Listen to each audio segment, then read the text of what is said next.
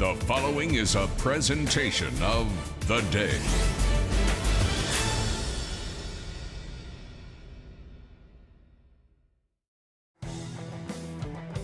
Live from Dodd Stadium in Norwich, Connecticut is the ECC Division II Baseball Championships as Championship Week in the ECC rolls on with all the action live on game day. Tonight, the Bacon Academy Bobcats are the visitors, the Montville Wolves, the home team in the first of two live here at Dodd. Casey O'Neill along with Mike Susie. We want to thank our two sponsors for today's game, the Connecticut Crush and Mike Wall, who will be up here. The third through sixth batter of every inning when that lineup comes through is the Crush part of the lineup. And the Connecticut Crush, the premier AAU baseball team in Eastern Connecticut, is one of our main sponsors. So thank you to the Crush. Also, Batter Up Baseball Camp. 32 years Batter Up Baseball Camp has been in existence. It is the premier camp for young ball players ages 5 to 13. If you want to have a ton of fun with your friends, Batter Up Baseball Camp's the place to be. So for more information, you want to go to batterupsports.com. The leadoff hitter in every inning is brought to you by Batter Up Baseball Camp in connection with the Chris Potvin Scholarship Fund, and I will talk a little bit more about that as well. Casey O'Neill, Mike Susie, back at Dodd again, the first of two. In both of these two games that we're going to see today, I guess you could say an upset to get here. The number one seed and defending champion Stonington Bears were knocked off yesterday in extra innings by Bacon Academy, though not an upset in so much as Bacon beat them twice this year, but seed-wise an upset. Montville, right on cue, rolled in with a shutout victory yesterday, roll into the finals. They're the number two seed and the number two seed in Class M as well.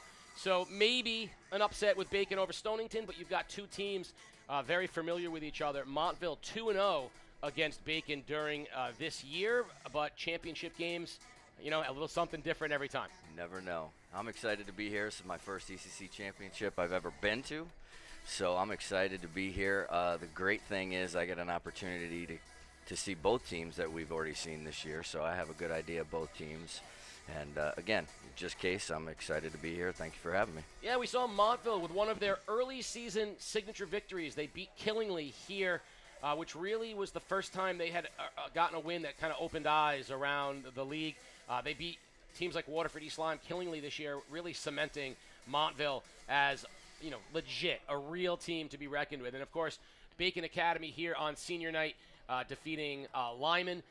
Yesterday in the game here, Bacon Academy got to the final. So their head coach, Roger Moyer, was here last year in the finals as an assistant, losing to Stonington.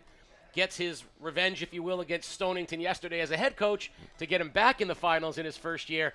But he's looking over at a team they have not beaten yet this year, Montville, who is very good. And they're going to see Jack Treat, who they have seen twice already this year in a starting and relief role, no stranger to them, and Treat will be no treat for Bacon Academy. Well, we got a chance to see Jack at the end of the game that we did, and he came in and shut the door and sealed a victory for them. Very good athlete, like you talked about. He's going to go to Bryant and play baseball there, which is a very good program. And, yeah, it's just going to be a great day. It's a beautiful day here in Dodd, and I think we're both very excited to be here. In the championship games, one of the, I don't want to call it an issue, but one of the obstacles is the timing of the ECC championship game. 2 days pass, and then state championship play begins on Monday. So most of the teams throw their aces earlier in the tournament. So we don't get a chance to see aces in the championship game. And in fact, since they play 3 days in a row, what we often see are fourth and fifth starters in the championship game. Today, Montville is going to be throwing Treat. My word, what I understand is he'll be there for 50 pitchers, and then Hunter Sylvia will be in for 50 pitches because they have to keep both of them live. Bacon Academy is going to throw a sophomore, Kagan Rasala, who's their number 4, but has gotten starting experience during the year. But you're, in the mix. You got a guy like a junior Treat, Division I player. This is not a moment that's going to be too big for him. Right. On the other side, you got a sophomore this is a big start for him. So this is one of the things where the criticism from the the league of like we don't get to see the best pitchers in the championship game. I look at it the other way around. I look at this as like we get to see kids stepping up into roles and being given opportunities. Well, I see, like you said, given an opportunity, but also as a coaching staff and a program, it makes you develop a pitching staff. It's easy to have one guy to roll out as much as you can back in the day when there was no pitch counts or limits. But now you, as a coach, you have to develop a whole staff. You have to develop 4 or 5 guys that can do this. So my thing was a long time ago, my conference did not want to have a conference tournament because of this, because of the chance to throw guys and then winning a state championship. And I always said, you know what, give the kids an opportunity to win another championship. And the kid, when the coaches are talking about they don't want it, I think that was wrong. It's about the kids. It's not about the coaches. These guys are just pumped to be here, and this is a great atmosphere. So I'm excited. Well, my experience is that when you hear a coach say, it's about the kids, 1 out of every 3 mean it, and the other 2 think they mean it. Right. But what they really mean is it's for the kids if we can win. And I get it. Winning makes everything better. I get it. But you're right in the long haul. So, yesterday Bacon went with Pingree to his limit. Kreutz came in relief and went past his limit. So they are 3 guys Bacon can't use today. Montville, same thing, right? 3 guys they can't use today. So we're going to see other people stepping in. So leading off and sponsored by Batter Up Baseball Camp, the leadoff hitter of every inning, and it's Eli Cheverini, the catcher for Bacon Academy, and Jack Treat on the mound. The first pitch of the Division II ECC Championship game is underway, and it's a ball outside. We're going to see, like we saw the other night, we're going to see fastball, very good control, and a big breaking ball, big 12-6 breaking ball.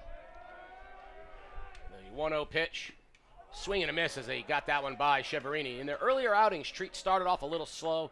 That fastball was not able to locate. He's one of the few guys who uses the breaking ball to locate when he struggles with the fastball. That's a and good if Cheverini fastball gets there. on, we know he's going to run. He's one of the fastest guys in the league, as you said, especially for a catcher. One of those stolen base leaders, and we'll talk a little bit about Treat, the lefty, and also the over-exuberance of Cheverini as he fouls it off, evens the count at 2. Teams are on notice that Cheverini likes to run. Yesterday, Stonington ran 2 wheels and a backside move against him and ended up picking him off in a big situation because they know Treat as a lefty will be very aware of that as well. The 2-2. Breaking ball high, full count. No, there was the breaking ball. Just got to get on top of that one right there. So a full count and a big first pitch here because getting Cheverini on starts things for the Bobcats. So Treat delivers full count. Outside, ball 4, and there's a leadoff walk for Cheverini. So the threat to steal is on. The leadoff batter for Bacon Academy reaches, and that'll send to the plate the center fielder, Jacob Teal. Only a freshman. Teal is going to be a premier player in years to come and is the likely candidate to replace Cheverini behind the plate next year. Right now, in the 2-hole, playing center field. Let's see if Bacon tries to get things started. Cheverini takes the lead, and Treat immediately throws over, and he will be acutely aware of where Treat is. Definitely. We'll see if Roger remembers what we talked about back in the day of freezing on a lefty, making sure you don't move, you don't lean, you don't go forward until he delivers, unless you're going, and then you're going to go possibly first move, or if you pick a move, you're going to go when you can get a good jump. 0-1 pitch to Teal. Breaking ball just outside, ball 1. We do have a third member of our broadcast team, and throughout the course of the game, we will be sending it down to the sports doctor throughout times here and there. We'll be getting to him shortly. The 2-1 pitch, just high, ball 3, and immediately Treat falls behind 2-1 to Teal. That's a pitch where we like to see runners often move. So let's see what we have here. Nothing going there, and fouled off 2-2. Now, personally, here's a count where I like to run. 2-2, I think you're going to get a breaking ball. Possibly. And if you don't, you still got a great base runner, and the kid can swing the bat. So this is a pitch where I like to run, expecting breaking ball. And Teal is in a defensive situation here at the plate, just wants to put the ball in play, so he will be swinging. No going, fastball high. See, that shows how much I know. Would have been a perfect pitch to throw on. But now, full count. Yeah. But Cheverini, got to make him go to the plate. This can't be that big steal. This has got to be go to the plate first. Make sure you get a good jump. That's it. And there you go. That was a good job. Don't need to get a huge one. don't need to leave on first movement. Sports Doctor texted up that Roger Moyer said he wants to get Treat into deep counts early. He's had 2 in a row. There's a ground ball to third. Takes a bad hop off to Sylvia across the diamond. Campaign, the premier shortstop in the ECC, in my opinion. Campaign can do it all. I'm starting a campaign for Cameron Payne at shortstop. He stayed with that and got the out at first. That's a huge play. Instead of first and second, nobody out, it's a runner on second and 1 out. Payne, very, very nicely done. Yeah, he's bad hop, but kind of got in between Malvern, right? Third base. Sylvia, sorry. Got in between them and went up, and Payne was just in a great position and made a strong throw across the diamond. Third batter of the inning, Rob Carraro, and that's our Crush part of the lineup, brought to you by the Connecticut Crush, the premier AAU team in Eastern Connecticut. ctcrushbaseball.com for the Connecticut Crush. And Mike Wall, the director of the Crush, was here a moment ago. His son threw out the first pitch, threw a dot, by the way, for a strike. Wanted to go from the full mound. Mike was like, come on, no, come up a little. Giving Cheverini a look, the pitch to Carraro. Breaking ball, strike 1. That's the first time he's gotten that breaking ball over. So here we go. If you pass the headphones for 1 second, we're going to bring in Mike Wall real quick as the Crush part of the lineup is up. Batters 3 through 6. And I just want Mr. Wall here, as the breaking ball sails outside. Tell everybody where you just came from and why before you got here. So thank you guys so much. We are running our Coach Vic Foundation golf tournament. We run 2 of them, Friday and Sunday. And we just ran from Norwich Golf Course, flew up here, got to see PJ throw out a dart. Great job, buddy. Everybody was happy on that. And now we're running back. But it's great. We got great weather, and it's Dodd Stadium, man. So tell everybody real quick at home, they've got the website. They know how to get what kind of player is the Connecticut Crush looking to make part of the organization? Well, I mean, we're in year 20. Good pitch, Jack. So we started off, like I said, in 2005. We had 7 players. We had to beg the last 4 to make the team. And now we're in year 20. 15 teams. We have 200 kids in a program. You got to be a high character kid. You can definitely tell. Great pitch. You can definitely tell where a Crush kid is for the different towns. We try to play hard. Character counts. We tell everybody every day is an interview. You never know who's watching. And we get really lucky.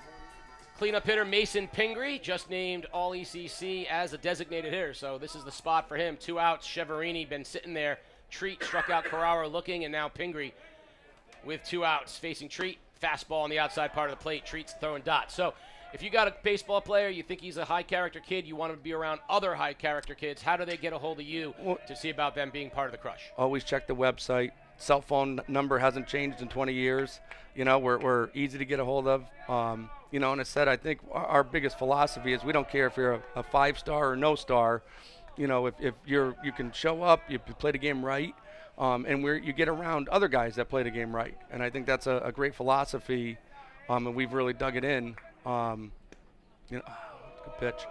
But no, I think it's really good on that to see the kids and the high character kids we get. And again, we have kids that come from Vermont, Rhode Island, Massachusetts, and just real proud where the program is right now. And I love this. Love watching up here. It's such a great event. You guys are awesome with this. Well, I know for a fact that the starting pitcher right now, Jack Treat, he's a Crush kid. He is. And he's got Mason Pingree, 2-2. Pingree plays for Montville's head coach, Scott Chase, in the Hurricanes. And how great was he yesterday? Mace threw a gem yesterday. Yes, he did. And there was a beautiful pitch for Jack Treat, striking out Pingree looking. So at the end of the top half of the inning, Bobcats fail to score. The Wolves will be coming up to start the bottom of the first inning. I know you got to head back to Norwich Golf Club. I want to thank Mike Wall and the Connecticut Crush. Thank you. Hey, hold on. And PJ, can Coach ask you one question? Yeah. All right, now this is your first ever interview. First ever one. Here we go. Were you nervous throwing out the first pitch? Very. And do you think it was a strike? Yes. All right. Do you throw lots of strikes? I never pitch. Well, I think we tell Dad we got to start now. Okay. Good job, buddy. Thank you. Say to the guys. Say thank you, guys. Thank you. Coach. Appreciate you. All right, get you back on the mound, Coach. Get you back to the golf tournament. Thank you very much, Mike Wall, the Connecticut Crush. And the Bobcats will take the field. The defensive alignment for the Bobcats, Eli Cheverini, will be behind the plate. Mason Pingree, the first baseman. Over at second base is Ty Whistler, the shortstop, Rob Carraro. Third baseman, Jason Zingler. Out in left field, Nick Gilman, the center fielder, Jacob Teal.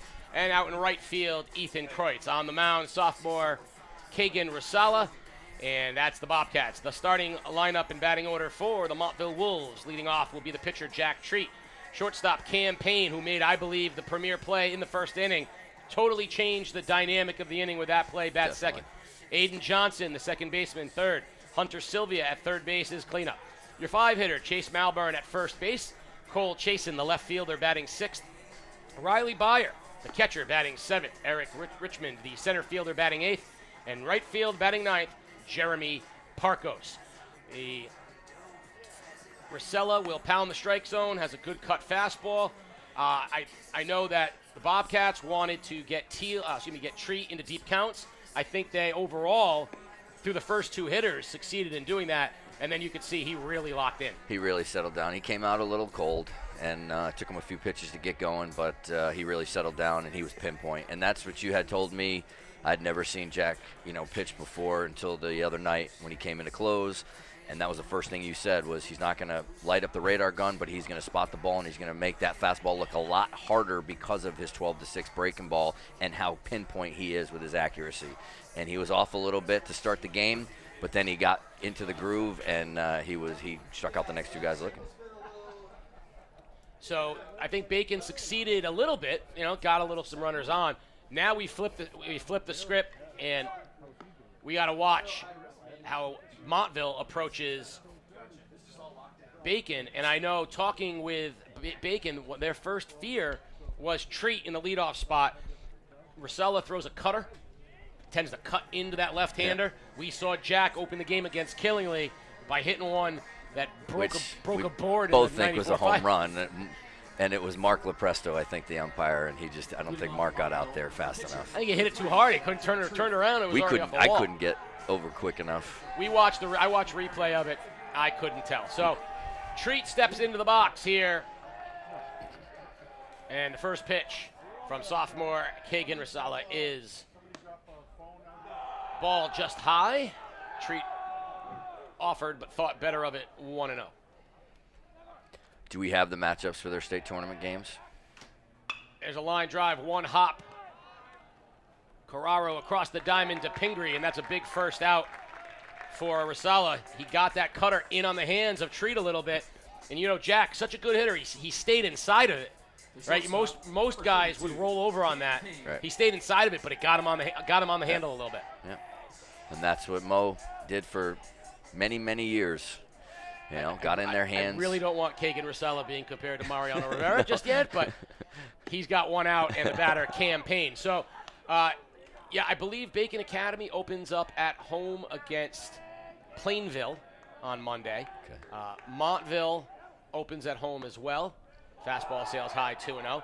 I believe Bacon is looking at the winner of Ansonia and Jonathan Law, and Montville is staring at St. Joe's in round two. Very, very tough. That's a tough second round. So both teams. 2-1 coming here to Cam Payne, the shortstop for Montville. My old school E.O. Smith. High, popped up, shallow left field, coming in hard, the left fielder. And making the catch, Nicky Gilman. Now, shortstop gave up very too quickly. We're gonna go good, bad, back to good. Yeah. Good thing is Gilman's coming hard the whole way. Right. Bad is that Carraro, that ball was basically in the infield. Carraro gave up on it a little early, or maybe Gilman called it a little early and we didn't hear that. Right. But the good part being he finishes it off and makes the play. 2 outs here. And it brings up number 3 hitter, second baseman, Aiden Johnson. And the outfield's always taught that they have the right of way. Outfield has a right of way, but the shortstop can get back there and camp under it and make a call. If the ball was probably called a little too early, So the shortstop took off right away, and left fielder just was coming in hard and made a great play. And this is where I think we'll talk after this 1-1 pitch. Strike 2 to Johnson. First, we should say that Montville hosts Weston, which means that they have to leave now to get there. My understanding from Coach Payne is that Weston's got a guy throws mid to upper 80s, but that's what you're going to face somebody. So they know. Well, that's the danger of those 10-10, 8-12 teams. You don't know. They got the kid that's 8-0. Yep. So they'll face a guy that can throw, but that might be good for them. A guy with velocity. That might be good for them. The 2-2 pitch to Johnson. Spoiled foul. So one of the things they're taught in high school, right? You're taught as an infielder, you call it until the outfielder calls you off. You have to be, as a shortstop, able to call it so definitively that outfielder's not thinking, like, I'm camped. You're not calling me off. Right. Line drive into the gap. It's going to be a base hit.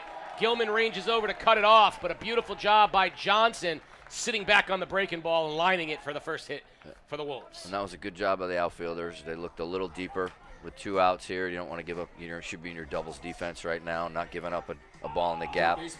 Left fielder did a good job to cut it off and keep him at a single. We are in the crush part of the lineup for Montville. Batters 3 through 6, sponsored by Connecticut Crush Baseball. And leading off at first, Johnson, Rosella deals, and Sylvia, the third baseman, swings and misses on a cutter outside. As I was saying before, the Plainville, who Bacon has, my old school, E.O. Smith played them this year, and I think they beat them. So it'll be a good test for Bacon. Plainville's always very good.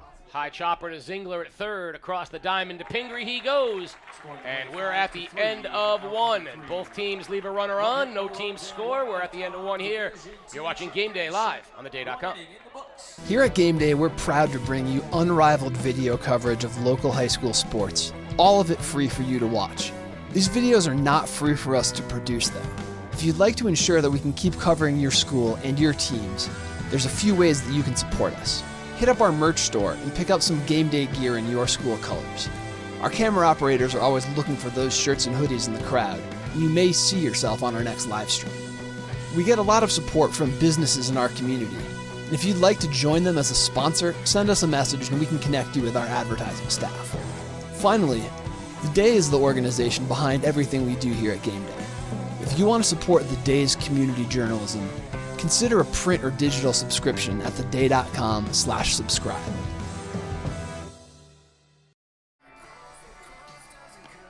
We're back here at Dodd Stadium. No score, top of the second inning.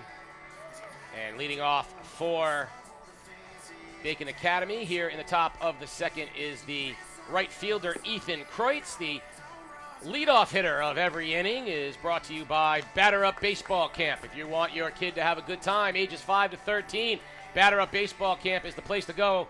Well, Coach Susie and I, both on the BUP board of directors. We're on the council. We've been there. Been a BUP member forever. Absolutely, back to the days of the Como. Yeah. Also, a lot of the kids out there that are on the field right now can't counselors at Batter Up. So if you're watching and you want your kid to be in a good program, Aiden Johnson, A.J. O'Neill, Jack Treat, these guys are out there at the Batter Up as counselors. Yeah. It's a great time. It's such a great baseball camp. Coach Bassetto does a great job. My stepson went last year, just loved it. Absolutely loved it. Ground ball to the right side. Johnson slides, gathers, and can't get there. Kreutz showing the good speed. Legs out an infield single. I think that slight hesitation by Johnson burned him. Yeah, he made a great play, came up, just hesitated just a little bit. I don't know if it was ball and glove were not together, ball and hand were not together, ball, hand and glove, and he just kind of came up, maybe lost it a little bit. Bobcats with their first hit, and that brings up third baseman Jason Zingler. Zingler jumps on the first pitch, gets it into the gap. Richmond cuts it off, and he holds Kreutz at second. But the Bobcats, with back-to-back hits, have runners on first and second with nobody out. So here's our first critique of Coach Moyer. He's got his 7-hitter up with first and second. Do you bunt here to get to your 8-hitter? So knowing how this young man right here is swinging the bat, no. Okay. He's been their hottest hitter. He's got the most power of anybody in the lineup right now. Okay. As good as Whistler and Gilman might be behind him, The way that he's been swinging the bat, I think they got to let Scaramano hit. Gotcha. I think if this was the 8-hitter, he would bump the 8-hitter to the 9-hitter, which Then you got the top of the line. yeah, I think he would do that. But I do not think that he's going to bunt Scaramano only because of how well he has been swinging the bat lately. He had 2 hits again yesterday and 2 hits the day before that with some authority. One of their few real thumping guys in the lineup. And He's a guy that can actually threaten the outfielders. We talked about it earlier. You know, you're in your 3rd game. Your pen is dwindling. You have so many pitchers that you can throw. So I don't think a 1-run game is going to win it. Exactly. Yeah, Montville. You need a big inning. Yeah, you need That's to what put I up a always big. like to I go for. agree. You need to be able to put up. This is a game you want to win 10-2. You don't want to win this thing 2-1. Yep. So they got the breaking ball. First pitch to Scaramano, 0-1. Treat down with the fastball, evens the count.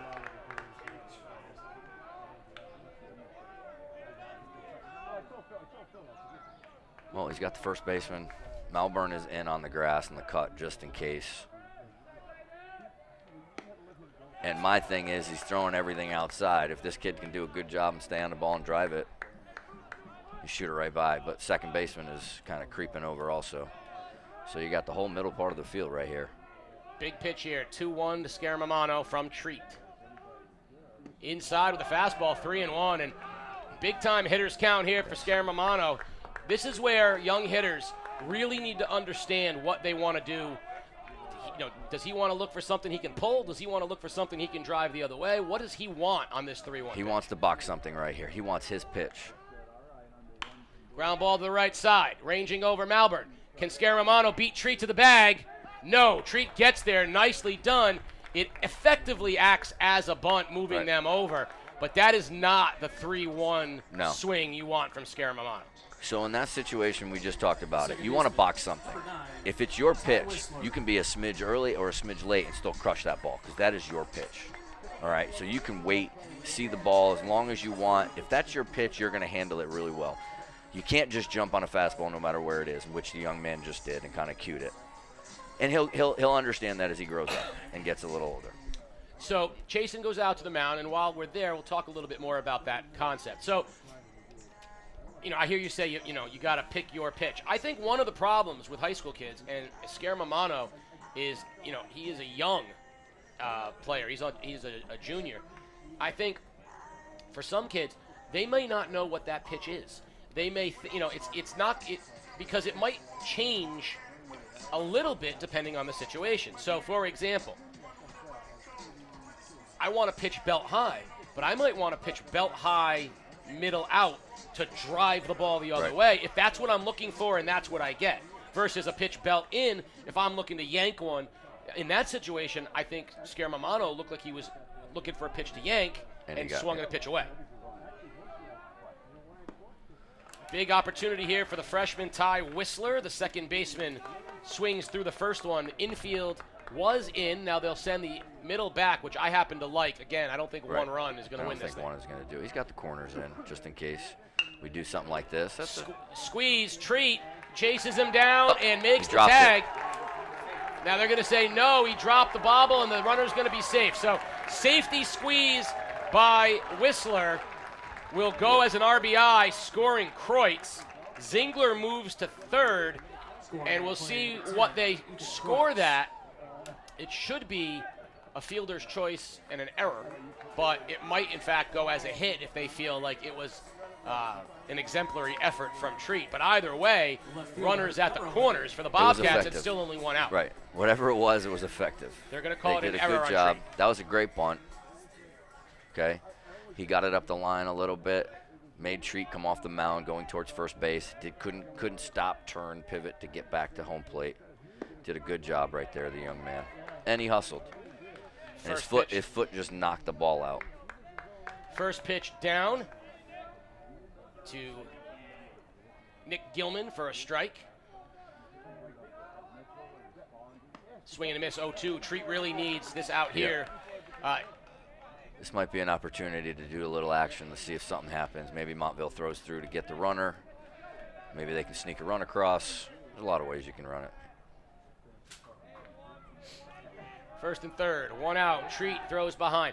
I just got a message from the great, speaking of batter up and the crush, the great Isaac Lazaro, who said, hitting lessons from me is like throwing lessons from him. First of all, congratulations, Johnny Lazaro, on an all-ECC performance this year.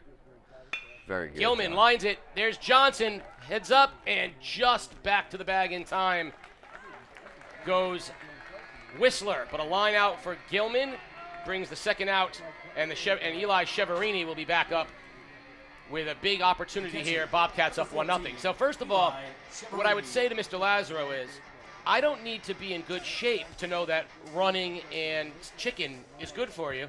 I also can give excellent hitting advice. Do as I say, not as I do. Ball high. But that's great for Johnny Rocket, though, getting all ECC. Congratulations to him. Well, all it Watch took, the kid grow up. Literally, because that's all it took. Yep.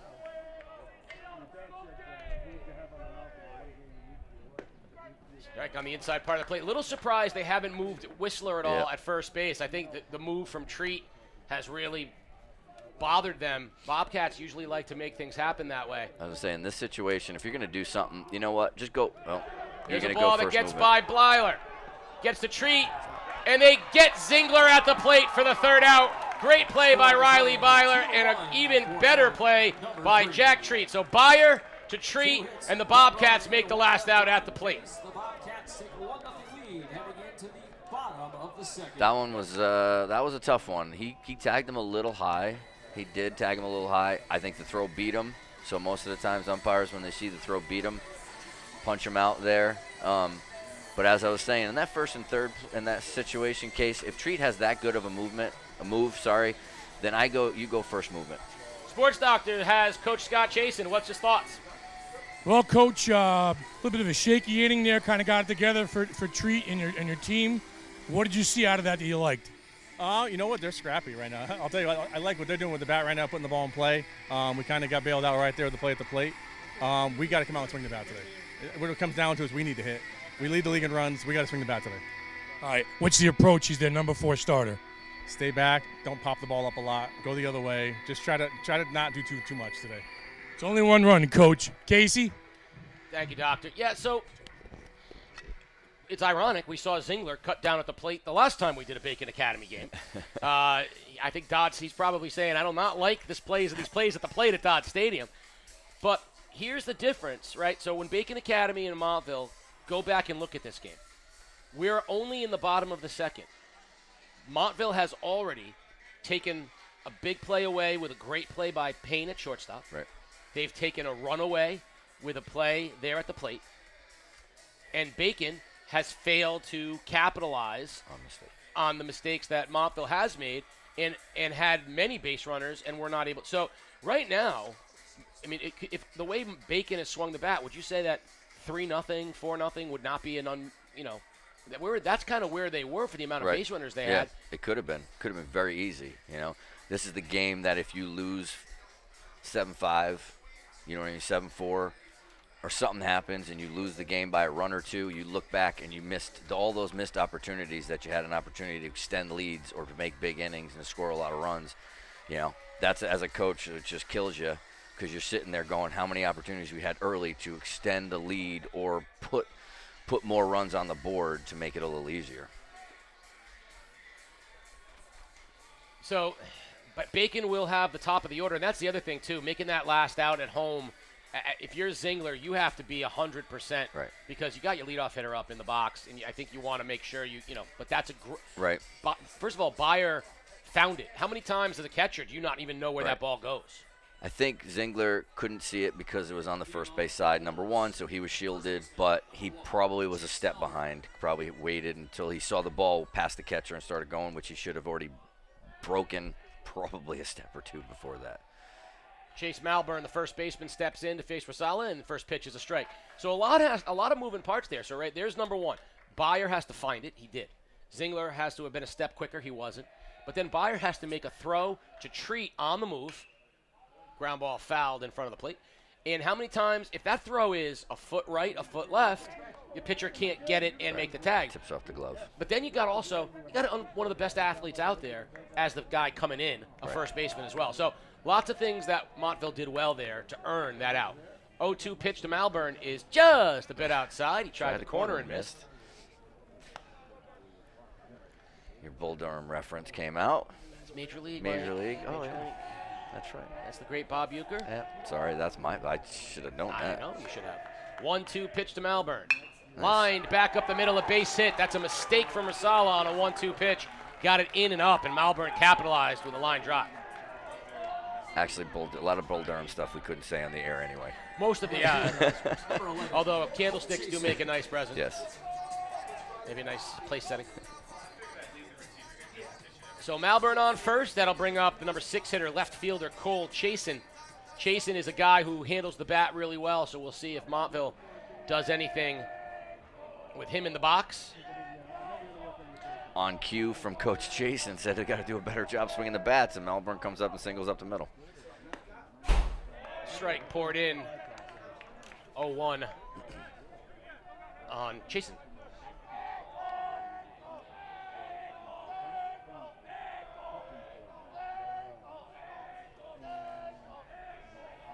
Malburn leads off first. The pitch. Fastball on the outside part of the plate. Strike 2, so 0-2 on Chasen. Malburn, big guy, not, I don't think, a threat to run. Certainly not in an 0-2 count. But you never know. Infield pinched. Double play opportunity. And one thing I will say about Chasen, we saw, remember, he gets the bat to the ball in all kinds of weird ways. Right. He's a tough guy to strike out.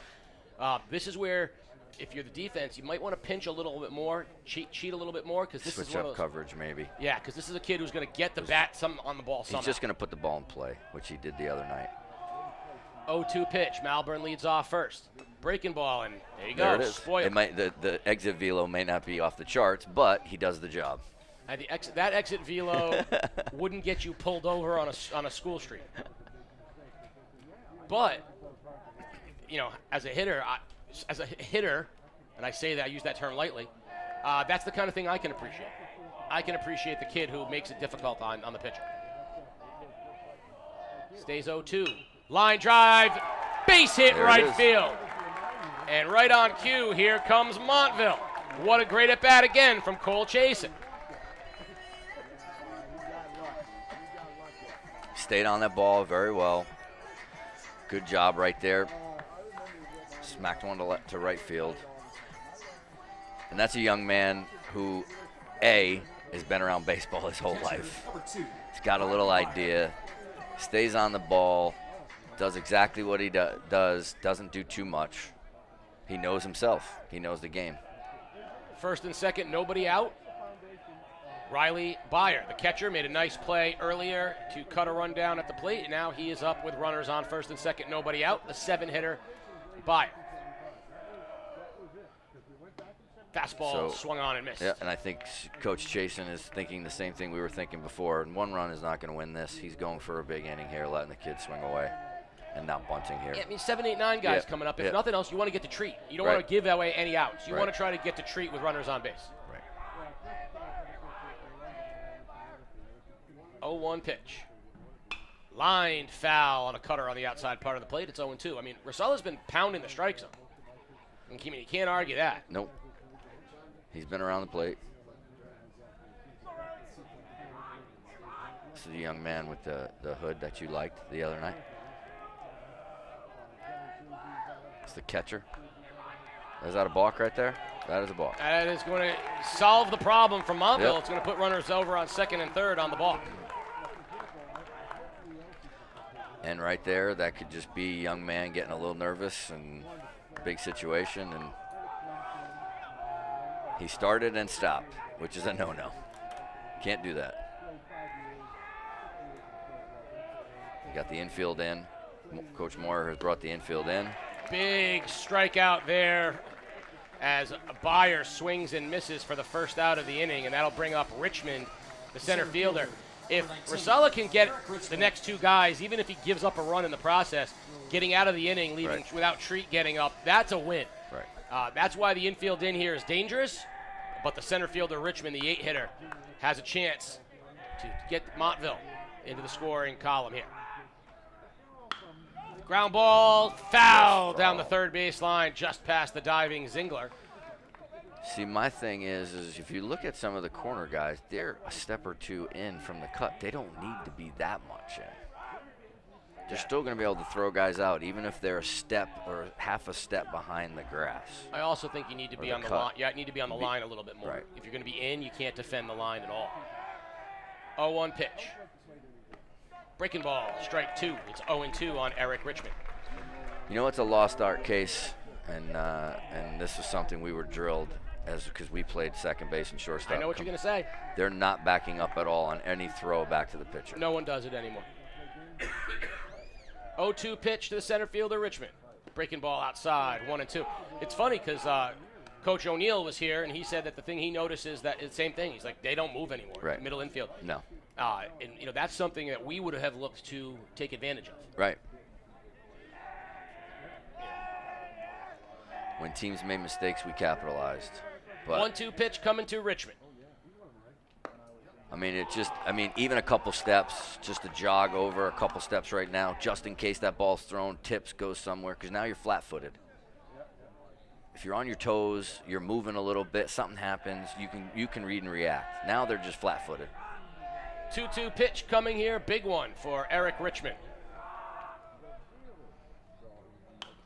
Fouled and spoiled out of play. I wish back when I played that those Fitbits existed, because I would have liked to have seen how many steps during the course of a game I took, because I was the right. guy. Yep. I mean, right. I was back and forth all game going to back those throws up. I would have played with a Fitbit on. Yeah. If they had one for your mouth, that would have would have broke. would have broke. Yeah. I don't think it would have kept up. Fouled straight back by Richmond. Only one of your best friends can say that. No, you know, I don't think that's a secret to anyone, Mike. So it's all right. I know. At least, 30% of what I say has some value. So. And I only listen to about 15% of it. 2-2 pitch to Richmond. In on the hands, fouled out of play. Credit Montville. They've had some very good at-bats. Good at-bats, yep. Cole Chasen with that single with 2 strikes. Now Richmond with 2 strikes as well. And this is where if you're Bacon Academy and Rosala, you're going to have to make a pitch here, whether it's an elevated fastball or moving in and out, but you're going to have to make a pitch. Richmond. And Cheverini's a great catcher. You can bounce something here because you know he's going to block it. He's going to front it up. He's going to do a good job. So I know they have a lot of confidence in him. And there it is. Right on cue. It's like you saw into the future. Yeah. Breaking ball in the dirt, trying to get a swing and miss. Cheverini keeps it in front. Count is full. Again, a great at bat from Eric Richmond. I think we've been around the game just a little bit. Seen our share of baseball. Full count. Infield in. Rosala deals. Fastball high, ball 4, and what a great at bat. Eric Richmond. Bases are now full for the right fielder, Jeremy Parkos. And Bacon Academy's Roger Moyer is going to head on out to the mound and talk things over with his infield. You know, it's still great, though, Case, about baseball. No matter how long we've been around it. Almost 50, probably, since we were 5 or 6 years old. Yeah, we're going 50, almost 50 years, yeah. Right? I still will say that coaching every year or being around the game, you still see something for the first time. Yeah. At least once or twice, once in a year. Yeah. I still see something that I go, I've never seen that before. The problem with that, Mike, is it's also indicative of my age, because those things are all things I think are bad. I now think everything new thing I've never seen before is indicative of bad baseball. It's not like, you know what? I've never seen that before, and I love it. It's always like, I can't believe they're doing it. Get off my lawn. So, bases loaded, 1 out, 9-hitter Jeremy Parkos, and boy, oh boy, does Montville want to just get it to the next guy with a chance to make a swing. Rosella's going to have to make a pitch here. Bases loaded to the 9-hitter. And Coach Moyer's got, and that doesn't help. Popped up on the infield. That's going to Infield settle fly. that. But you have Jack. Pop up in the infield, but now you've got the Jack premier player. So we are back to the top of the lineup for Montville. Brought to you by Batter Up Baseball. And the top of the lineup, Jack Treat. And man, oh man. What a spot here. He grounded out to short in the first on a ball that got in on his hands a little bit. I'm willing to bet he cheats that one. If he throws that same pitch, it's going to be into the gap in right center. Again, it just seems to happen to the good players. They get in those situations, right? Yeah, we talked about it the last time he was playing. And it seems like they find them. If you're struggling in the field, you know this ball's coming to you. Yeah, it's good. The spotlight or the big situation finds the best players. Rusella, 0-1. Swinging and a miss, and that's the best fastball he's thrown today. I was going to say, that was a very good fastball. He got that one. Yeah, that one was down and away, and I think Treat was expecting that cut, and that one was down and away and stayed on him, and it's 0-2. This, which might be, by the way, the most dangerous spot for the pitcher to be in 0-2, because you got to make a pitch. Right. The problem here is, I think he missed that one right there. I think the umpire missed that. I think Cheverini looked like he was setting up outside a little bit, and the ball missed on the inner third, and that looked like a great pitch. Well, baseball 101 says this is now a line drive into the gap. Yep. And I think the umpire got fooled, and I think Treat got the benefit of the I'm a really good hitter, which, you know, you got calls in your day for being a really good hitter. I didn't get those calls. I was rung up on that one. 1-2 pitch. Pitch of the game coming up here from Rusella. Line into center field, high in the air. Teal settles underneath it, and what a big out, and the Bobcats know it. That's a big spot right there. Rusella gets the out, and we are through 2. Bacon 1, Montville nothing. You're watching Game Day live on theday.com. Communities that are no longer covered by local newspapers become news deserts that lack journalists providing government oversight and access to quality information. The Day is committed to providing comprehensive news coverage in every town in southeastern Connecticut, but we've had to scale back coverage in some towns, including Ledyard and North Stonington, due to market forces affecting local news companies around the country.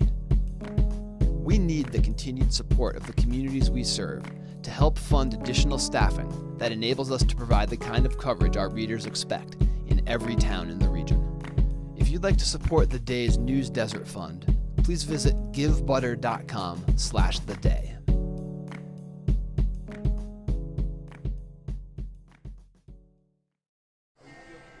Coach, what a big time half inning by your young pitcher up there. What did you like what you saw? You know, he wasn't afraid of him. That's a really good ball player over there in Treat. But I told my guy, I'm like, challenge him, go after him, make him put it in play. And he got up early, 0-2, made a good pitch, got him to fly out. It's a big spot for him. It's a big spot to get out of a jam. You got pretty fired up over there. I saw a couple of fist bumps. You hopped a few inches off the ground a little bit too. Does that spark your offense a little bit when your defense gets you out of a jam? Absolutely. We got to fight for base runners. Like I told him, get guys on early, give them opportunity to do something offensively, and just stay in it. Stay in the battle. Thanks, Coach. Casey? Thank you, Sports Doctor. Eli Cheverini was at the plate when the previous inning ended with Zingler getting cut down at the plate. So Cheverini will lead it off here for Bacon Academy in the top of the third. And the leadoff hitter is brought to you by Batter Up Baseball Camp. Coach Bassetto, BatterUpSports.com. We'll talk more about the Chris Potvin Scholarship after this. This is a big inning for Bacon right here. Now the momentum has come back into your dugout. You've got all the charge. Everybody's all excited. You score 2 or 3 here, that pushes you. Montville needs to shut it down right here. Jack needs to have a quick inning. Cheverini with a long fly ball down the left field line, foul. Now, yesterday against Stonington, after Bacon tied it up 1-1 in the 6th on a pinch hit single by some kid named O'Neill, Cheverini got up and hit one to the base of the fence, short hop the fence in left field, which we don't see many kids do. Right. He has got some pop in that bat. He always has. And you got to be careful with him because he's a guy, again, who can challenge the outfielders here. And he's ahead in the count, 2-1. He's got big gaps right now. Left fielder on that hit right there, which I don't know. I wouldn't do it, but the left fielder kind of snuck to the line a little bit. Now you got a left center gap that you could drive 14 buses through. Good pitch from Treat on 3-1. If he puts one in the gap, he runs forever. Now, the one thing about this gap is there should be no triples here because no one hits it hard enough to get it to the fence in the gap. Outfielders should be able to cut stuff off and hold you to a double. 3-2 pitch, fouled straight back from Cheverini. Count stays full. That was right on us. Might have my first shot at a foul ball right there, Case. Yeah, you got to save the monitor. We can't afford another one. And You got to just dive in front of the monitor. That's all. nice broken pane of glass right in front of you that our buddy Mike DeMoro just pointed out. 3-2 pitch to the leadoff hitter, Eli Cheverini. Treat delivers. Foul ball over the leaping Moyer in the third base coaching box.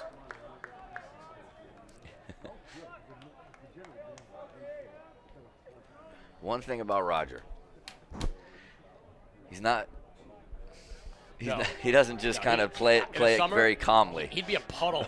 New London Legion in August, he'd be a puddle by then. He could not do it. He's just not a calm person. He never was as a kid either. Cheverini, line drive up the middle, base hit on a 3-2 pitch. Gets the Bobcats started. He is on for the second time today. He walked leading off the game, and that's a big hit there. Let's see if the Bobcats try to move him around with Teal or if they try to run. And let's see Coach Jason, because his pitch count is now getting up there. He had said he was going to try to keep him around 50, yeah. But it's one of those things where, do you push it a little bit because you want the win? Ground ball to the right side. Johnson ranges over. He'll make the play at first. Cheverini will advance to second as Teal grounds out, but nice range by Johnson over there at second base for the first out, and that'll bring up Rob Carraro. I think personally he wants to see Jack get through 3, whatever the pitch count is, and then he'd look for Sylvia to try to give him 3, and then finish it how you can. If he can get Treat through 4, I don't think he's going to go 80 pitches to get him there, but I think you're going to see him massage based on where the game is. He said he's got, 4 or 5 twos, right? He doesn't have a legit one. No, he's got 4 or 5 twos. McElwee has thrown. Yeah. He threw Malburn already as well. It's really Treat and Sylvia as their 2 guys today. But they have other guys, who can come in and mix it up. Outside, 2-0 on Carraro. Pingree waits on deck. Carraro struck out looking on a really good fastball in his first at-bat. And he's ahead 2-0 here. Cheverini bouncing, being held on by Johnson. Fastball down, 3-0. And Carraro way ahead here as the Bobcats continuing to put pressure on Treat and the Montville defense. I know Payne is very good shortstop. He doesn't want to give up that much room. He's moving over a little bit. He shouldn't be checking that runner at all. He should be the second baseman. Pingree is a pull hitter, as your number 3 hitter usually. Or 4 hitter. 3-1 pitch to Carraro. Fastball down, ball 4. And Carraro walks, put runners on first and second. And now the cleanup hitter, Mason Pingree, coming up. Yep. He struck out as well in the first inning with a situation similar to this when Treat really locked in. Now runners on first and second and 1 out. The infield is pinched. This is the attention that Cheverini draws. I mean, they've got Johnson essentially playing on the bag, trying to hold on Cheverini. Fastball down, breaking ball down, and a nice job by Bayer. Just kind of very calmly let that one bounce in front, 1-0. No action because Sylvia, the guy that we might be next, is the third baseman. And again, in this situation with your infielders, you're just calming them down. You just got to get your 1 before you get your 2. That you don't want to make it a huge inning. You don't want to overdo it, make a mistake, and then all of a sudden it's a huge inning. You got to get your first one before you get your second one. Now Treat is as gutty as they come, but he is not sharp right now compared to where we've seen him. And I think Coach Jason saw that as well, because I don't think Jack is Jack right now. He's kind of pulling that fastball a little bit. Breaking ball hasn't been sharp, and his pitch count is something I think Coach Jason is aware of. So that's a good trip to the mound. I always enjoy when I can have a major league guy come to the mound and talk to me. Been in this situation a million times, facing some of Major League's best players. I'm sure he has some good knowledge to drop. I think he went out there and he said, hold it like an egg. He really scrambled that one. I mean, that's sometimes the only thing you can do, right? You got to go out and just keep him loose and just. Well, if he hits the bull mascot, he wins a steak. So. 2-0 to Mason Pingree. Yeah, That one gets off of the glove of Byer, and that's going to advance the runners to second and third. The count will go to 3-0 on Pingree, and I wouldn't be surprised if they just put him on. At the very least. The problem right now, though, Jack isn't pinpoint, so you're putting a guy on, and a walk drives in a run if he's not. And he is going to do that, though. I'm smacked. Yep. So one of the things you have to know as a coach is what motivates your kid. For Jack, it might not be making him laugh. For Jack, it might be going out there and go, hey, expletive, right. Stop doing, maybe a challenge, right? Maybe with some kids, especially the young kids, you go out and then, like Tom Brady, like Joe Montana's favorite, that's John Candy over there. Like, it made everybody laugh. Yep. Here's Ethan Kreutz. He singled in his first at bat. Big chance for him. Line drive, right field. If it's fair, it's trouble. Foul. And that was one thing I learned. I was just at the end of the era of the coaches who coached one way. I learned from my brother, John Susie, who was the head coach at WestCon, that I had 20 kids or I had 18 kids. I had to coach each one individually because I knew which one, if Mike DeMoro could take me getting in his face and screaming at him to get him to play better, then I knew I needed to do that to Mike DeMoro. If Casey O'Neill, I needed a pat on the backside to get him to play hard, I knew that. 0-1 pitch to Kreutz. So fastball high. You had to coach everybody a little different. And you still coach the way you coach, but you also got to know what makes your team tick and how to get the most out of them. Absolutely right. Some guys need to laugh. Some guys need to be challenged. Some guys need to be distracted. Breaking ball down. Great job by Byer, but Treat running out of balls, and he has no place to put anyone. It's 2-1 to Ethan Kreutz. And that's the thing we talked about the last time, Case, and you did with Jack. He works off his breaking ball, which makes his fastball look that much harder. He has no control of his breaking ball today, so now his fastball, he's relying on it more, and he can't throw that first strike because he's trying to overthrow it. 3-1 to Kreutz. No place to put him. Treat delivers. Ball outside, and Treat has walked in a run. It is 2-0 Bobcats, as Cheverini will come across with the Bobcats' second run. Right, you said it. You said it the last time. His breaking ball is very good, and we saw that last time. We see Chasen heading out to the mound. They're going to go to Sylvia, which means Treat's going to slide to first. Malburn's going to slide to third. We have a pitching change. Bases loaded. 1 out. Bobcats looking to cause some damage. Up 2-0. We'll be right back. You're watching Game Day live on theday.com. Last year, Waterford senior number 4 on the grade 8, the Olympico kick. I'm here with Cam Dickinson. I don't think she can pull it off. It looks way too hard. I think it was a fluke. Get it done. I got it.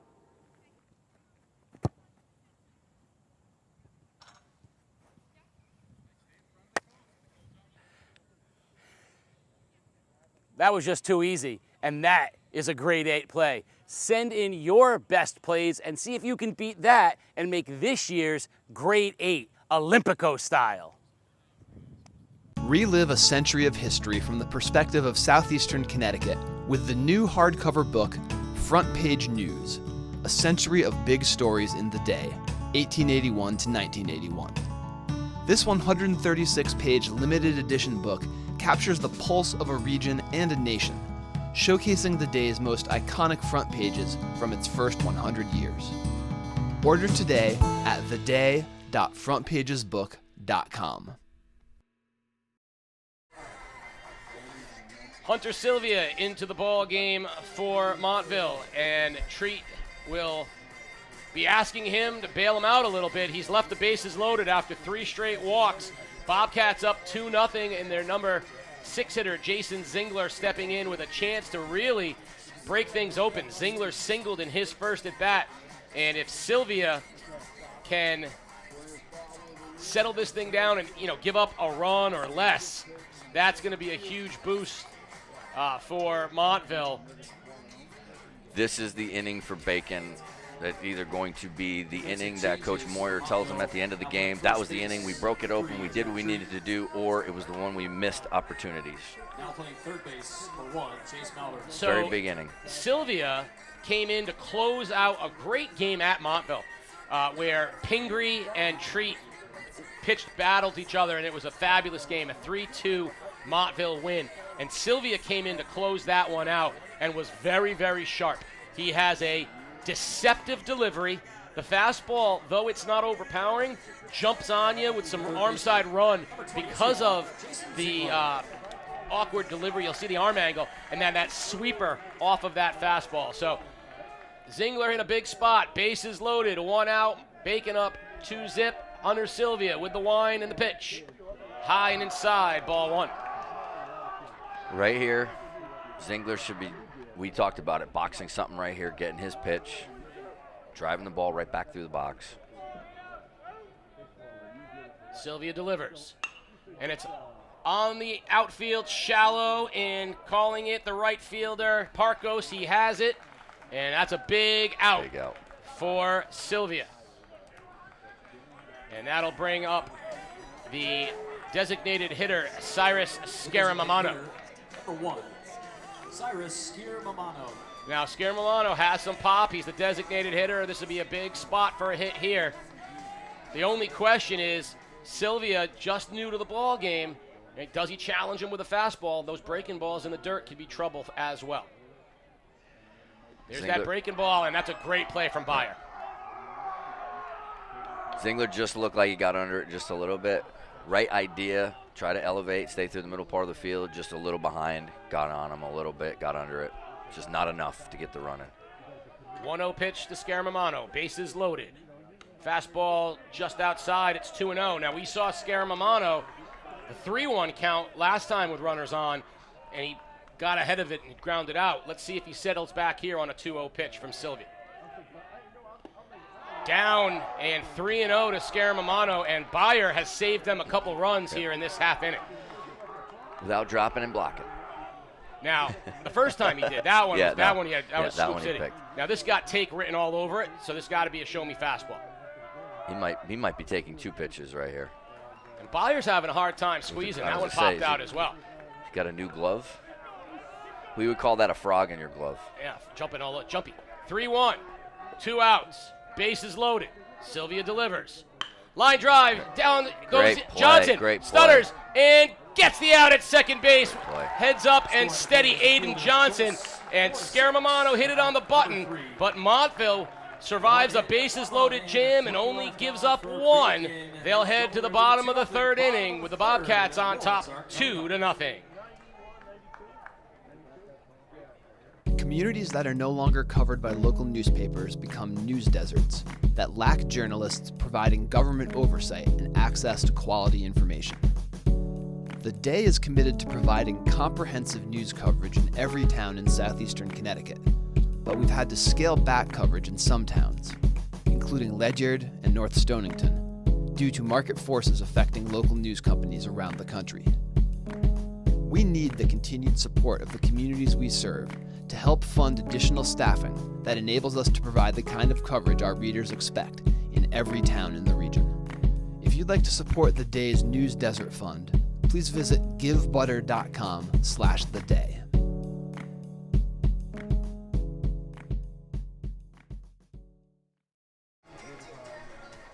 Bottom of the 3rd inning here at Dodd Stadium. Bacon Academy squandered a big opportunity, but they still lead 2-0. Kagan Rosala himself pitched out of a jam in the bottom of the 2nd inning, getting Jack Treat to fly out with the bases loaded. He will face the 2-3-4 hitters for Montville, Cam Payne, Aiden Johnson, and Hunter Sylvia. How you've seen this young man pitch? What's the longest he's gone? He's thrown complete games. I don't expect that from him today. I think they're thinking if they can get 5 from him, great. Now, they were hoping to have Ethan Kreutz available today to close, but he had to come in yesterday. So I think in relief, you're looking at either Scaramamano coming in as the DH into the pitching spot, or the shortstop Carraro, who closed yesterday against Stonington, but stayed under the 20 pitches necessary. So that's what I think. So Bacon, I think, is hoping for 5 from Rosala. Right now, he's in, this inning is a big one, 2-3-4 hitters. That's the key right here, right? Now the momentum has switched into the Montville dugout, so for Bacon. We do like 1 pitch, 1 out. If Carraro, who's settled under at short, makes the play, Payne, who popped up to left his first time, which Carraro should have fielded. That time, Carraro does field it. Second baseman. And we got the second baseman, Aiden Johnson, who singled in his first inning. Well, I hope the left fielder wasn't going to run all the way into shortstop and catch it on the dirt.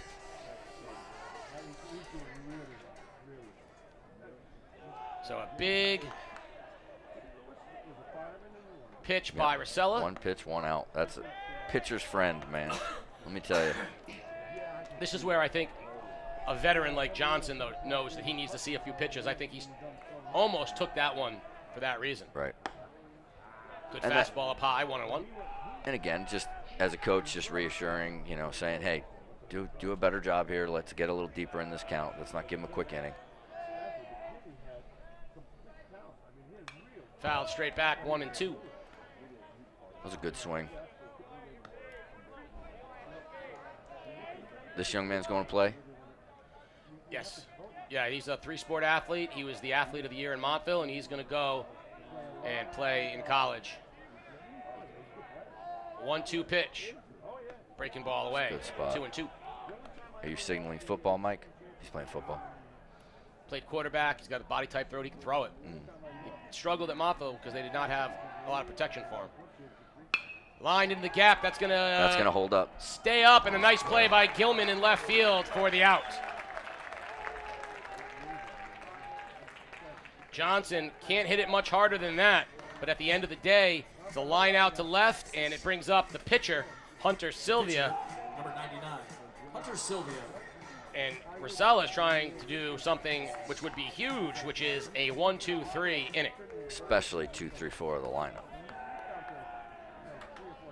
After getting a huge out with Jack. Ground ball to third, and then that is going to be kicked by Zingler as he tried to get it off the short hop, or the skip hop, and that is a pitcher's worst fear. When you're cruising and you have a chance at a 1-2-3 inning. The third baseman.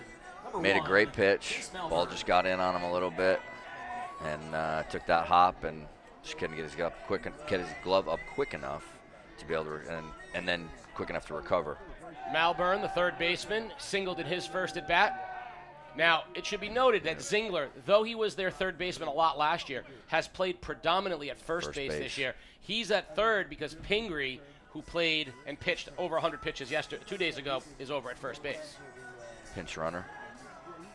We're going to have a pinch runner, Evan Brailer. Number 15, Evan Brailer. So Brailer will run for Sylvia, the pitcher. And re-enter. That's the other advantage of the ECC tournament. Roster expansion. You got extra players. You got lots of guys who can run. You got a good 8 guys on the bench because you call up some of the JV kids, and so you get a chance for kids to get to make an impact. I'm going to tell you a name in a second, and you're going to smile. Fastball just high to Malburn. In the game against Stonington yesterday, Nico Cheverini pinch ran for the Bobcats and stole a base. So younger brother. Yeah, but I mean there's a kid that's a kind of experience, right? I remember Gilvar just brought up 3 guys every year from the JV for the ECC tournament. Lined back up the middle and through. We talked about the Charlie Brown. That's a Charlie Brown right there. That is a definite Charlie Brown. Just a hat though. No shirt, everything else stayed on. That's going to bring up Cole Chasen, who singled in his at-bat, which I think is the absolute wrong person for Rosella to face right now, because that's actually Sylvia throwing in the bullpen, trying to get loose and warm, because I don't think he had a real chance to. That's the pinch run. Let him go down there. Throw a little more. Get a little warm. Yeah. They're going to check on Rosella, make sure he's okay. He went down kind of hard. He says, yes, he's good. I don't love Chasen here because he's a bat-to-ball guy, but this is where Zingler's over at third going, guys, come on, please. Can someone just hit one at somebody, just please? Just a pop-up right here, right? I mean, nice, easy pop-up to the infield. The kid's a rock-solid third baseman, but again, you play at the other side of the diamond, probably 90% of his reps this year have been at first base. Gotcha. They're protecting Pingree. Number 11. Pingree is the normal third baseman, but off 100 pitches, they flip-flop him. So, you're doing right by the kid, and the poor third, and the ball finds you. Right. So Chasen singled in his first at bat. He's got 2 on, 2 out here in the bottom of the third. Your dad did that to me in my 18-year-old year. I was the number 1, pitched a lot, never played first base in my life. And your dad at 18 years old put a first baseman's mitt in my hand and sent me over there because I would pitch and then go play first to rest my arm after. You weren't playing right field. And I remember some of the noodles you had over at first base. I can't imagine you being anywhere else. 150, 160 pitches a game, that's nothing. 2-0 on Chasen. Well, I just think about, you were over. I remember when you would go over in that first. You wouldn't take infield, outfield either because you wouldn't throw it around. And then you're like the first one that's hit to me. You're like, uh-oh, I got noodle. Come a little closer. So you'd have to. There's your Fitbit. You'd have to run over to me, and I'd just flip it to you most 100%. of the time. Then you'd throw it around. Which is never a good thing either. But big pitch coming here from Rosala to Chasen. 2-0, 2 on. Fastball inside, ball 3. Riley Byer, the catcher, waiting on deck, and it feels like no team wants to make it easy on themselves today. I was going to say, how many times you see something like that? 2 quick outs, an error, and then all of a sudden an opportunity here. And the young man struggling a little bit now. Fastball, that's a get-me-over fastball right there, 3-1 on Chasen. I think much like he wanted Jack to challenge the Bacon guys, and Roger said he wanted him to challenge Treat. I think you got to challenge these guys right now. Got to go after him. No one's hitting one out here today. Right. So get after him. If you give up a hard hit ball, you still got 9 guys. I mean, I know Chasen's a good bat-to-ball guy, and he's going to put the ball in play, but you got to trust it, and you have to go after him. You can't walk guys. That just makes it worse. Full count, so the runners will be in motion. 3-2, 2 out, 2-0 Bacon, bottom of the 3rd. Love it when it gets to be a little wild and woolly out there. It's carnival time here at Dodd. Everybody's going to be going somewhere. I like that. Pingree just took charge, really yelled to everybody in the infield, said me, me, me. Runners are going to be moving. Plays to me. 3-2 pitch. Softly chopped over to second base. Whistler has it Good over to play. first, and there's another big pitch from Rosella, and the Wolves leave 2 again. We're at the end of 3. It's 2-0 Bobcats. You're watching Game Day live on theday.com. 2-0 Bobcats. Here at Game Day, we're proud to bring you unrivaled video coverage of local high school sports, all of it free for you to watch. These videos are not free for us to produce them. If you'd like to ensure that we can keep covering your school and your teams, there's a few ways that you can support us. Hit up our merch store and pick up some Game Day gear in your school colors. Our camera operators are always looking for those shirts and hoodies in the crowd, and you may see yourself on our next live stream. We get a lot of support from businesses in our community. And if you'd like to join them as a sponsor, send us a message and we can connect you with our advertising staff. Finally, The Day is the organization behind everything we do here at Game Day. If you want to support The Day's community journalism, consider a print or digital subscription at theday.com/subscribe.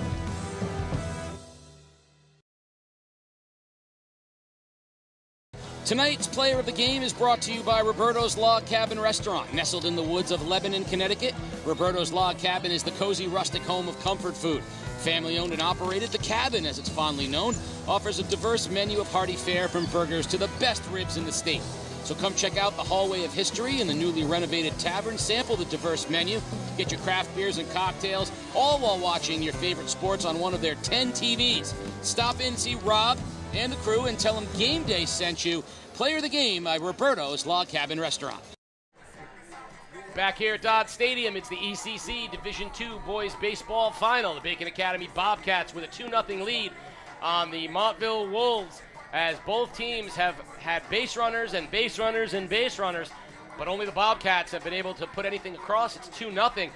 I think Bacon feels like maybe they should have 5 or 6, and Montville probably feels like they should have a handful themselves. Right. So both teams, no matter what happens, the losing team today is going to look back at missed opportunities. Absolutely. As a coach, at the end of the game, you're going to talk. One of these guys is going to talk to his team, saying, "You know what? We missed opportunities in this inning, that inning. We didn't capitalize on their mistakes." Leadoff batter brought to you by Batter Up Baseball Camp. As Ty Whistler, who got on an error from the pitcher Treat, takes ball 1. Fastball poured in from Sylvia. It is 1-1. And Sylvia is rocking the 1980s hairstyle, which I like. Brings us back to the day. Got the hair, got the wild thing, number 99. And what I like about him is he's trying to pitch. He's in the windup before the ball's back from the catcher. Like he can't get rid of it fast. 1-2 pitch. This is where that breaking ball is so effective. But he sails a fastball high, 2-2. We talked about it, I think, the last time. We didn't know if his favorite player was Aaron Judge, but now that you're saying it could be the wild thing. You never know. 2-2 pitch to Whistler. Breaking ball, fouled, out of play, stays 2-2. Got some of our buddies in the stands today there, Case. We got a little message from our buddy John Koning, JJ Koning.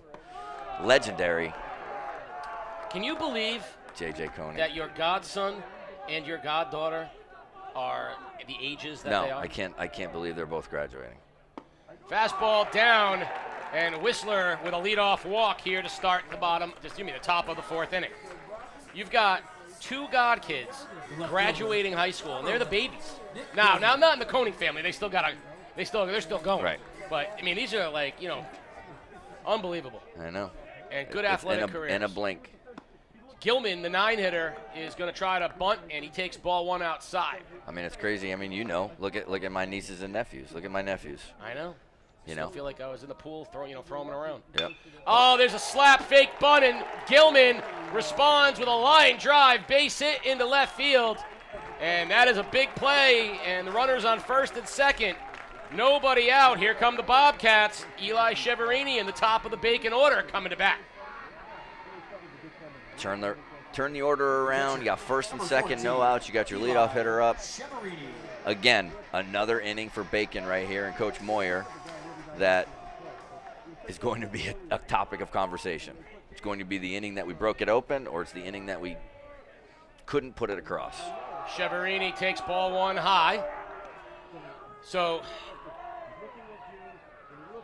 this is not a situation where Bacon would bunt because Cheverini is better hitters. Yes, he's the guy they want thumping it, and instead high pop up on the catcher Beyer, and he settles under it, and that is a huge out for Sylvia. As Jake Taylor would say, I don't think this one has the distance. The center fielder. Uh-oh. Jacob Teal. So Jacob Teal, the center fielder, he's grounded to short and grounded to second. This could be a spot where you might see Bacon try to do something like a hit and run or something to move people around, but they definitely want to try to get these runners moving. Breaking ball outside, 1-0. With the Bobcats, you never know. It could be a slap like you saw with Gilman. It could be, trying to send a runner on a breaking ball. I want to see just aggressive base running here from the Bobcats. I mean, you've seen 20 games from these guys, 22 games, so you know a lot about Bacon Academy. I've actually seen Montville 10 times too. It's like I feel like I know these teams both really well, and I think that this is a situation where Sylvia, he's trying to pour in strikes. It's now 2-1. His best pitch is that breaking ball, and I think if you're Whistler at second base, you've got to be looking for that breaking ball and see if it hits the dirt. You got to go. You got to go as soon as it's hit. It's my stepson. My stepson is in the building. Foul, that a play. He's got a little cut to his fastball too. Casey's got some hard side run, but he's also got a little cut to his fastball. He does have a little run. He's got run, but he's also got a little cut. That ball looked like it cut a little bit. 2-2 pitch. Runners on first and second. Teal. Sylvia delivers. Breaking ball. Slider. Freezes him on the outside part of the plate. That was nasty. Yeah, great pitch right there. So the number 3 hitter, Rob Carraro, steps in, which means Bacon has entered the Crush part of the lineup here. Hitters 3 through 6, sponsored by Connecticut Crush and CT Crush Baseball. Carraro struck out and walked. Another big chance for the Bobcats. Chopped over the mound. Can't get there. Here comes Payne. It gets past him, and all the runners will be safe. That'll be an infield single for Carraro. I was this close to saying the right person is fielding the ball. He is your sure-handed shortstop, and you know what? Came up a little too quick, which happens. I think he thought it was going to come up more. So here's Pingree. Bases loaded. Big spot for him. Fastball high. I thought he was going to take that one. Congratulations will be in order here for some champions. And we'll give you some updates here in a moment. The 1-0 to Pingree from Sylvia. Breaking ball, gets by Beyer. Great jump from Whistler. And he is in with the 3rd Bobcat run. Scoring on the play, number 9, Ty Whistler. Now, they walked Pingree intentionally in his last at-bat. Let's find out if they go after him here or if they'll put him on and pitch to Kreutz. Everything's in the jacket. See my jacket down there next to the gate, right? And they do walk Pingree as expected. the Rafael Devers of the Bacon Academy Bobcat team. They will not pitch to him. I refuse to pitch to you. That brings Kreutz up with the bases loaded. He singled and scored the first Bobcat run and also walked in his previous at-bat, and this is a chance for the Bobcats to break it open. Breaking ball, good pitch from Sylvia, and that's a way to get ahead. That's a big spot. Just need that one big punch. Someone needs to deliver the knockout blow. A big hit, a double, something to drive in a few runs instead of 1-1-1-1, relying on pass balls or errors. Someone needs to step up and drive a ball in a gap right here. Bases loaded, 2 outs. The 1-1 pitch to Kreutz. Ground ball to third. Malburn fields it, hustles over to third, and once again, the Bobcats leave them loaded. They keep chipping runs across, but no big blows. Will go to the bottom of the 4th inning. 3-0 Bobcats here in the Division II ECC Baseball Championship. Last year, Waterford senior number 4 on the grade 8, the Olympico kick. I'm here with Cam Dickinson. I don't think she can pull it off. It looks way too hard. I think it was a fluke. Get it done. I got it.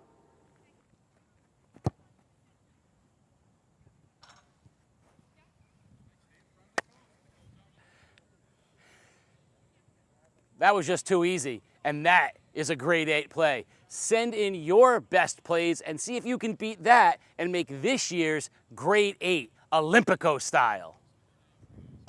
Relive a century of history from the perspective of southeastern Connecticut with the new hardcover book, Front Page News, a century of big stories in the day, 1881 to 1981. This 136-page limited edition book captures the pulse of a region and a nation, showcasing the day's most iconic front pages from its first 100 years. Order today at theday.frontpagesbook.com. Bottom of the 4th, 3-0 Bacon Academy. Hey, congratulations to Norwich Tech winning the CTC softball title, 8-4 over O'Brien Tech. Coach Pam Pinch, game day Eric Pinch mom. We love the pinches, and pinch them because they are the champions. But here's the headline. Bacon Academy girls softball also in the D2 final against Montville. And they're up 7-0, and I have a report that says they're doing it with only 8 players. I don't have any details. But if you're out, listening or watching us right now, and you're at that Bacon Montville softball game, send comments, send me a text, whatever. I want to know, is it true? 7-0 with only 8 players. Here in the bottom of the 4th, 7-8-9 for Montville. Riley Byer, the catcher, leading off.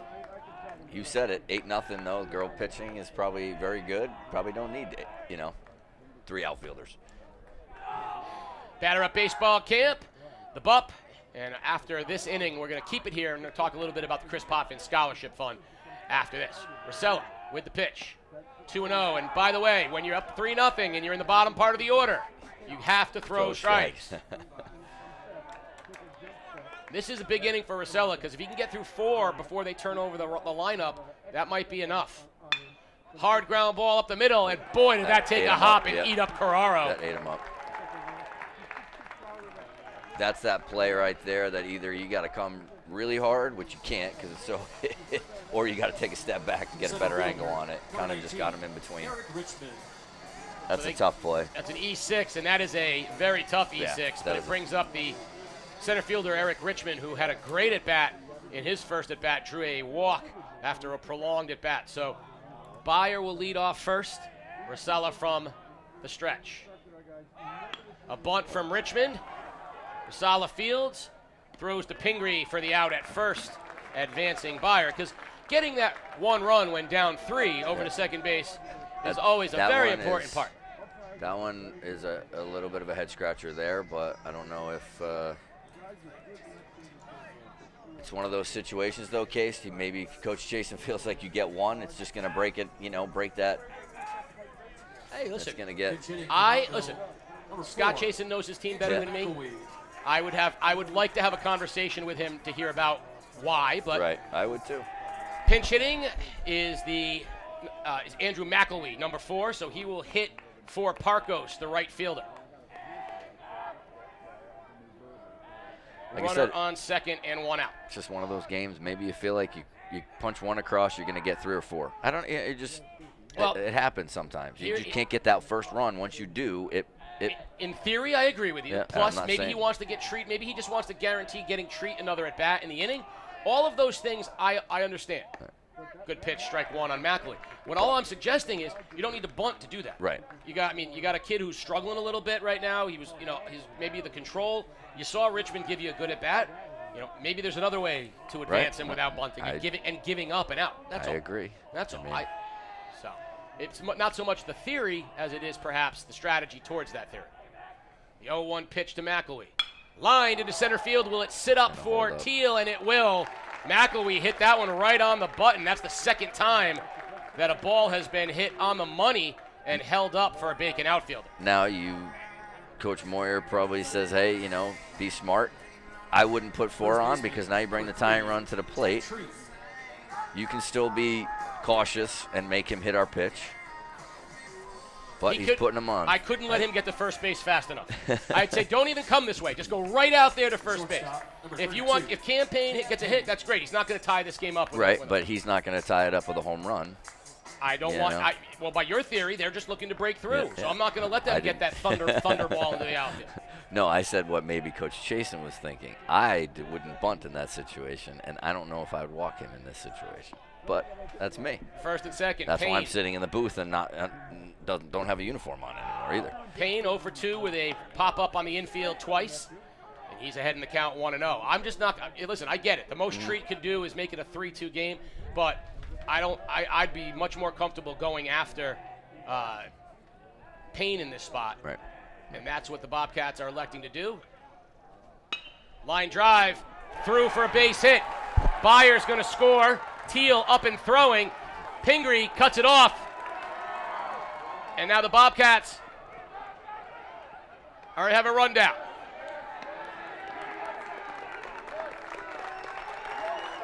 Oh, he ran into him. They're going to call obstruction because we don't want anything to get more confusing than we already have. So now we're going to have runners on second and third with 2 outs and Aiden Johnson with a chance to tie this ball game. Lost art, the rundown. Lost art. 3 throws at the most. And that was like 4, so 5. A big hit. First of all, they ran him in the wrong direction. Right. Second of all, it took too many throws. There was a lot to not like about right. it. But I also think that that's I hate that call because the runner gets to kind of do whatever they want, and it makes the fielders at a distinct disadvantage. How about stop rewarding bad base running? Like, you know what? So anyway, Johnson, who has hit the ball hard twice with a single and a line out to left, is up now with a chance now. That Treat walk matters because the tying run is in scoring position here in the bottom of the 4th. Number 12, Aiden Johnson. So a big spot for Aiden Johnson. 3-1, Bacon Academy. Runners on second and third. Remember, this inning went error, sacrifice, out, intentional walk, and then a botched rundown. Bacon should be out of this inning 2 times over.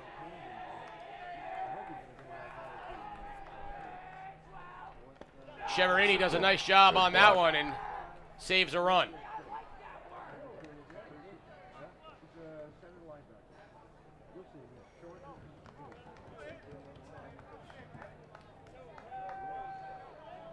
Now, earlier in the game, Coach Moore had the infield in. Now he's playing him back, which, again, the run, they're up 2, so he's giving up the run. 2 outs. Oh, it's 2 outs, I'm sorry. Yep. 2 seats. 2 seats. Where's he going to sit? 1-1 pitch coming up to Johnson. A big spot here again for Rosale. He's gotten every big out he's needed thus far.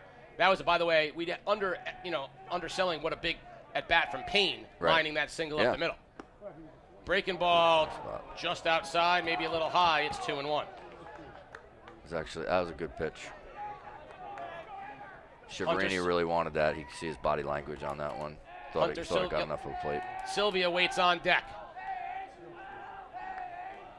The 2-1 pitch. Fastball inside. It's 3-1.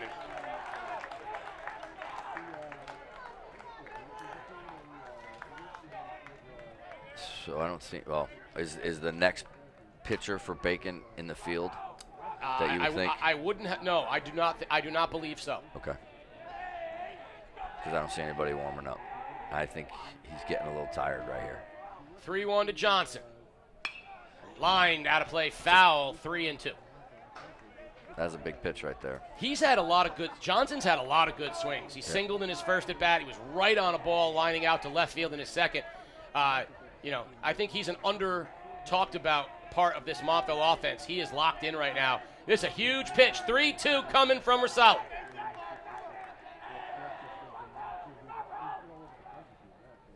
Line down the left field line, hooking foul into the bullpen. But I think Johnson has shown that he is on everything right now. And this is a pitch where you can almost guarantee a slider on the outer half right here. He's got to be careful with him. You got an open base. Sylvia has grounded to the third baseman twice, though he did hit it hard in his last time. I think you got to be careful with Johnson here. I think we got a, slider on the outer half. The 3-2 pitch. Line to left field. Gilman goes back, and Rosales gets the final out and preserves a 3-1 lead for the Bobcats.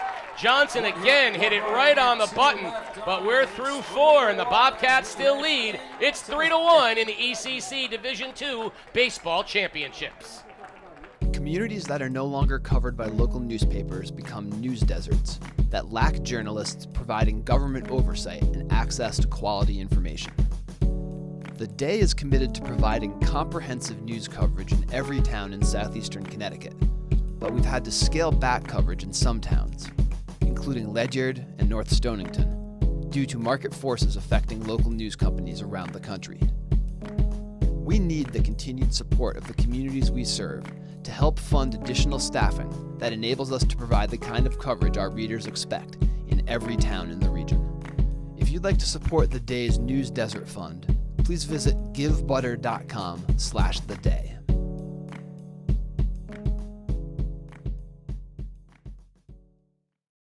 Tonight's player of the game is brought to you by Roberto's Log Cabin Restaurant. Nestled in the woods of Lebanon, Connecticut, Roberto's Log Cabin is the cozy rustic home of comfort food. Family owned and operated, The Cabin, as it's fondly known, offers a diverse menu of hearty fare from burgers to the best ribs in the state.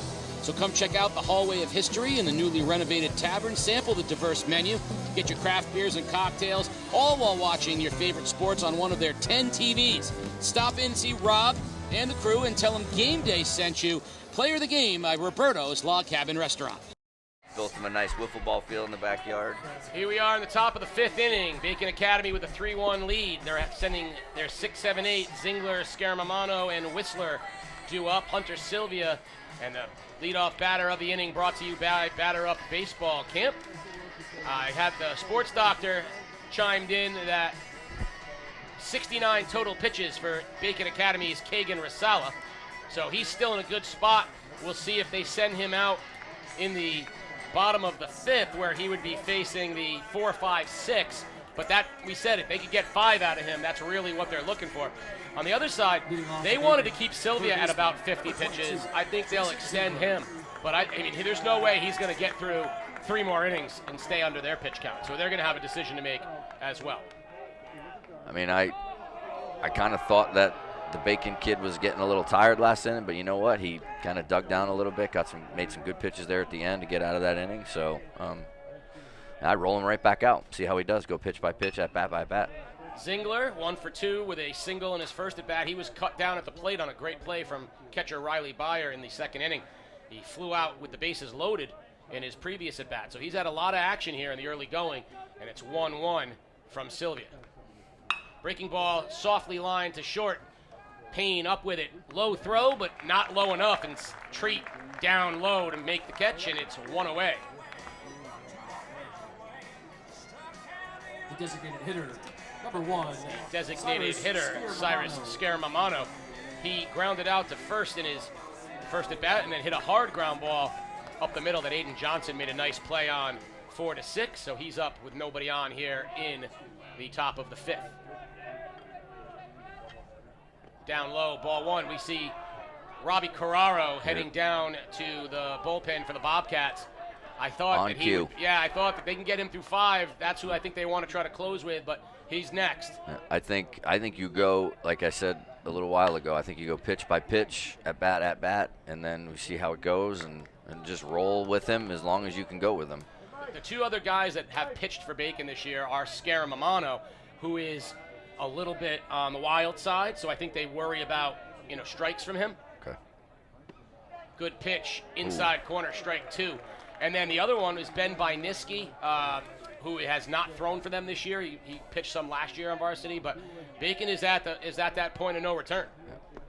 Nice pitch, swing and a miss from Scaramamano, and the second out of the inning, and something we just have not seen today, which is a 1-2-3 inning, as Ty Whistler steps in.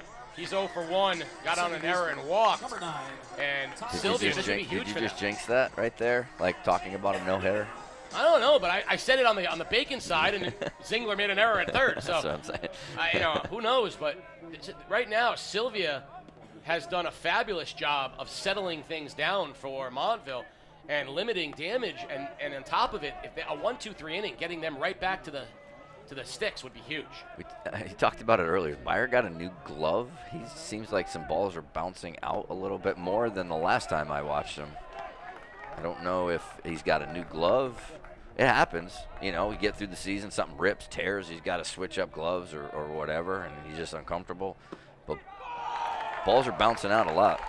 Whistler there you frozen, go. strike 3. So there's your first 1-2-3 inning. We're going to keep it here as we go to the bottom of the 5th inning, because I want to talk for a second about the Chris Potvin Scholarship Fund. So we mentioned our sponsor, Batter Up Baseball Camp. But one of the things about Batter Up Baseball Camp is that a large amount of the proceeds of Batter Up go towards the Christopher Potvin Scholarship Fund. So the Chris Potvin Scholarship Fund started back in 1987 after the death of Chris Potvin, who was tragically killed in an automobile accident while in high school. It is honoring graduating student athletes from Eastern Connecticut, and to date, they have given over $750,000 in scholarships, including $250,000 in the last 5 years. So, if you're out there and you're watching, you can go and you can Google chrispotvinfund.org, Chris Potvin Scholarship if you Google it, or just type in chrispotvinfund.org, or you can contact Bill Bassetto, the president of the fund, at billbassetto@gmail if you want to donate to the Chris Potvin Scholarship Fund, because that scholarship, this is a real pay-it-forward thing. You got Batter Up Baseball Camp educating and teaching our kids baseball, and a large part of those proceeds go to this scholarship fund, which goes back to those same kids when they're a senior graduating from high school and helping them towards college, all in honor of Chris Potvin, who was an athlete of our generation who was tragically killed. Yeah, Chris was a great player. I remember in Little League, we battled each other in the Battle of the Champions when they were at Montville, I think, Americans, and we were at Little League, Waterford Little League South. Each champion got a chance to move on to a tournament of champions from each Little League, and we ended up playing. We lost to Montville that year, and Chris was the shortstop, I think, or TJ was the yeah, he was a great, very good player, very good young player, and of course, I mean, no one ever too tragic. Yep. It's awful, but the Chris Potvin Scholarship Fund has done a lot of good things for a lot of southeastern Connecticut players, and so that's a worthy cause. Batter Up contributes directly to them. So Rosala in here, bottom of the 5th. Leadoff batter brought to you by Batter Up, and he hits Sylvia leading off. Now, both the Crush and the Batter Up do a great job with scholarships for high school kids. I actually donate to both of them and do a hole sign, a tee box sign for each golf tournament that they run, from Susie Power Washing and my name. But great organizations, both of them, raising money for kids and high school kids to go to college. Chase Malburn, and he's 2 for 2 with 2 singles. Sylvia leads off the first. Pitch to Malburn outside. Now, the sports doctor said, Coach Moyer said they're going batter by batter. Carraro was warming up, as we saw. They were a little concerned about the third time through the lineup with Rosala, and he definitely looked a little tired. Hit the leadoff hitter, and he's behind on Malburn. You can't wait too long before you go to your closer. I think I would have went right away. If he hit that kid right away, I think I would have taken him out. But line drive out to left field. Gilman has been really solid out there in left, and there's your first out. On cue, he flies out, and what do I know? Chasen, the left fielder, 1 for 2, steps in the box. Now you're heading into the bottom of the order. Right now, it means that Montville's due to get to that top of the order before they're due to get to it maybe in the 6th So, this is really, you really want to try to, if you can get Rosala through here and get your closer into the 6th to get him fresh to the top of the order for Montville, I mean, that's how you want it to work out. Right.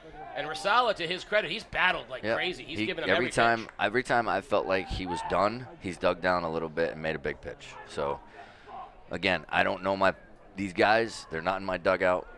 I don't see them every day. Coach Moyer knows the character of this young man, and he's given him an opportunity to dig down and get out himself. Jason pops it up on the infield. Pingree, the first baseman, takes charge and calls for it, and a big second out for Rosala. And now he's going to face Riley Byer. Byer, who is 0 for 2 with a hard ground ball to short in his last at bat. And I don't want to put the jinx on, but playing ahead, if Rosala can get him here, he got 8-9 to start the next inning. Do you trot him back out there for 8-9? Do you go to your closer in the 6th? I mean, all these things coaches need to be thinking about right now, though. Yeah. Do you go again? Do you just say, you know what, we're going to go pitch by pitch and see how he does? Foul that play. Again, I'm not Coach Moyer. I don't know this young man. I haven't been around him for two plus months. Even this is his first year coaching Bacon, so he wasn't around him last year. So, Coach Moyer knows this kid better than we do. You've seen him a ton of times, but you're not in the dugout. You're not there every day practicing with him. So, fouled 0-2. Well, I'm gonna tell you this. I do have an insider on the Bacon Academy team, and AJ was very clear. He said Kagan has answered every challenge we've given him. Every year, every start, every time he's been challenged, he has just risen. So they like his bulldog mentality. Big pitch here. And he's showing it right now. And just missed. Look at the Bobcat dugout. They wanted that one badly. Coach Moyer's heading down the left field line to avoid saying something he doesn't want to say. I think that's the second time that Rosala's gotten robbed of a breaking ball, and it might be the way Cheverini went out and got it. Kind of took him a little bit. If he gets around that a little bit, there goes Sylvia. That's low, no throw, and the stolen base. Anytime that glove takes your catcher a little bit, you're not getting the pitch. If he can get around it and get his glove back. Yeah, you're better off holding it, not moving it, and hoping the umpire likes where it goes. Once you move the glove, you're gonna lose the call. And if you could get your body behind it, that's what we try to tell our catchers. If you get your body behind it and your chin behind it, that shows the umpire that he made the right pitch. Line drive, foul down the left field line. We have had some close fair fouls most of the time.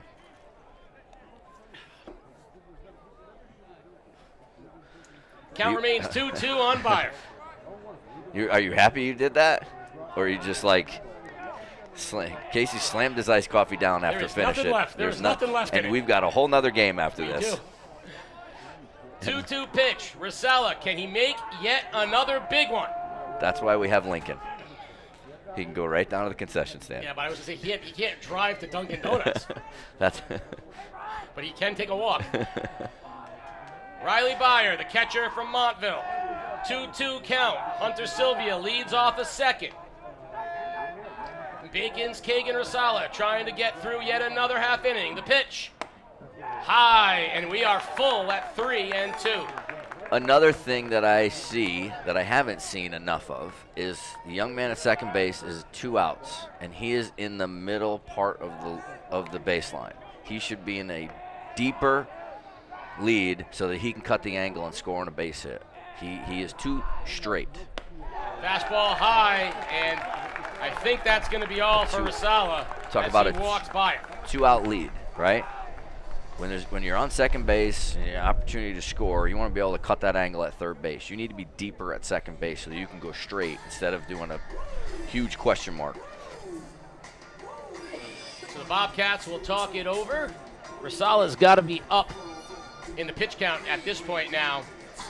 And Eric Richmond will be the batter. Richmond has walked and bunted, and he is the 8 hitter. So you got a little bit of wiggle room here, 8-9.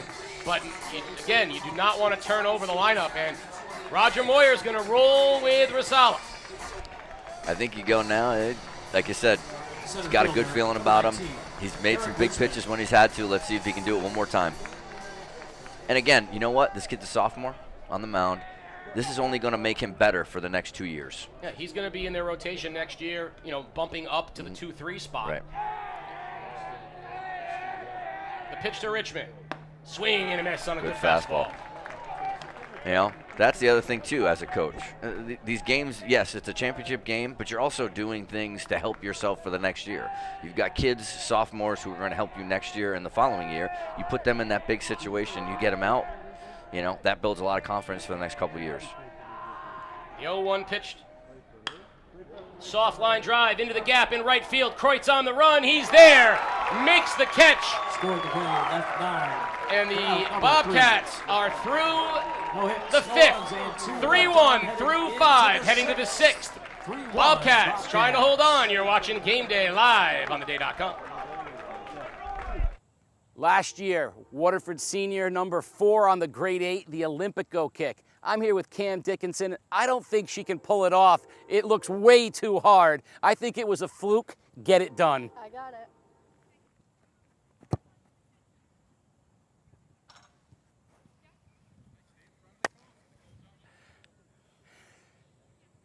That was just too easy, and that is a grade 8 play. Send in your best plays and see if you can beat that and make this year's grade 8 Olympico style. Relive a century of history from the perspective of southeastern Connecticut with the new hardcover book, Front Page News, A Century of Big Stories in the Day, 1881 to 1981. This 136-page limited edition book captures the pulse of a region and a nation, showcasing the day's most iconic front pages from its first 100 years. Order today at theday.frontpagesbook.com. Communities that are no longer covered by local newspapers become news deserts that lack journalists providing government oversight and access to quality information. The Day is committed to providing comprehensive news coverage in every town in southeastern Connecticut, but we've had to scale back coverage in some towns, including Ledyard and North Stonington, due to market forces affecting local news companies around the country. We need the continued support of the communities we serve to help fund additional staffing that enables us to provide the kind of coverage our readers expect in every town in the region. If you'd like to support the Day's News Desert Fund, please visit givebutter.com/theday.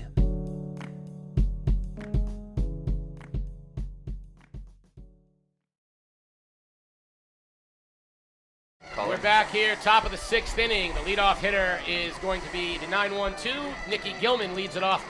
And the first batter of the inning is brought to you by Batter Up Baseball Camp. Batter Up Baseball Camp, premier baseball camp in Eastern Connecticut. Kids 5 to 13. Batter Up is where you want to send your kid this summer. And they're going to have many of these ECC players as their counselor. Nick Gilman has played a great left field. He's hit the ball hard twice and singled in his last at bat. He'll be trying to get on against Hunter Sylvia. So far, Rasala, 5 innings, 5 hits, 1 unearned run, 2 walks, 1 strikeout. He's been efficient. He's kept this Montville team off balance. Can Bacon tack on a couple more here as they're about to turn over the lineup? Sylvia deals, and Gilman pops it up on the infield. Sylvia will take it himself. 1 pitch, 1 out. We should have gone around early and asked all the kids if they had attended the BUP. We would see how many kids were actual campers at the BUP. Cheverini will step into the box. He's 1 for 2. He walked, then singled and popped up in his last at bat. And he's going to try to get on here in the 6th. Breaking ball in for a strike. Now, unlike when he had Treat on the mound, if he can get on against Sylvia, he will absolutely definitely run. Line into the gap. There's a base hit from Cheverini. That one was stung. He takes the turn at first and settles in. He has got his 2nd hit of the game, and he is a threat to run as Jacob Teal steps into the box. Teal 0 for 3, 2 ground outs and a strikeout. Center fielder, number 3, Jacob Teal. In this situation now, he probably told Cheverini early, if you get on, man, you got to go in the first couple pitches. We got to get some movement. We got to make some things happen. Montville knows he likes to run. Sylvia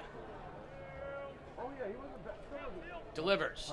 Fastball down and away on the slide step, and that's another thing. By going to the slide step, Sylvia out of shortens rhythm. a little bit, yep. But if he's not used to it, his arm's not catching up right now. He's not getting on top of it. 2-0 to Teal. I almost think he might be taken here 2-0. Give Cheverini a chance on 2-1. Right on cue, he pops it instead. That's a long run for the right fielder, Parkos, and he is there. That's why we're up here. That's exactly right. So 2 outs, and now with your 3-hitter Carraro, you have to try to run. Right. You have to try to get him down there to second base.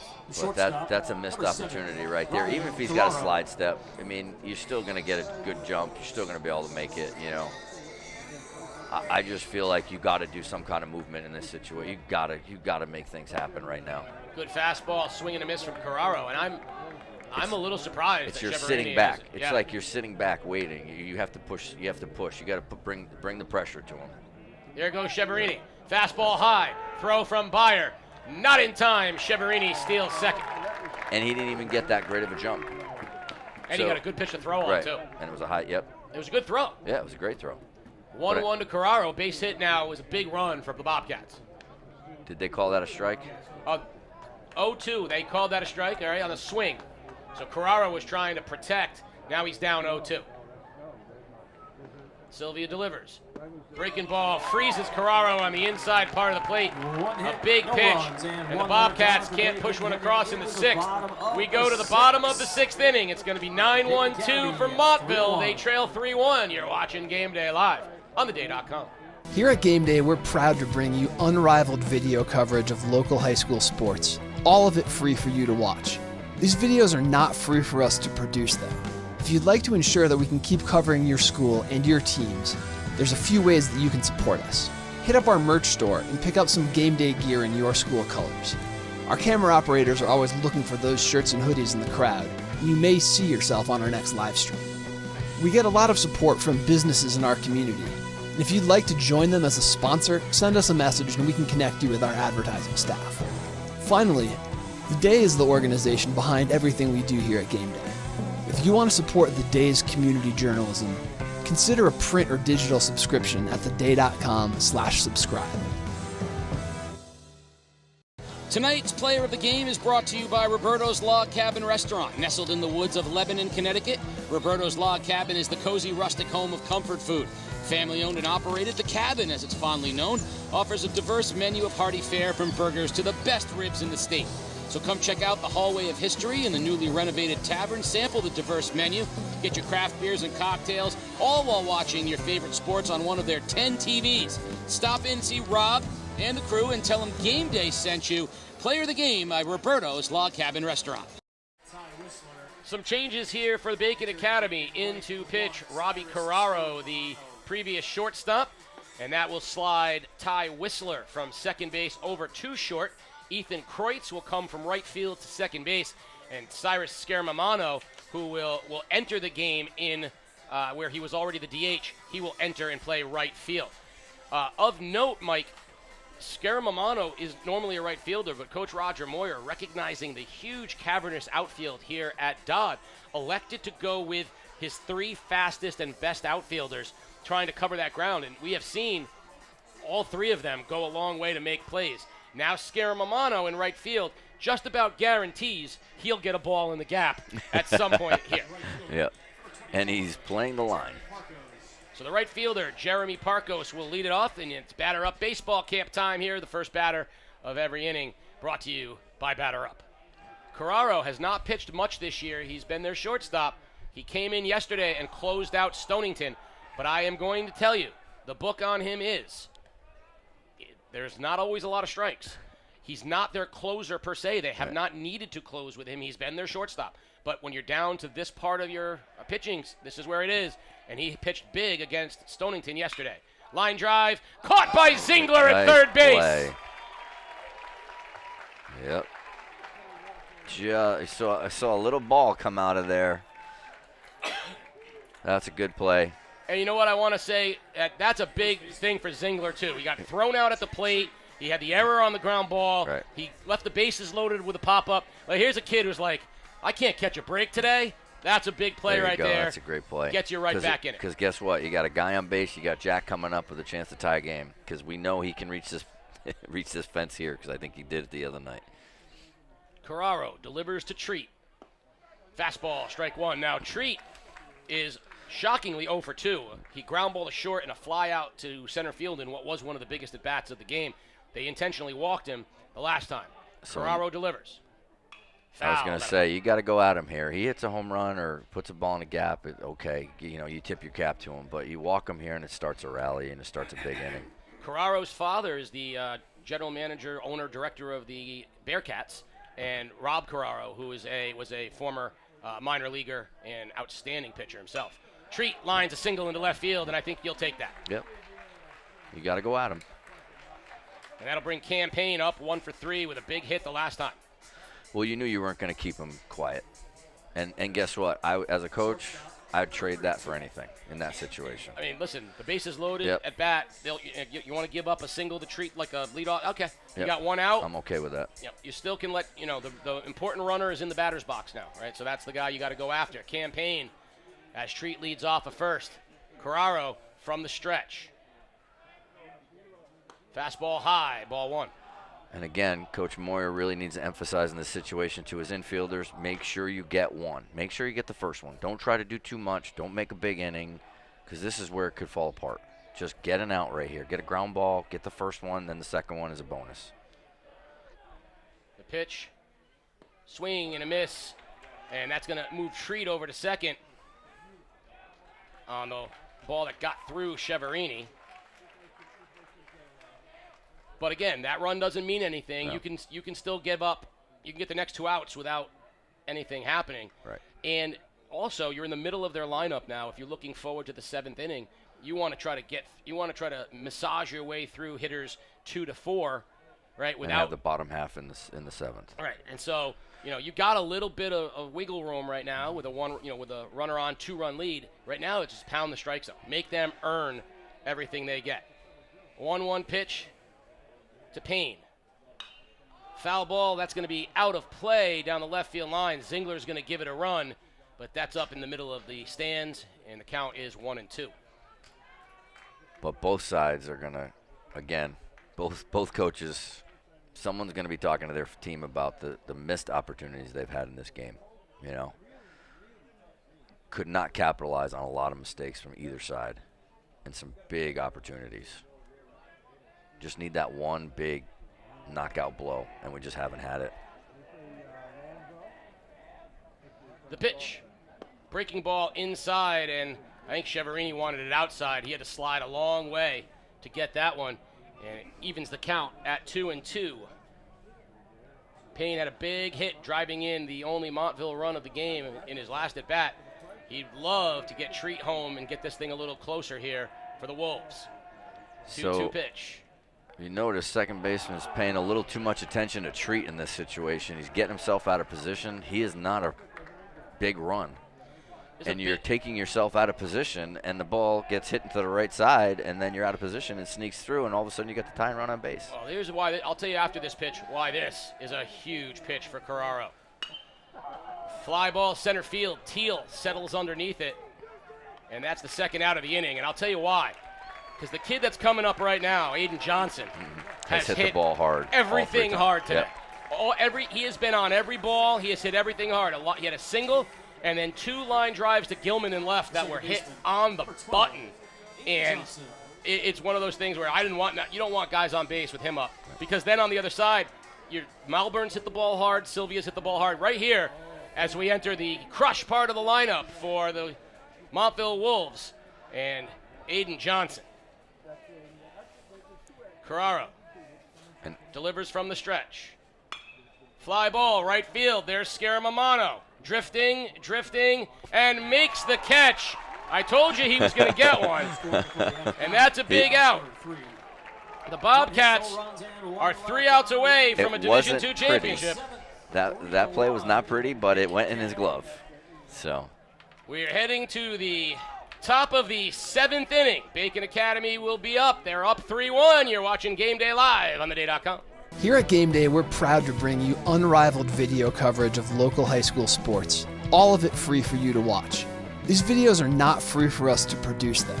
If you'd like to ensure that we can keep covering your school and your teams, there's a few ways that you can support us. Hit up our merch store and pick up some game day gear in your school colors. Our camera operators are always looking for those shirts and hoodies in the crowd, and you may see yourself on our next live stream. We get a lot of support from businesses in our community, and if you'd like to join them as a sponsor, send us a message and we can connect you with our advertising staff. Finally, The Day is the organization behind everything we do here at Game Day. If you want to support The Day's community journalism, consider a print or digital subscription at theday.com/subscribe. Tonight's player of the game is brought to you by Roberto's Log Cabin Restaurant. Nestled in the woods of Lebanon, Connecticut, Roberto's Log Cabin is the cozy rustic home of comfort food. Family owned and operated, The Cabin, as it's fondly known, offers a diverse menu of hearty fare from burgers to the best ribs in the state. So come check out the Hallway of History in the newly renovated tavern, sample the diverse menu, get your craft beers and cocktails, all while watching your favorite sports on one of their 10 TVs. Stop in, see Rob and the crew, and tell them Game Day sent you. Player of the game by Roberto's Log Cabin Restaurant.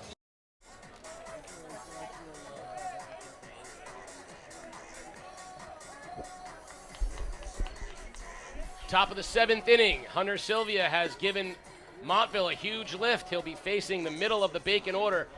4, 5, 6, Pingree, Kreutz, and Zingler. As the Bobcats have a 3-1 lead. Solo runs in the 2nd, 3rd, and 4th.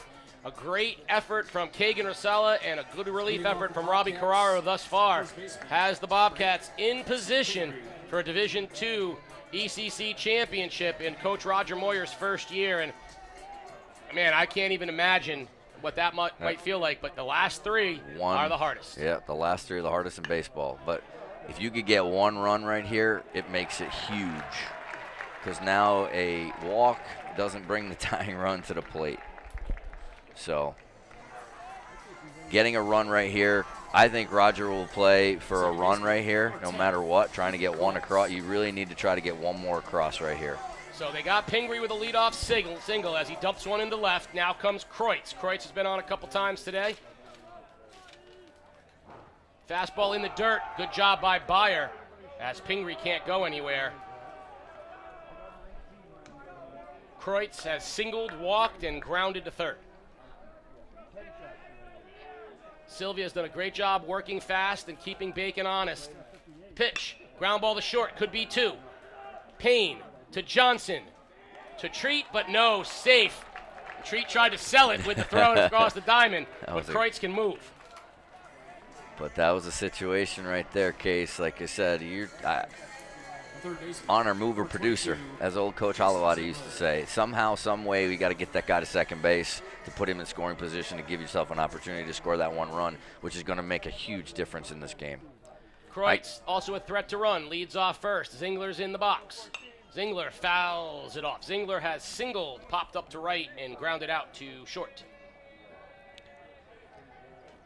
I mean, in this situation, again, I am like scratching and clawing to get that guy to second base somehow, some way. I need a guy in scoring position. Pick what I think is a breaking ball and go.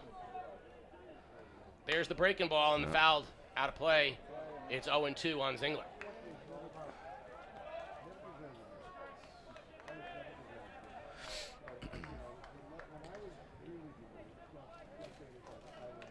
Sometimes you just sit back. I would rather put the pressure on him, you know, go after him.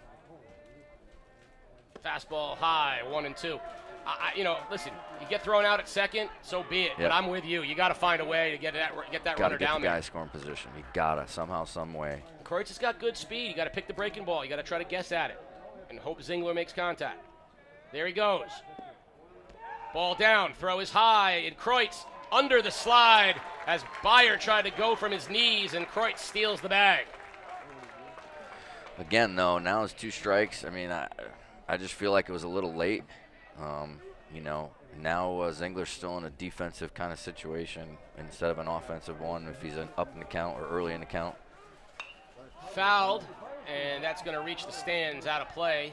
Keep the count at 2-2.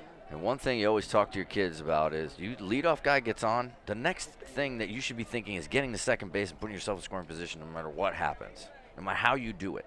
I don't care. Dirt ball read, delay steal, something. You've got to get yourself to second base because now you're in scoring position, and you got to work to do it. Can't sit back. 2-2 pitch to Zingler. Sylvia delivers. Ground ball foul. Nice play over there by Roger Moyer. Shows the arm off across the diamond over to Sylvia. Gets a nice hand from his team and the crowd. Wait 20 years, Roger. That'll break your hand and pull your hamstring. And then he'll throw it, and he'll go down like he got shot. And Tommy he John. won't make it. Sylvia, 2-2 pitch. Breaking ball. Zingler does That's a nice good job take. holding up. It's 3-2. It's a good take. If he gets on, Scaramamano is next. This is a big pitch right here. Big pitch. 3-2 pitch to Zingler. Soft line drive, center field. Why is he going? There's one out. There's one out. And that is a bad base running play. Kreutz didn't know how many outs there were, and he is doubled off first. And in my world, the baseball gods have announced bad things are going to happen in the bottom of the seventh. That could very well. You are 100% right. We head to the bottom of the seventh inning. Bacon 3, Montville 1. You're watching Game Day live on theday.com. I was going to say, I got made. Last year, Waterford senior number 4 on the grade 8, the Olympico kick. I'm here with Cam Dickinson. I don't think she can pull it off. It looks way too hard. I think it was a fluke. Get it done. I got it.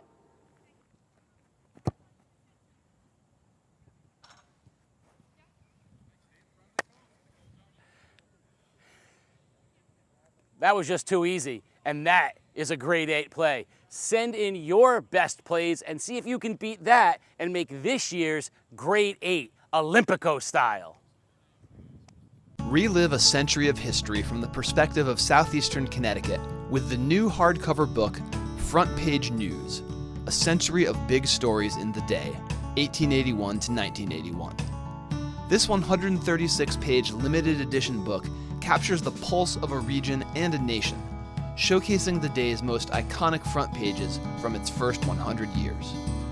Order today at theday.frontpagesbook.com.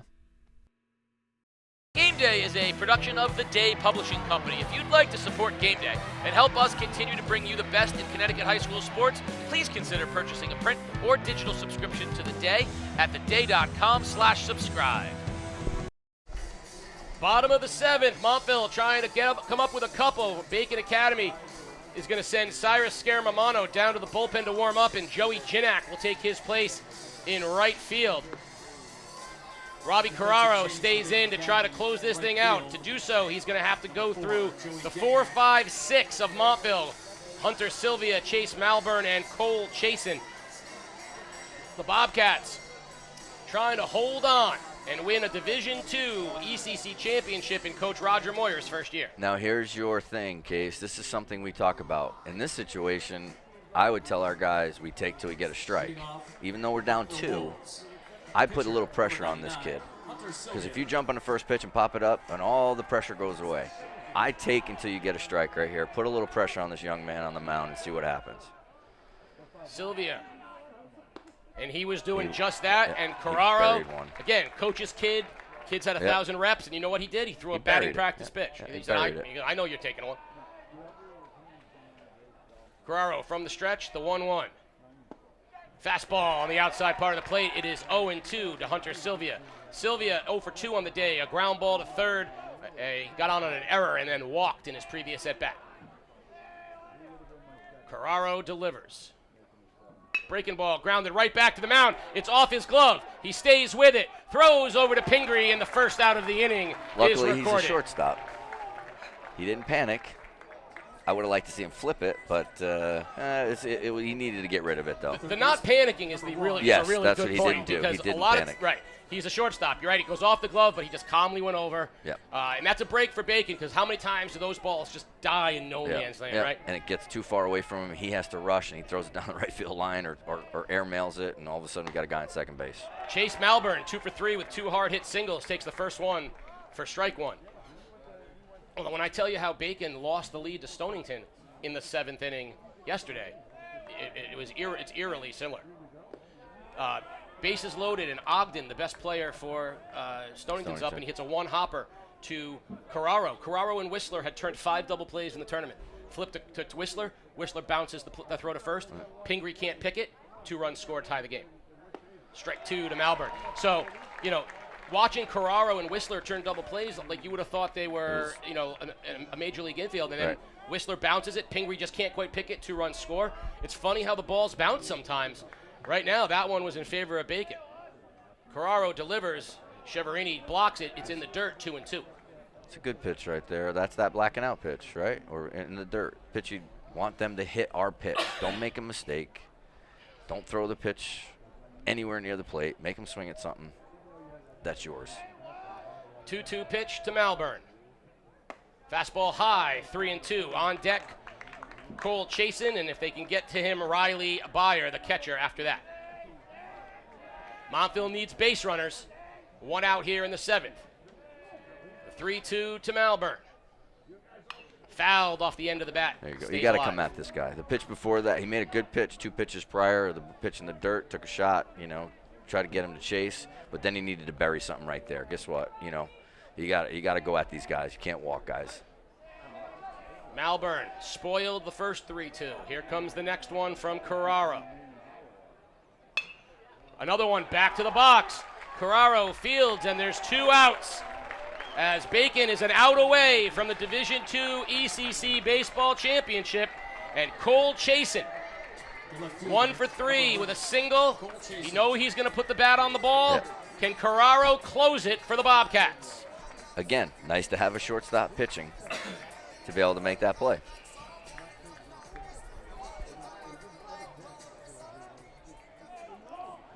Throw strikes, young man. Throw strikes. You got to figure Chasen's taking strike 1, right? You got to throw strikes. Fastball down, 1-0. That is the first guy Carraro's fallen behind, too. So, Chasen's taking a strike. There's just no way he's free swinging it here. They need base runners. Carraro yanks that one, 2-0. This is where just bury one. Nice BP fastball. Yep, throw it up. Here you go. Hit it. I'm throwing it right down the middle. 78 miles an hour. Nice BP fastball. Let him swing the bat. He's going to take. 2-0 pitch. There you go. Right down the chute, 2-1. Big pitch right here. Things change when a guy gets on. Now the tying run comes to the plate. Oh, everything changes. Wheels go in motion. Yeah. The 2-1 pitch. Fastball away, 3-1. Also, by the way, this is the most Carraro's gone, having thrown yesterday and today. This is the most he's gone this year as well. So he's at the end of, he's gone on grit right now. And it's not like he's not a shortstop throwing every day. Soft line drive. In the air. Bacon wins. Kreutz got it. The Bobcats are the Division II ECC champions.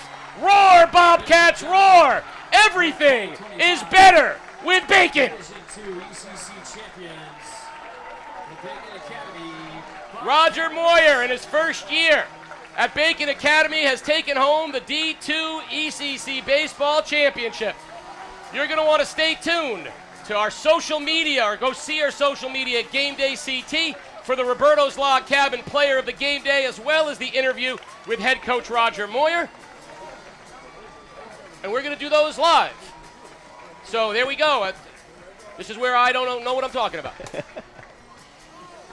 What a great game, Case. I mean, I know there was a lot. We talk about, just kind of like pitter-pattering and not putting that knockout blow. But you know what? It was still a great game. 2 very well-coached teams. There was a few mistakes. I think we had a stat. I think each team left like 10 or 11 guys on. I think Montville now left 10 guys. I think Bacon left 10 guys on base. So, again, this game could have been 8-5, 8-6 the way the game went. You know what I mean? But it's just one of those things. We're just a great game. If you take a look down the left field line, you're going to see the Bacon Academy Bobcat tradition that they started this year with head coach Roger Moyer. Those players are going to be wanting Coach Moyer to head out.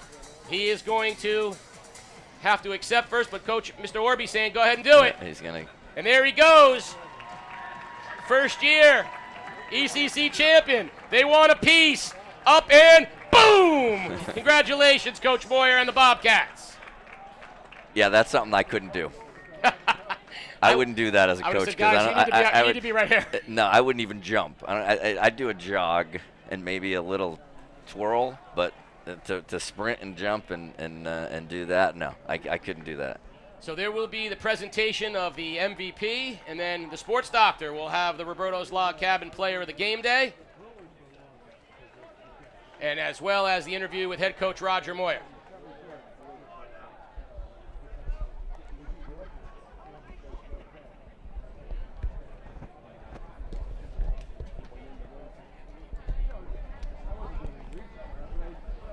Of course, we're also, after we sign off from here, you're going to want to come back. 6:30 is the supposed to be start. Probably not going to get off at 6:30. East Lyme, Woodstock in your Division I final. Where Baseball Commissioner Phil Orby will present the Bacon Academy Bobcats and Coach Roger Moyer with the ECC Championship plaque. Case, how long have they been doing an ECC tournament? That's a good question, but I do not think Bacon has won one. I was going to say, okay.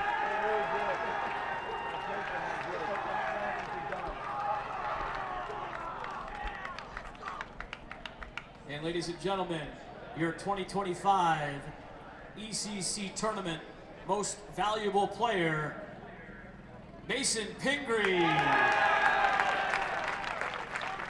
Mason Pingree is the MVP of the ECC Tournament. That's not necessarily our Roberto's Log Cabin Player of the Game Day. Pingree being rewarded for a great effort yesterday in the semifinals against Stonington, as well as his offensive performance over 3 days. So he's the MVP of the ECC Tournament. The sports doctor will have our Roberto's Log Cabin Player of the Game Day. To start making their way down towards the dugouts. You see the Bacon seniors, Eli Cheverini, A.J. O'Neill, Jason Zingler, and Mason Pingree. The story we did on them was that in 2019, they won a district championship, and they said they were playing this year for an ECC championship, and they are the Division II ECC champions. Good for them. I'm very happy for Coach Moyer. Coach Moyer was a player of mine a long time ago. His assistant coach, Len Lampignelli, the first base coach, was also my general manager / assistant coach for my Legion team. So I'm just really happy for those guys. Sports Doctor has our Roberto's Log Cabin Player of the Game Day. I owe him a shirt, Sports Doctor. It's Kagan Rosella. All right, Roberto's Log Cabin Player of the Game today, Kagan Rosella. Listen, Casey forgot the T-shirts, but you got one coming, son. Bulldog mentality on the mound tonight. You had it going early. You got into a few jams. What got you through? Just know we worked as a team for this the whole season. These guys, they worked hard. We went through all the highs, went through all the lows. We went through all of it, and I would die for them. These guys, they deserve it more than anything. That's a really, really good hitting ball club over there. How did you keep them on your heels personally? Keeping it, working outside, working everywhere but the strong suits. Just doing anything but giving them a hit. Yeah, great defense behind you too, huh? Oh, no, defense saved me.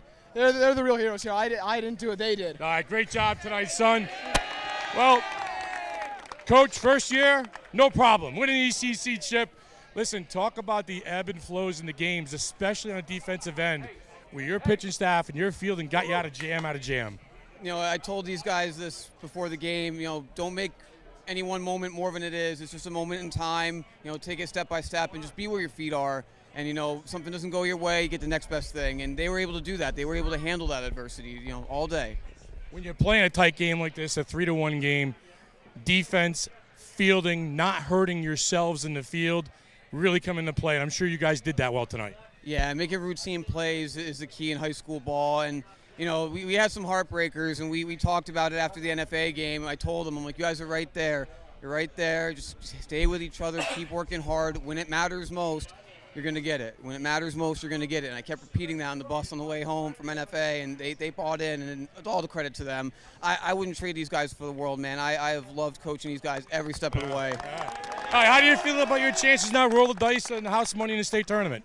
Hey, so we'll take tomorrow off, and you know, we got Plainville coming to town on Monday, and it's you know, reset the deck, and seeds don't matter, and you go out there and have fun. Like I said, right, boys? Have fun. The town's proud of you guys. I know Casey is too, and you know, great job. Bacon Academy, ECC champs. Let's hear it. Thank you, Sports Doctor. Hey, congratulations, Bobcats. Yep, congratulations, Kevin Burke, Roger Moyer, Len Lampignelli, and the coaching staff, and all the kids, especially my godson. So very happy for those guys. Mason Pingree, your MVP. We are going to be signing off here in a moment. We'll be back because you've got your Division I. We got to do this all over again, Mike. I'm excited. It's the third year in a row. East Lyme and Woodstock Academy have gone at it in the Division I ECC Final. We'll be back with that one live. And Coach Moyer just got the bucket. They got him while he was doing an interview. And he loved every second of it. Congratulations, Bacon Academy. We'll be back with the Division I championship game due to start at 6:30. Thank you for watching Game Day live on theday.com.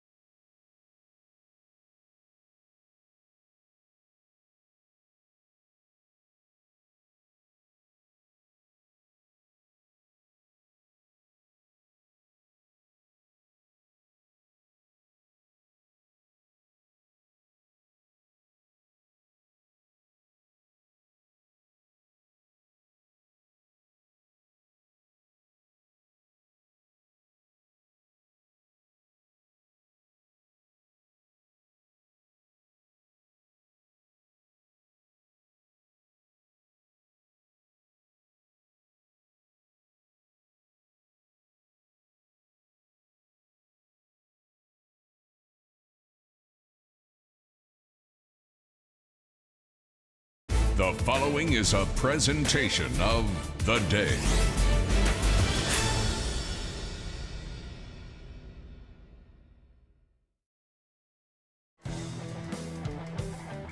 Dodd Stadium plays host to the ECC Division I Baseball Final as championship week in the ECC comes to its conclusion. The Woodstock Academy Centaurs and the East Lyme Vikings will compete for the Division I championship for the third consecutive year. Congratulations to the Bacon Academy Bobcats for the Division II crown. All the action in tonight's game will be live on game day. Casey O'Neill along with the coach Mike Susie. Game day brought to you tonight by the Crush Baseball Connecticut Crush. Batters 3 through 6 in the order for both teams. The Crush part of the lineup. The premier AAU program in Eastern Connecticut, the Connecticut Crush. And by Batter Up Baseball Camp. The first batter of every inning brought to you by Batter Up Baseball Camp. And also in lateral, the Chris Potvin Scholarship Fund. We'll be talking more about that as well. If you've got a young person 5 to 13 who loves baseball, Batter Up Baseball Camp's a great place for them to go, meet friends, play hard, and play with some of the great players in Eastern Connecticut who are the counselors there at the Bump. Here tonight, it is a story that we seem to do year in and year out. The East Lyme Vikings and the Woodstock Academy Centaurs. Let's go through the lineup. First, for the visiting Centaurs, the number 3 seed, they beat Waterford in the semifinals. Number 4 seed, they beat Waterford in the semifinals. Brady Erickson will lead off. The first baseman, UConn commit, the big pitcher, off and running. Caleb Simino, the shortstop, bats second. Hayden Maloney, the pitcher, bats third. Matt Hernandez in center field hits cleanup. Tanner Graham, the catcher, bats fifth. Logan Kutu, the designated hitter, hits sixth. Will Bushy at second base hitting seventh. Bradley Blair, the third baseman, hits eighth. And Cam Nason in right field hits ninth. On the mound for East Lyme, junior Tristan Glover. He will be dealing to a freshman, Cooper Saragusa. Will set the rest of the defense momentarily. But Erickson steps in, and our first pitch is a fastball outside. Nick Canby at first base, Dylan Joyce at second. And then it's a Biggs left side of the infield. Grayson at short and Garrison at third for the Vikings. The 1-0 pitch. Breaking ball just on the outside part of the plate, evens the count at 1. Matt Wargo in left, Tanner O'Brien in center, and Harrison Papuga is your right fielder as Tristan Glover, the junior, pitches to Erickson 1-1. So a great game in the first game, Case, and for me, these are two teams that I've never seen before, so I'm excited to see East Lyme and Woodstock. Heard a lot of great things. I know Jack very well. I know they're a very well-coached team, East Lyme. I don't know a lot about the Woodstock Academy coach, but, to get here is a good accomplishment. 3 years in a row, and Woodstock has had the best of East Lyme in these championship games. And in the state tournament as well, partly to this guy right here, Brady Erickson. And he walks on the fastball off the plate. Cooper Saragusa heads back to the backstop, and that is not a good start for Tristan Glover as he walks the leadoff guy, Erickson. The long-legged deer is certainly a threat to run. The shortstop, Caleb Simino, will step into the box. Woodstock likes to run. They not so much the small ball, but they like to keep the wheels moving. East Lyme, with a rarity for a team this talented, they start a freshman at catcher and at shortstop. Future looks good for East Lyme. Well, it is actually it is a pretty young team. They have the commensurate seniors throughout the lineup, but when you're looking at a freshman catcher and a freshman shortstop, as well as a UConn commit as your ace, all coming back. Talk about strength up the middle, catcher, shortstop, and center fielder, and your catcher and your shortstop are freshmen. That's pretty good for the next 4 years. 3. Erickson with a big lead at first. The 1-0 pitch to Simino is a fastball high, and we saw the same thing happen in Game 1 with Jack Treat on the mound. I don't want to call it jitters, but just getting used to a new mound. Right. Getting used to the spotlight, right? You gotta be pumped up right here. Yeah, this is a good mound visit right here, just to kind of control your emotions, kind of calm them down a little bit, get them back into rhythm. That's the big thing that this mound visit does. It just kind of recenters him, gets him calmed down a little bit. He's just a little amped up right now. You can see it. he was a regular pitcher for them during the year. Their big two is Cochran and Joyce, hard-throwing right-handers. But this is definitely a guy who they counted on all year long, so he's no stranger to the spotlight. But a little different here at Dodd in the championship game. In front of a little bigger crowd that you can see because they're all behind you. 2-0 pitch. Simino squares. There goes Erickson. Pulls it back. Siragusa with the shot. Just late, but that's a good throw there from the freshman. But Erickson steals it. Good jump. Good throw. Catcher made a good throw. But we talked about it prior a few times. Most of the time you're going to get the jump off the pitcher anyway. Fastball poured in for a strike. It's 3-1.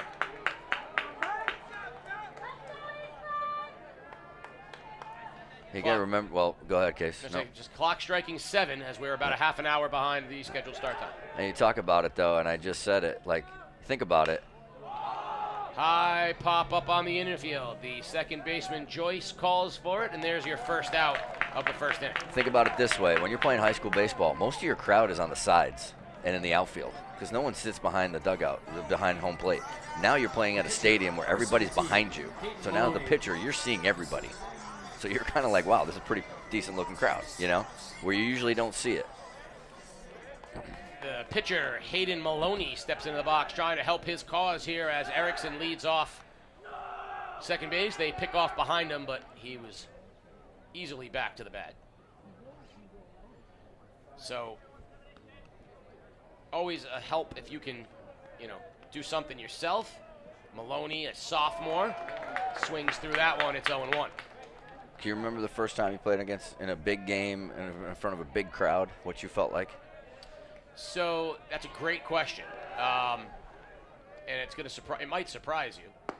Fastball in for a strike 2. The first big game I played in front of a big crowd was my 12-year-old All-Stars at Waterford, the famous game where your brother coached that team, and in an epic game. But I felt like there was 5,000 people there. There was probably 50, but it felt like there was 5,000 people. Nice fastball, swing and a miss, as Glover puts away Maloney, and that'll bring up the center fielder, Matt Hernandez, and Erickson remains at second. But the truly first big game that I remember, we had, again, in high school on a New London team that played in big games all the time. Right. There were regular season games with Waterford and East Lyme where there were big crowds. But the state championship game at Eastern Connecticut against Berlin, where I know there were thousands of people there. And I had played in big games prior, and I remember the first ground ball that was hit to me, I felt like my hand went numb before I threw it because I was just so full of adrenaline. Yep. I think the same. I think 11-year-old, when I was 11, we played Waterford North in the first game of All-Stars. I remember so back in the day, there was a Waterford South and a Waterford North, and we played Waterford North in the first game. I was 11 years old, and that felt like there was thousands of people. It was crazy. All of Waterford turned out back then. Yeah. And then probably, like you said, I would say, when we were 17 and we played in the state tournament at East Lyme, when we played Berlin early, I think it was Berlin. It was crazy how many people were in East Lyme. 2,500 people. That was the biggest crowd I've ever seen in my life. I was very nervous. Glover, what a great game. It was a great game. Glover just missing high. Count runs 3-0 on Hernandez. The catcher, Tanner Graham, waits on deck, and he would love an opportunity with a couple base runners on. Glover settled in and got 2 outs. Now has fallen behind and walks Hernandez on 4 pitches. We saw in the first game, I would say the big difference, right? Treat battled for Montville, but was never really out in front of everything. And they had to turn it over to the bullpen earlier than they wanted to. And even though he did a great job, on the other side, the Bacon kid cruised through a few innings and got, to get him through the 5th. Right here, I think East Lyme are looking for the same thing, right? They want some length out of this kid before they turn it to the bullpen. Yeah, you don't know how depleted your bullpen is. You've already played 2 games in 2 days, and now you're on your 3rd game in 3 days, and you're also getting ready for a state championship, state tournament. So, I don't know. I don't know what Jack has. 1-1. Well, he got fortunate because Joyce and Cochran both threw complete games in the first 2 games of the tournament. So they've only used 2 pitchers. That's the nice thing with your 1-2 punch. They both threw complete game victories for them. So they have everybody available today other than their front 2. Big fastball there from Glover, and it's 1-2 on Tanner Graham. They got a very, very tough draw in the state tournament, however, to East Lyme. Though I wouldn't want to face them with the 2 pitchers that they're going to throw out. Right. Pitch. Runner goes. Popped up into center field. And O'Brien has it. And that will settle the first for Woodstock. No runs, 2 left on, and we'll head to the bottom of the first inning. It'll be Garrison Biggs, Harrison Papuga, and Nick Camby for the Vikings. You're watching Game Day live on theday.com. Here at Game Day, we're proud to bring you unrivaled video coverage of local high school sports, all of it free for you to watch. These videos are not free for us to produce them. If you'd like to ensure that we can keep covering your school and your teams, there's a few ways that you can support us. Hit up our merch store and pick up some Game Day gear in your school colors. Our camera operators are always looking for those shirts and hoodies in the crowd, and you may see yourself on our next live stream. We get a lot of support from businesses in our community, and if you'd like to join them as a sponsor, send us a message and we can connect you with our advertising staff. Finally, The Day is the organization behind everything we do here at Game Day. If you want to support The Day's community journalism, consider a print or digital subscription at theday.com/subscribe. Tonight's player of the game is brought to you by Roberto's Log Cabin Restaurant. Nestled in the woods of Lebanon, Connecticut, Roberto's Log Cabin is the cozy rustic home of comfort food. Family owned and operated, The Cabin, as it's fondly known, offers a diverse menu of hearty fare from burgers to the best ribs in the state.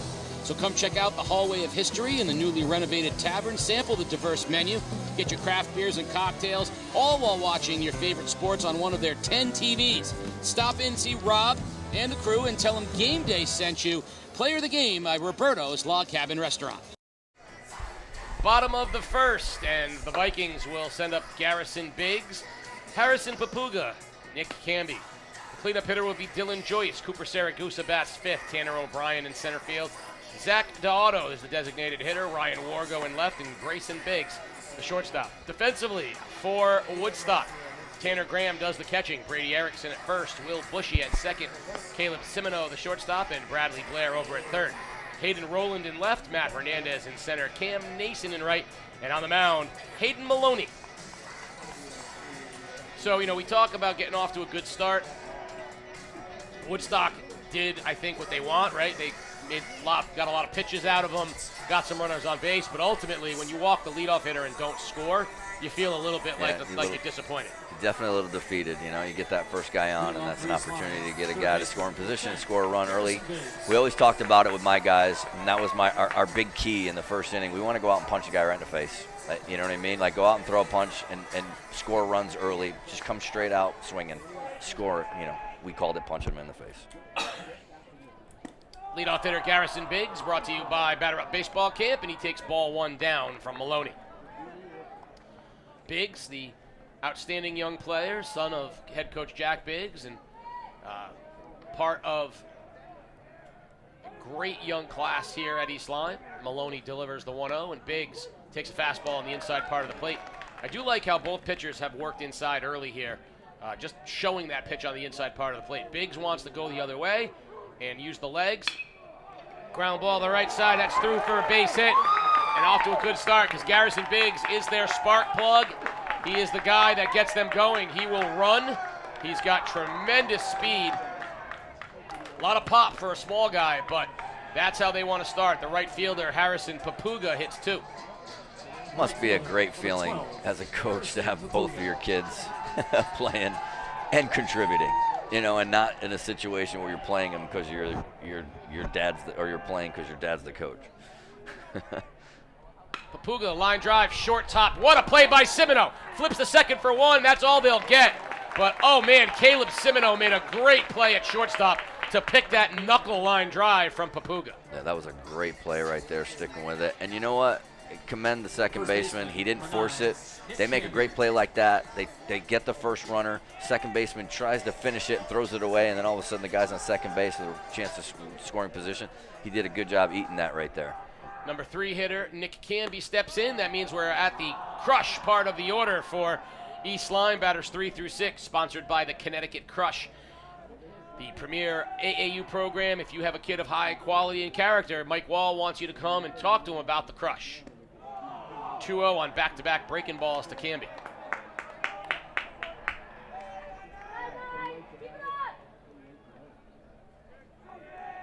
Yeah, let's see if they get him in motion here.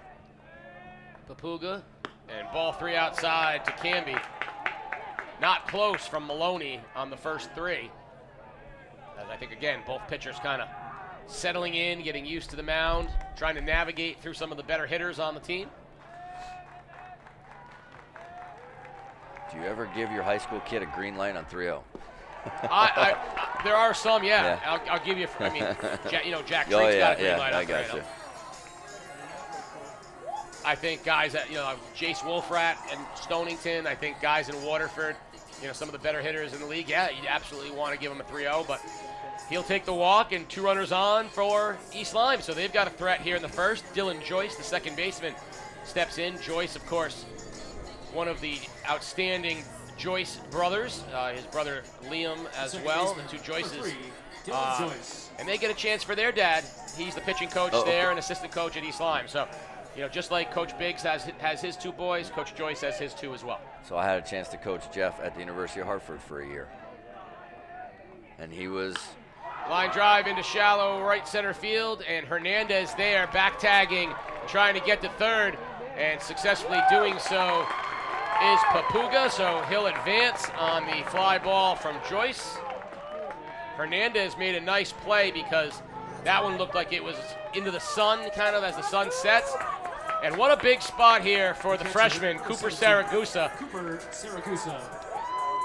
He is an outstanding young player, and I'll talk a little bit as the game moves on about what I think was one of Jack Biggs's really important coaching moves to start the season, in trusting his team into this young man right here. Saragusa has moved all the way up to the 5 spot. And he takes a good fastball from Maloney, strike 1. Again, it's one of those things you talk about. He's setting himself up for the future. You let your young kid go out there and take his lumps, but he's learning and he's getting better. And as you said, maybe started down in the lineup or whatever, but now he's worked to the 5 spot. So future is bright here at East Lyme and Coach Biggs. I'm going to tell you a long Cooper Saragusa story in between innings. Breaking ball, that's a good pitch, strike 2, and the young freshman down quickly 1 and 2 here.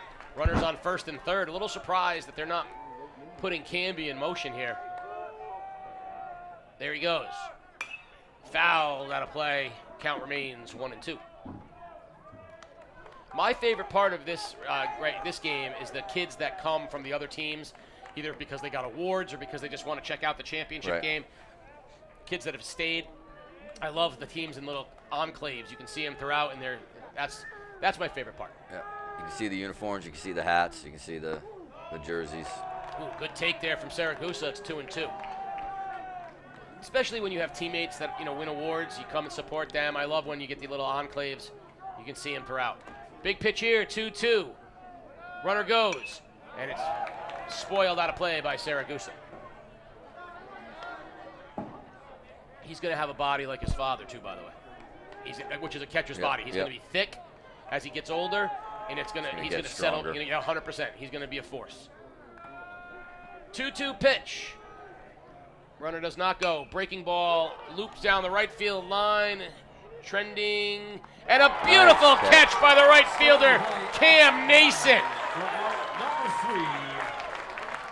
We're going to keep it here. No score after 1, but I want to tell a Cooper Saragusa story and a conversation I had with Coach Jack Biggs. So, yeah, you want to develop the future, but you got a team that can win right now. An ECC championship level team before the season starts, right? Your guys have a chance. You got Cochran and the Joyces. You got coming back. And you got 2 positions that are unsettled, shortstop and catcher. And your son, Garrison, who played third base last year, would be the primary candidate to fill either. But your team's better if he doesn't. If he plays third, catcher beats him up, shortstop's not his best position. Yeah, you've got your kid Grayson, and he entrusts him, and he takes over shortstop and locks it down. But turning over the catching duties to a freshman, when you've got a kid as a UConn commit throwing 90 and another kid throwing 88 to 90, that's a lot to ask if you want to be a championship level team. So I'm out in Arizona with Cooper Saragusa's grandfather, Tony. Golf trip, and he's saying, hey, my grandson's getting a shot to be the starting catcher as a freshman. What do you think? And I go, that's a lot. I go, low expectations, right? They might DH for him. He may bat ninth if he hits. Right now, just handle the staff. It's going to be crazy. And he's like, hey, the kid, nothing unflappable, nothing bothers him. I'm like, good. First day, they have a scrimmage. He gets the call from his grandson. Did you hit? Really? Huh. All right, yeah, we'll talk more tomorrow. 2 for 3, 2 doubles off the fence. They got him batting fifth now. I'm like, hey, all right, you know what? Sometimes he handled it. Like Brian Mercado right. batted fifth as a freshman at New London. Sometimes, sometimes Todd Meadows, right? Sometimes they're just special. And this kid, Cooper Saragusa, not only has he taken over the catching duties on a championship level team, he's hitting fifth and he's unflappable. I think that is absolutely remarkable. Yeah, that's a great story. Especially, like you said, for a freshman. I mean, a sophomore would even be surprising, especially, like you said, with a staff like that, handling kids who are throwing the ball that hard and are going to the next level. But, I mean, for a freshman to come into high school. You've never seen 90. No, I know. 2-0 on Logan Kutu, the designator hitter leading off here. Tristan Glover, and he's in danger of walking the leadoff hitter for the second time in 2 innings. I'll cap that story with my conversation with Jack Biggs because I thought his response was very telling. The 3-0 pitch, fastball outside, and a 4-pitch walk to Kutu, and that'll bring up the second baseman Will Bushy. So I said to him, I go, you know what? I give you a lot of credit. I said it's not an easy decision to make the choice to play freshman. And he said, listen, he goes, Garrison's too important. He bats leadoff. I need his legs. I can't get him beat up back there. And he's like, and Cooper he's like, all I wanted him to do was catch. He's like, but you can't keep this. He's like, you just can't keep him out of the lineup. Right. And he's like, the big one was my other son. He said, batting, taking over the shortstop job because then Garrison would have had to slide over there, and it's really not his best position. He's like him settling in. How many times do you see a catcher and a shortstop as freshmen? I said, you don't. And right. So that's remote, but for you to give that opportunity says a lot about you as a coach. Bunt high in the air. Canby, I think, reacted to it late, and Woodstock gets away with one now. Yeah, he got lucky right there. The first baseman looked like he pointed at the pitcher. I don't know if he saw it off the bat, but I mean, that was a few steps and a dive, not even a dive. I think he was pointing at it like, hey, there it is. Yeah. Like you're supposed to, right? But not when it's at you. No.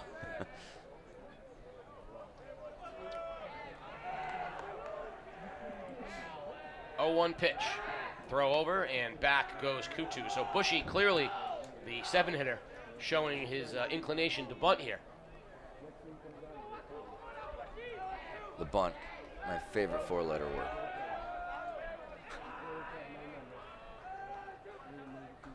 The 0-1 pitch, not bunting this time. Soft grounder back to first. To second for 1, and that's all they'll get as Joyce wisely holds on. Good job. Again, good job. It was a slow developing play. Joyce kind of fielded it like a first baseman, which was good, getting out. And guess what? If he makes that and he still has an opportunity to look and make the throw, great. But he didn't. He ate it, didn't force anything. Get the lead runner, right? Make 1 before 2, no big innings, right? Bradley Blair, the third baseman, the 8-hitter, steps into the box. And Bushy will take his lead over at first base. Glover from the stretch, throws back over again, and not in time.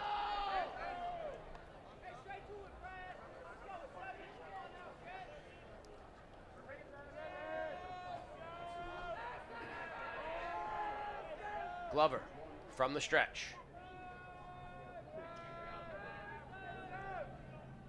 Fastball just down 1-0. For a little while, it's going to be that in between. The lights aren't going to really be working. It's going to be a little dark. They're not going to kick in yet. So Bushy will take his lead at first. Glover from the stretch. Another throw over. And this place plays big to begin with, but it definitely going to play big with the with no really wind or anything going on. We feel a little breeze in here coming in, but this place is going to play huge today.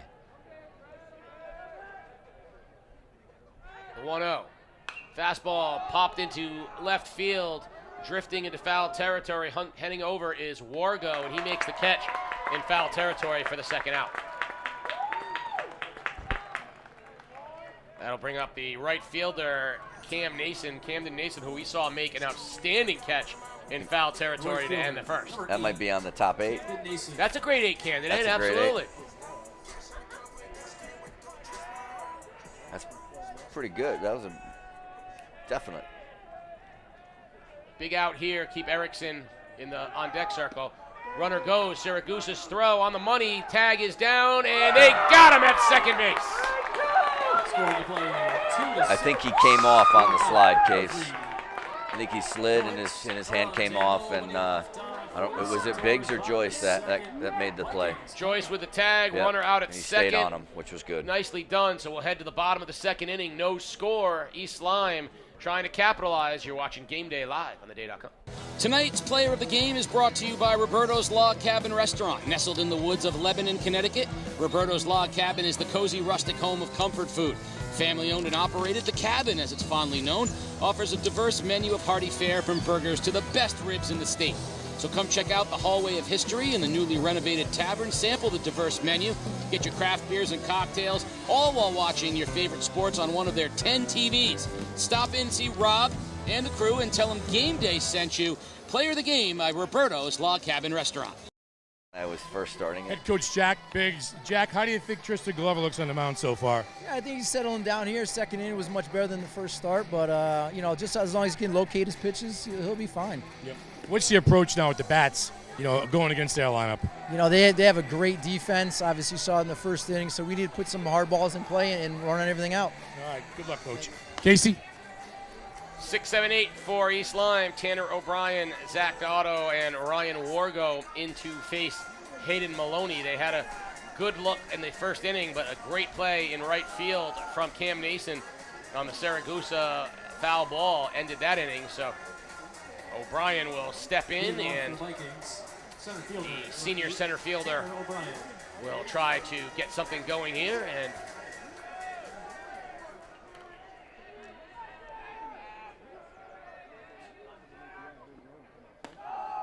breaking ball high, ball 1. So everything starts, June 2nd is the state tournament starts? Monday. So my nephew is the head coach at Oxford High School, way up there in Naugatuck Valley. And crazy thing is he's playing his first round against my former JV coach, who is now at Coggins-Shock. So I might have to power wash pretty quick on Coggins-Shock. That's exactly what I want to do. Is I have to drive to Oxford. That's what I want. No, Oxford. No, I think Oxford's it's. at Coggins-Shock? I think so. Yeah. Even worse. No, it's only like around Middletown, I think. Coggins-Shock? I thought it's so. on the other side of Middletown. Is it? No. But that's not the point. The point is that Oxford might as well be in New Hampshire. Yeah, it is. It was an hour and 20 minutes for me to go watch a game. 3-1 pitch to O'Brien. Soft line drive into right center field, and that is going to hold up for Nason for the first out of the second inning. So I was talking with Jack Biggs as Zach Otto, the designated hitter, steps into the box. But they got what he thinks is a rough draw as well. North Haven, West Haven, they got all the havens, which is never a good draw. But they got the arms, so we'll see. The New Haven League is very tough. I think he said it was North Haven, Notre Dame of West Haven, and Berlin would be the 3 in a row. Like that's a tough iconic draw. programs. Yeah. So Notre Dame's first, then it would be North Haven, and then it would be Berlin, which is like iconic. Yeah. Not an easy start. Inside, 2-0 on Deotto. That's how I got here to the ballpark, by the way, on Deotto. Or in Deotto. Fastball in the outside corner, 2-1. Or actually, count evens at 2 with that. Well, that was I don't know if you remember this story, but Furman High School, is that, what is Enrique that? Fermi? No, the All one three from North, the Foreign. Foreign high school. They were 7-13 and got into the tournament by lot over New London one Yes. year and ended up running the table and winning, which you're supposed to have 8 wins. Foul So, straight back. There it is. Oh, we had one. 3-2. I mean, so the team with 7 wins shouldn't even have got in the state tournament and they end up running the table and winning a state championship with 7 wins. That's a team that got healthy late. 3-2 pitch. Down, ball 4, and Deotto is on with a walk, and Ryan Wargo, the left fielder, will step He's in. motoring on down to first. The left fielder, number 11, Ryan Wargo.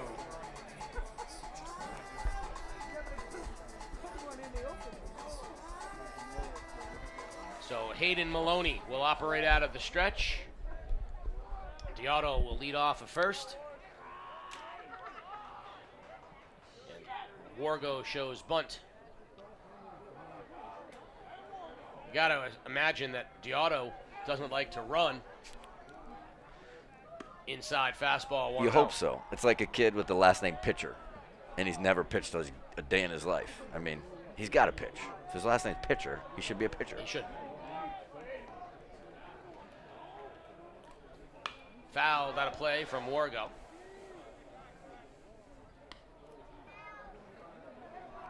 Mike, do you remember that? What was the year that foreign, Like Enrico if, Foreign, like I if know. you're not from this country, you're foreign. Yeah. But not spelled that way. Fastball down, 2-1. You're right. I keep thinking of Fermi because they were in my conference for a while until they changed. Foran, foreign. 2-1 pitch. Left-handed hitter awaits, no action, and a breaking ball down 3-1 on left fielder Ryan Wargo. I think it was the first year John McCullough took over at New London. It was probably like 2018 or 2019. Deotto takes his lead. 17. High fly ball into center field. Matt Hernandez sizes it up and makes the catch for the second out of the inning, and Wargo is retired. And that'll bring up the shortstop, Grayson Biggs. Grayson Biggs. 9-hitter Biggs.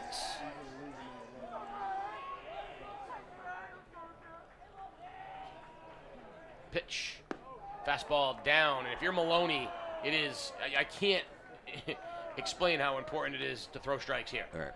You don't want to turn this lineup over to the other bigs, the veteran bigs. Right. You need to go after the freshman here in the 9 spot. So you're not running this guy at first base because you don't want to make an out here and Correct. have him leading off. Gotcha. No, because Garrison's, arguably their best hitter, and the guy that's going to hit the ball hard someplace. And it's just so vital. Make this freshman beat you here, and you got to go after him. There he goes. I was wrong. And he's out at second, which I think is a dangerous play. But we're through 2 here at Dodd Stadium. No score. You're watching Game Day live on theday.com. Last year, Waterford senior number 4 on the grade 8, the Olympico kick. I'm here with Cam Dickinson. I don't think she can pull it off. It looks way too hard. I think it was a fluke. Get it done. I got it.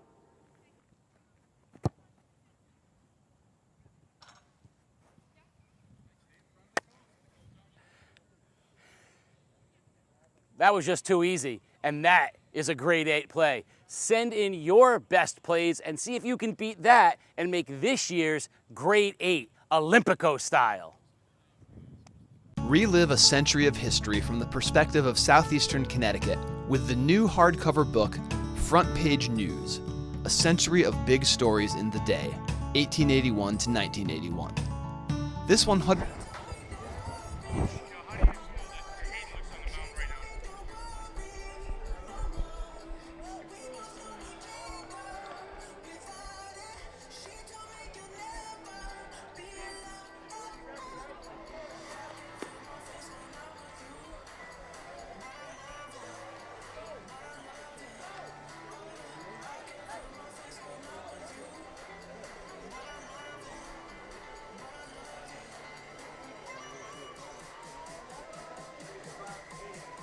I have to love the fact of the mirror image of each other, because Woodstock got their runner thrown out with the 9-hitter up in the top of the inning, and East Lyme gets their runner thrown out with the 9-hitter up in the bottom of the inning. So now Cam Nason will lead off as Tristan Glover goes back to work.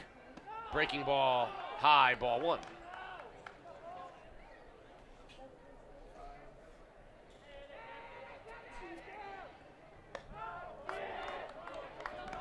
Two and 0 on the 9-hitter Nason. Got a nice text from our buddy Chris Podeswa, assistant coach at UConn, thanking Mike DeMoro for a nice little article on UConn. I think got the short end of, they should have definitely got an at-large bid. Oh, 100%. You're co-champs and you go to the finals and you only get one team from the Big East. It's terrible, I agree. 2-1 to Nason. Soft liner into shallow center field, but no trouble for O'Brien. He comes in and makes the out. 1 out leading in the 3rd, and that'll get to the top of the order, Brady Erickson. Of course, Chris Podeswa, the starting shortstop. When you and I, we have the aforementioned big games in the state tournament, and Chris Podeswa was the fine shortstop there. Erickson, who walked leading off the game, takes a fastball for a strike. Had a nice experience a few weekends ago when they were playing Maine.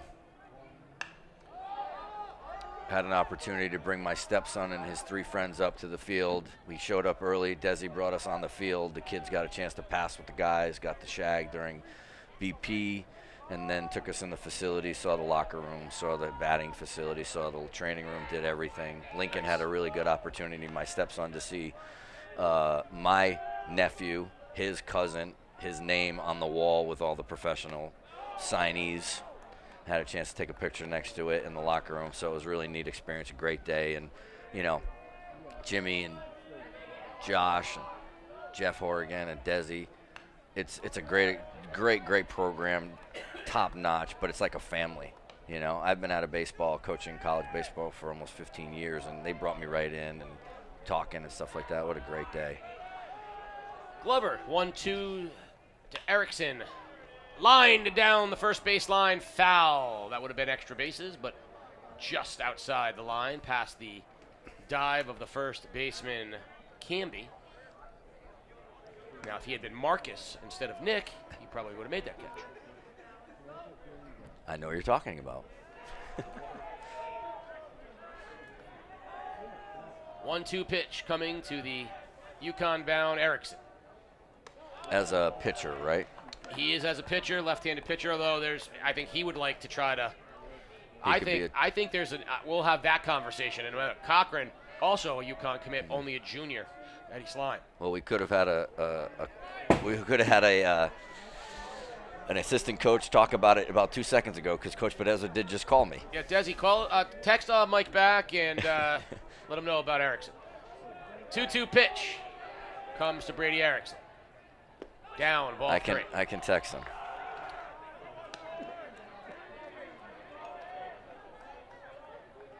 Make sure you let him know that we are going to comment on this on the air, so I don't want him surprising Erickson with his answer. Full count. Swinging and a miss. He got the fastball out in front, and second out of the inning. That's a good one. Caleb Simino, the shortstop. Number 6. Caleb popped Simino. up onto the second baseman Joyce in his first at bat.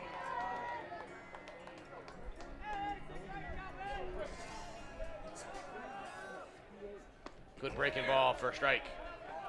After, in between innings, rather than go to break, we're going to have a conversation, and we're going to parallel Scott Burrell and Brady Erickson. Okay. Breaking ball on the inside part of the plate. Scott Burrell, one of the best athletes I've ever seen. Yes, and we're going to talk about why there are similarities. Good fastball by Simino there, 1-2. Glover settling into his best inning thus far. Fastball just outside, evens the count at 2.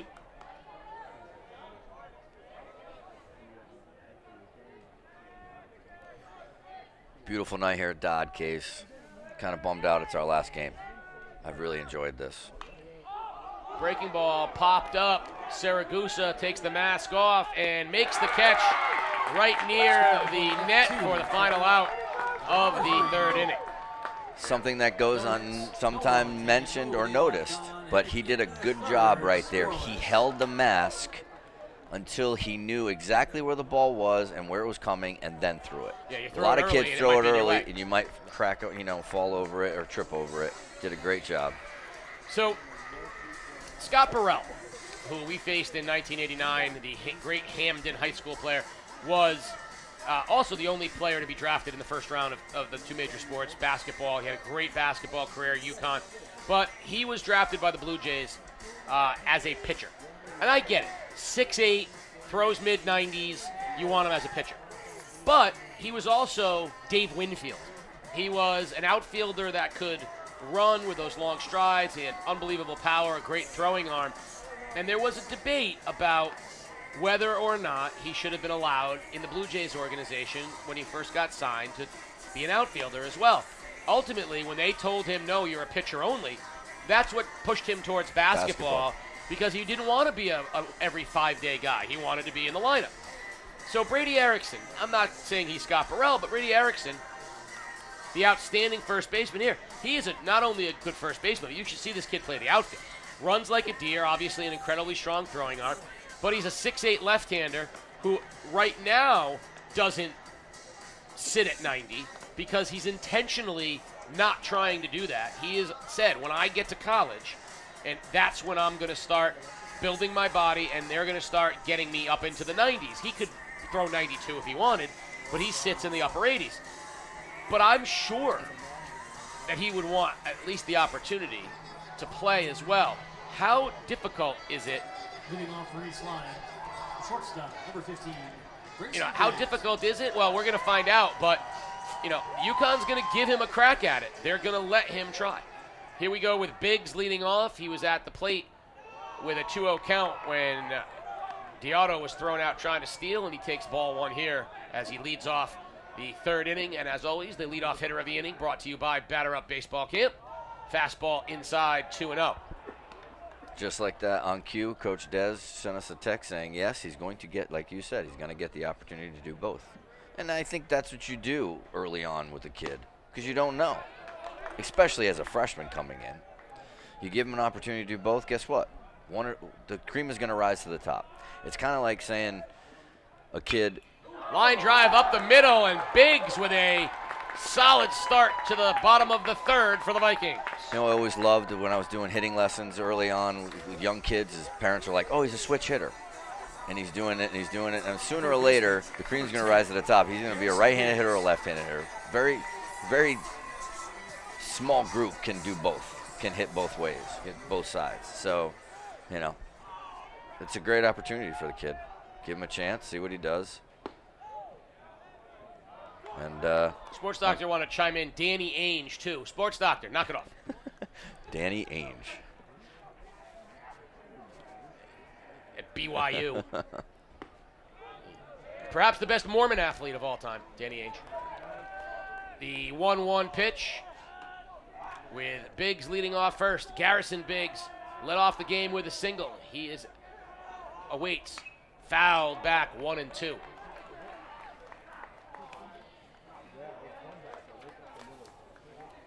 Waiting on deck is Papuga.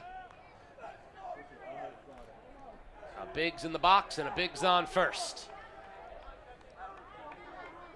So now if you're Ball down in the dirt, good read there, 2-2. Just like we were talking about last inning, he runs, the runner goes, gets thrown out, and then what does the young man do? Gets a single up the middle. 2-2. Breaking ball hammered down the right field line by Biggs, but it's hooking into the bullpen foul. That was a good piece right there. So Garrison Biggs was for years the smallest guy on the field, but he had always had a lot of pop in his bat. He would thump the ball gap to gap, and that's the kind of hitter he is. He's a gap to gap kid, great wheels, but he has really good exit velocity off of the barrel head, as Mike Tomorrow points out. High pop-up in foul territory. Will it come back? No. It will not. There was the first exit velo. Mike DeMoro has asked me to really spend more time with advanced metrics here on the broadcast. He wants me to get past BAPIP and exit velo and start getting into smash factors and some other things.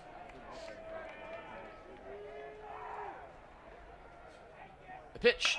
Ground ball up the middle. Will it sneak through? No. Second baseman there for one. They won't turn two, but nice play as Bushy flips to Simino to cut down Biggs at second, and Garrison Biggs will be on first where he is a threat to run. I love when people asked me what my philosophy was when hitting. And I told them I got in the box, I tried to hit it as hard as I could, as far as I could, so they couldn't catch it. That's all I thought about. Not my hands, my feet, but do I need the load, what the... Strike on the breaking ball. Mike and I could not have been different. I had 62 swing thoughts in my head every time I got up, and I was playing out in my mind every possible scenario that could go wrong. Mike just wanted to go up and hit. That's why you were better at it than me, among other reasons. Well, that was, I always say, if I could work with a young man for an hour every week, and then when game time came, take his brain out of his head and let him just muscle memory take over. Your godson being a good case in point. 0-2 pitch, high on Papuga. That's why I think I was a pretty decent hitter. I had no brain. Like, I wasn't the smartest. I wasn't the brightest bulb on the tree. That's for sure. Well, if you took your brain out of your head, it wasn't a big lift. It wasn't a heavy lift. There goes Biggs. Swing and a miss. Did he get a piece? No. So Papuga is out on the strikeout. Biggs advances to second on the stolen base, and with 2 outs, the first baseman, Nick Camby, who walked in his first at bat. But yeah, my brain didn't get in the way. Like I said, I just tried to hit it as hard as I could, as far as I could. No one has ever accused you of overthinking. Biggs leads off second. The pitch to Camby. Ground ball back to the box, and a nice play by Maloney to retire Camby 1-3. And we are through 3. No score. This really resembles last year's championship game. You're watching Game Day live on theday.com. Communities that are no longer covered by local newspapers become news deserts that lack journalists providing government oversight and access to quality information. The Day is committed to providing comprehensive news coverage in every town in southeastern Connecticut, but we've had to scale back coverage in some towns, including Ledyard and North Stonington, due to market forces affecting local news companies around the country. We need the continued support of the communities we serve to help fund additional staffing that enables us to provide the kind of coverage our readers expect in every town in the region. If you'd like to support the Day's News Desert Fund, please visit givebutter.com/theday.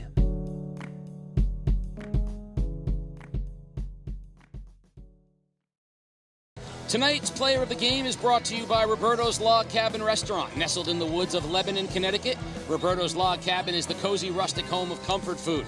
Family owned and operated, the Cabin, as it's fondly known, offers a diverse menu of hearty fare from burgers to the best ribs in the state. So come check out the Hallway of History in the newly renovated tavern, sample the diverse menu, get your craft beers and cocktails, all while watching your favorite sports on one of their 10 TVs. Stop in, see Rob and the crew, and tell them Game Day sent you. Player of the game by Roberto's Log Cabin Restaurant.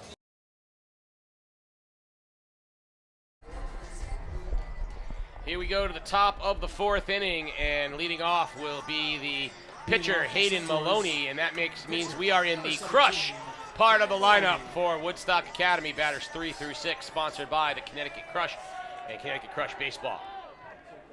Glover delivers. Breaking ball.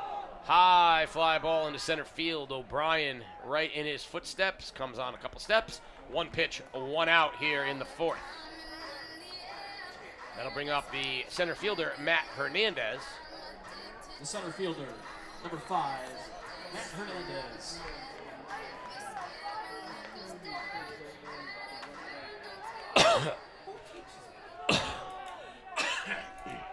You all right there, Case? You're I'm good. trying to hit the cough button. I know. You're all right. Breaking ball down. So we mentioned this is year 3 of this rivalry. In 2023, East Lyme won 9-3 last year. they were in position to win, and Woodstock came back on them and beat them 8-7. So this is the rubber match of the 3-year stretch between these two teams. 1-1 count on Matt Hernandez. How have the ECC teams done in the state tournament lately? I mean, I know Waterford won a few years back. Curveball high. ECC's been competitive. They've made runs, but we haven't had state champions in a couple of years, right? Except for East Lyme, or Woodstock rather, except for Woodstock Academy. They did. Last year, they won last one. Year or the year before? They won one. Last year, 2024. Yeah, they're the defending state Oh, champions. okay.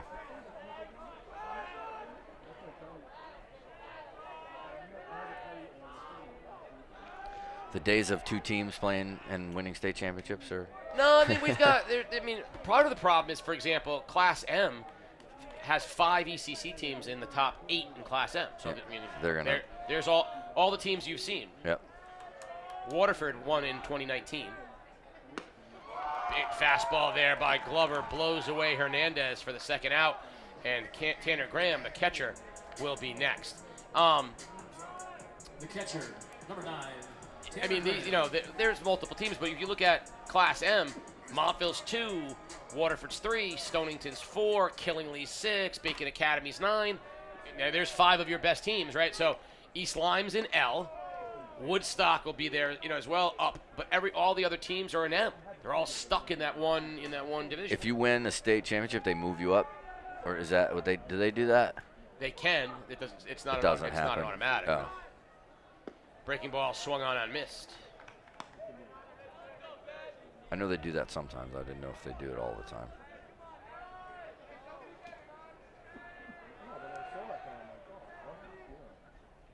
Inside and ball. So there's where I think Graham needs to have a little recognition, turn the shoulder and get that ball off the shoulder because you want a base runner. Yep. You just need a base runner here with 2 outs because you want to rattle Glover, get him out of the windup, get him back in the stretch. He's been cruising the last couple innings. Fouled straight back, 2-2. It's also a lost art case. Take a pitch.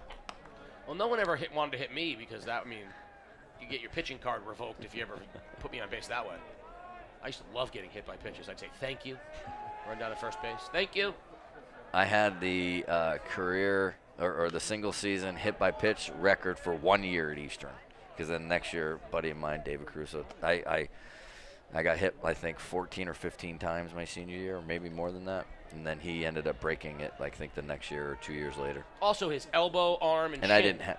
Yeah, but I didn't have I didn't have shin guard, elbow guard, face guard. You weren't trying to get hit, no. No. 2-2 pitch. Fouled out of play. Good at bat here from Graham. You know what was great? When you got hit in the tricep like 3 days prior, and then you get hit again in the tricep, like. Your arm's yeah. Dead. Deuce is wild here in the top of the 4th inning. 2 balls, 2 strikes, 2 outs. Tristan Glover with the pitch. And foul back again. Right over us. Count remains 2-2.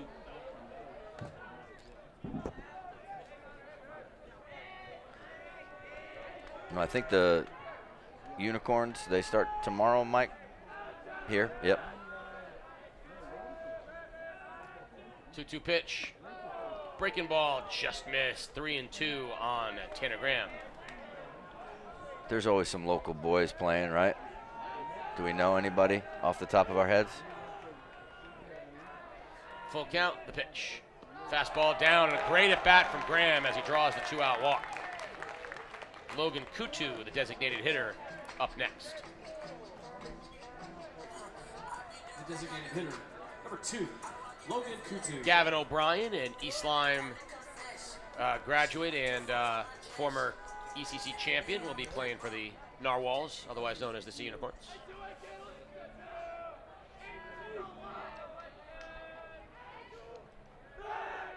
Back-to-back champions.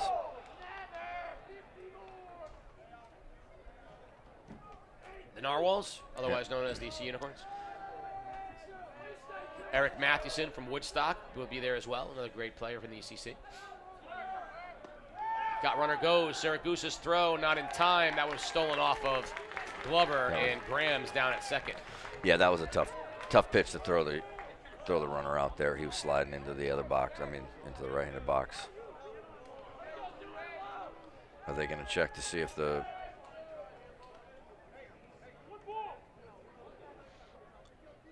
One ball, no strikes, 2 outs. Runner on second. Kutu, the designated hitter, looking to get something going here for the Centaurs. Fastball high, ball 2. Got a nice text from Jim Bunicor over at Ledger High School saying that you and I do a very nice job together. He's enjoying listening to us. Nice. So I will, because of that, because he gave us a compliment, I'm going to tell a Jim Bunicor story here in a moment. Soft ground ball out in front of the mound. Glover Fields throws to first and in time to end the inning. So soft ground ball back to the mound will end the 4th for Woodstock, and we will go to the bottom of the 4th inning, no score, but we'll keep it here. So athletic director and great former coach Jim Bunicor at Ledger, who so he was a player for New London Legion, and he also led to a state championship for New London High School in a way where one of the great state championships. Ray Pabone on the mound, limited Berlin to like 2 hits.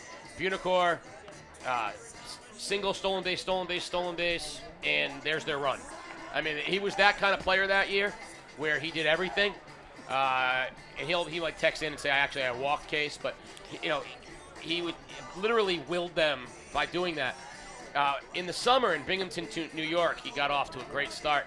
And there was an article in Binghamton, New York, and it said, Bunicor's hotter than the weather. It was 98 degrees in Binghamton in the summer during the tournament. He gets this headline, Bunicor's hotter than the weather.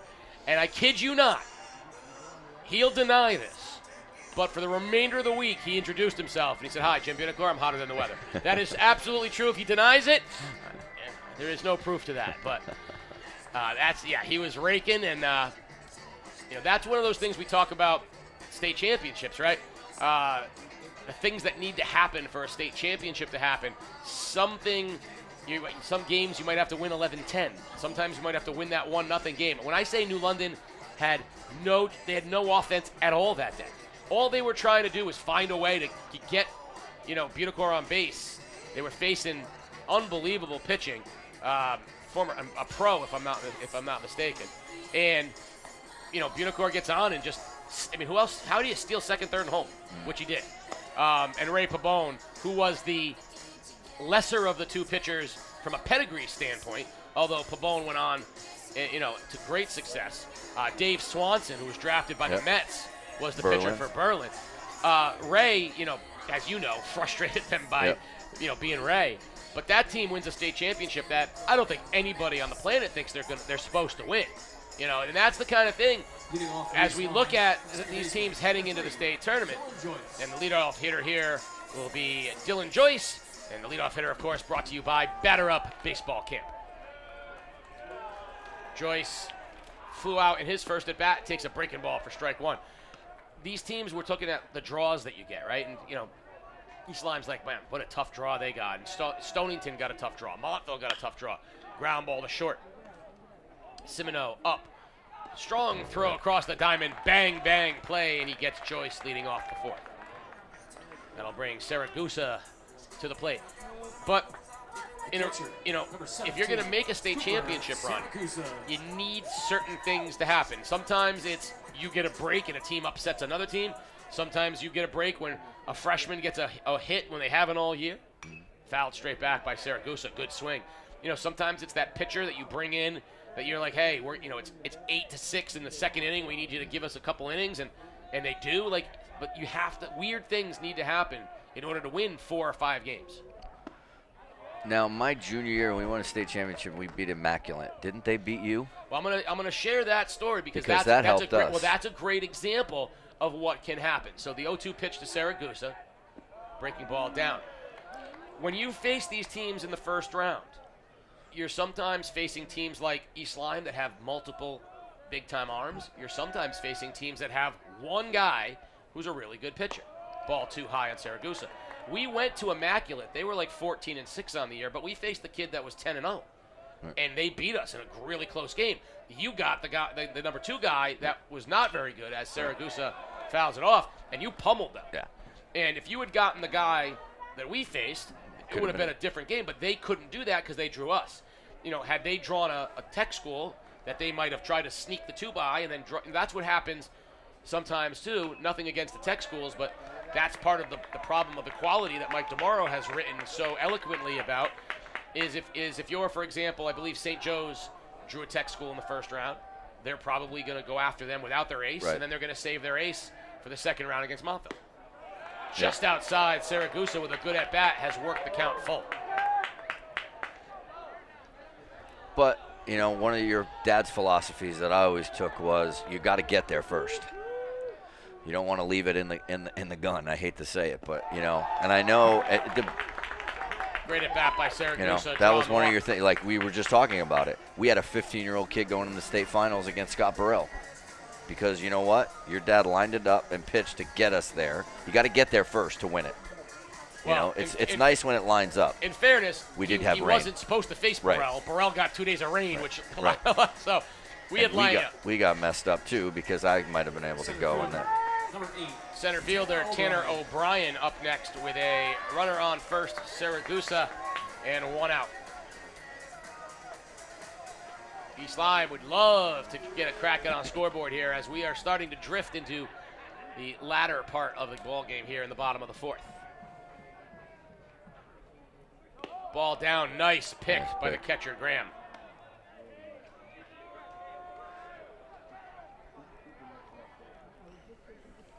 No action in either pen. Saragusa takes the lead, and don't know if your catcher's a runner here. I mean, doesn't look like he's a runner, but he's a good athlete. Right. Line drive, base hit to left field from O'Brien. And there's 2 on with 1 out, and Diotto, the designated hitter, will come on up.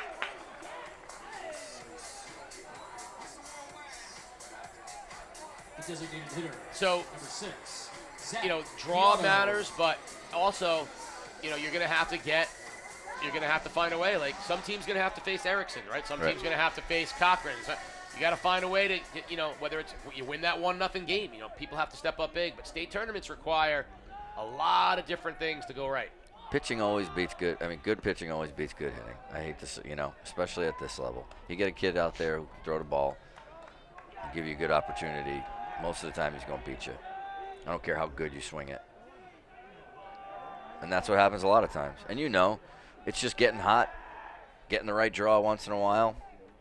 Things line up, stars align, and you go out and win a state championship. It's not, that's what we always talked about. It was try to win a conference championship at E.O. Smith. That was our first goal. Then from there, if we won that or didn't win it, get the 8 to get into the state tournament because you never know what could happen. If we didn't win a conference championship, we wanted to get that 8, that magic number to get in the state tournament because you just never know. You get hot, very easily could win a state championship. Diotto showed bunt, pulled it back, and takes a fastball. And the count is 2-1. This is the first kind of little bend on this young man out on the mound right now that he's had. Let's see what happens, see how he handles it. Runners lead from first and second. The 2-1 pitch. Good breaking ball, but just outside. Runs the count to 3-1 on Diotto. Wargo awaits on deck. I hate to say it, but I think the coaching staff in Woodstock got that pitch taken away from them. They were barking a little bit on the pitch before that, and that next pitch looked pretty good, and he didn't give it to him. So sometimes coaches in the dugout can hinder you a little bit by opening their mouth a little too much. So, and umpires, you hate to say it, are human, and they're going to do things like that. And sometimes you get that call taken away from you because you opened your mouth a little too much.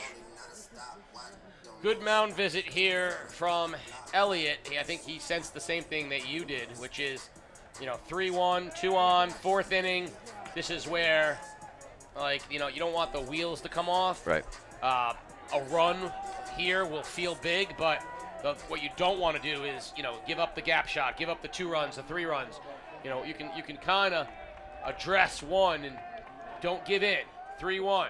Shows bunt, pulls it back, and fastball on the outside part of the plate for strike 2. So 3-2, 1 out. Now, funny thing is that pitch looked worse than the other 2. And he got that one. And he got it. Because you know why? Because I think the kid squaring around a bunt kind of shielded the umpire a little bit. When you're trying to, wreak havoc up there sometimes, or trying to do things like that, it's worse. 3-2 pitch. Runners on first and second. Line drive into the gap. Will it hold up? It will. And into the left fielder is in. Roland will make the play, and the runners will hold. Hard hit ball by Deotto, but not enough. 2 outs, and Wargo, the left fielder, steps in. As we said, it seemed like that ball was hit pretty good, but this field is huge. Left fielder, number 11. I also feel like, again, I hate to be one of those guys where everything was better when I played, and I know that's not true, but I feel like Bobby Nena and Brian Mercado and Bobby Russell were hitting balls, differently. Maybe it was those black magics that we used back. I still have it. It's somewhere in the basement.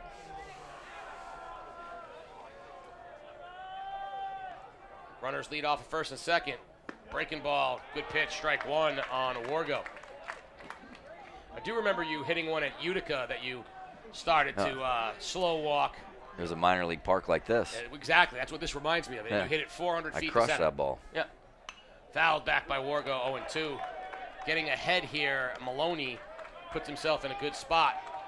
If Wargo can somehow get on, Biggs awaits the 9-hitter on deck. The funny thing is, I think I remember my dad once in a while, he would video a lot of stuff, but he'd also take some stills. And either that or Mr. Deseret Lentino. Mr. Lentino would take pictures too. 0-2 and pitch, outside. I have a snapshot of me making contact with that ball, and I squared that thing up. Yep. And you thought it was the hard. You were like, I can't hit it any farther. I remember you coming off going, I can't hit that any farther. Didn't Andy Van Slyke play there as a Legion player? Yep. 0-2 pitch, breaking ball, strike 3, and Maloney pitches out of a jam, leaving a couple runners on. We're through 4. We still have no score. You're watching Game Day live on theday.com. Last year, Waterford senior number 4 on the grade 8, the Olympico kick. I'm here with Cam Dickinson. I don't think she can pull it off. It looks way too hard. I think it was a fluke. Get it done. I got it.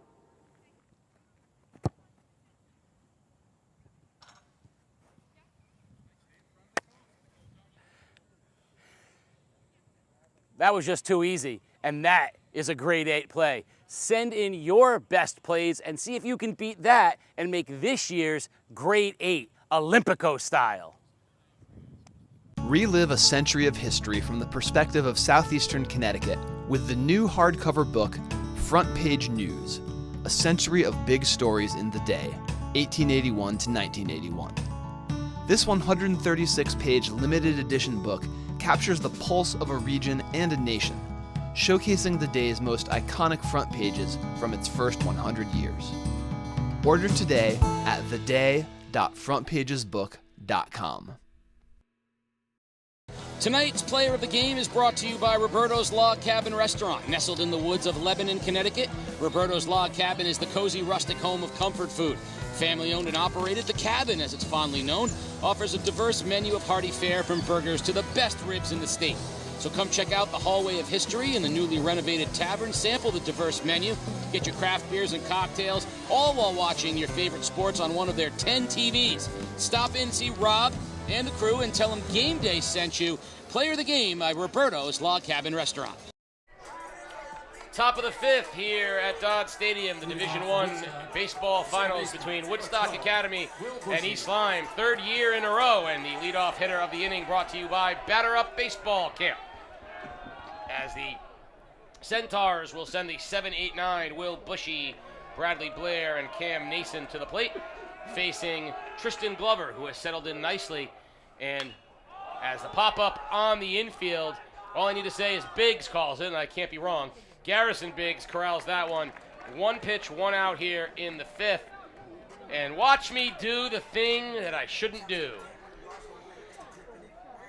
Glover hasn't given up a hit here as we are in the top of the 5th inning. You're killing that poor kid. He's walked 3 or 4, but has not given up a hit yet. I was going to say, both these guys are pitching really well. I mean, only 3 hits given up by Maloney. Maloney bent a little bit last inning, but kind of pitched out of it and did a good job and kind of dug in and got out of the inning. But, yeah, this is, both of them throwing strikes, working good, working quick. Good curveball to Blair for the first strike, and now right back with a fastball for strike. Nope, that's going to be down, so 1-1. Starting to cool off a little bit. We've had some crazy weather. This has been the worst spring, probably that spring athletics has had over the last 10 years, maybe more. I mean, it's been crazy. 2-1 pitch. Good fastball on the outside corner for strike 2. Sports Doctor just word, that Coach Elliott not happy with his guys going after first pitches. Not thrilled with the lack of discipline, trying to work some counts. There's a soft fly ball into left center field, and O'Brien ranges over. That's the other thing about this big outfield. The ball hangs up. We saw a lot.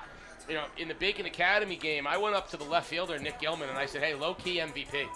Because his play out in left field was huge, and never giving up on a ball. If you get a ball hit in the air, never giving up on it, because those balls do hang up.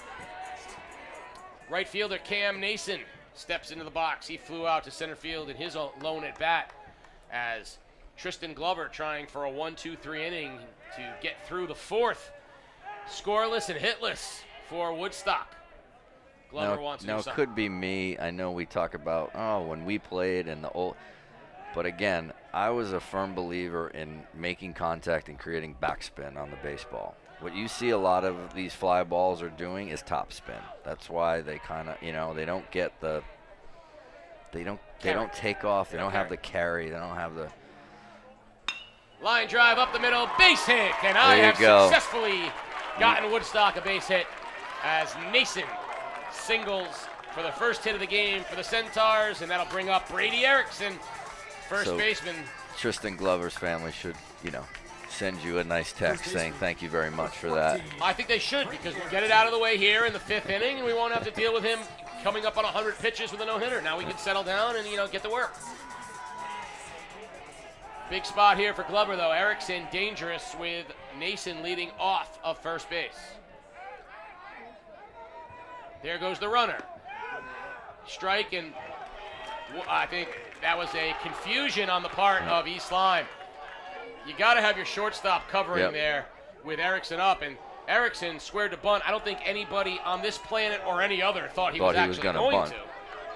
But instead, it got the runner down there in scoring position.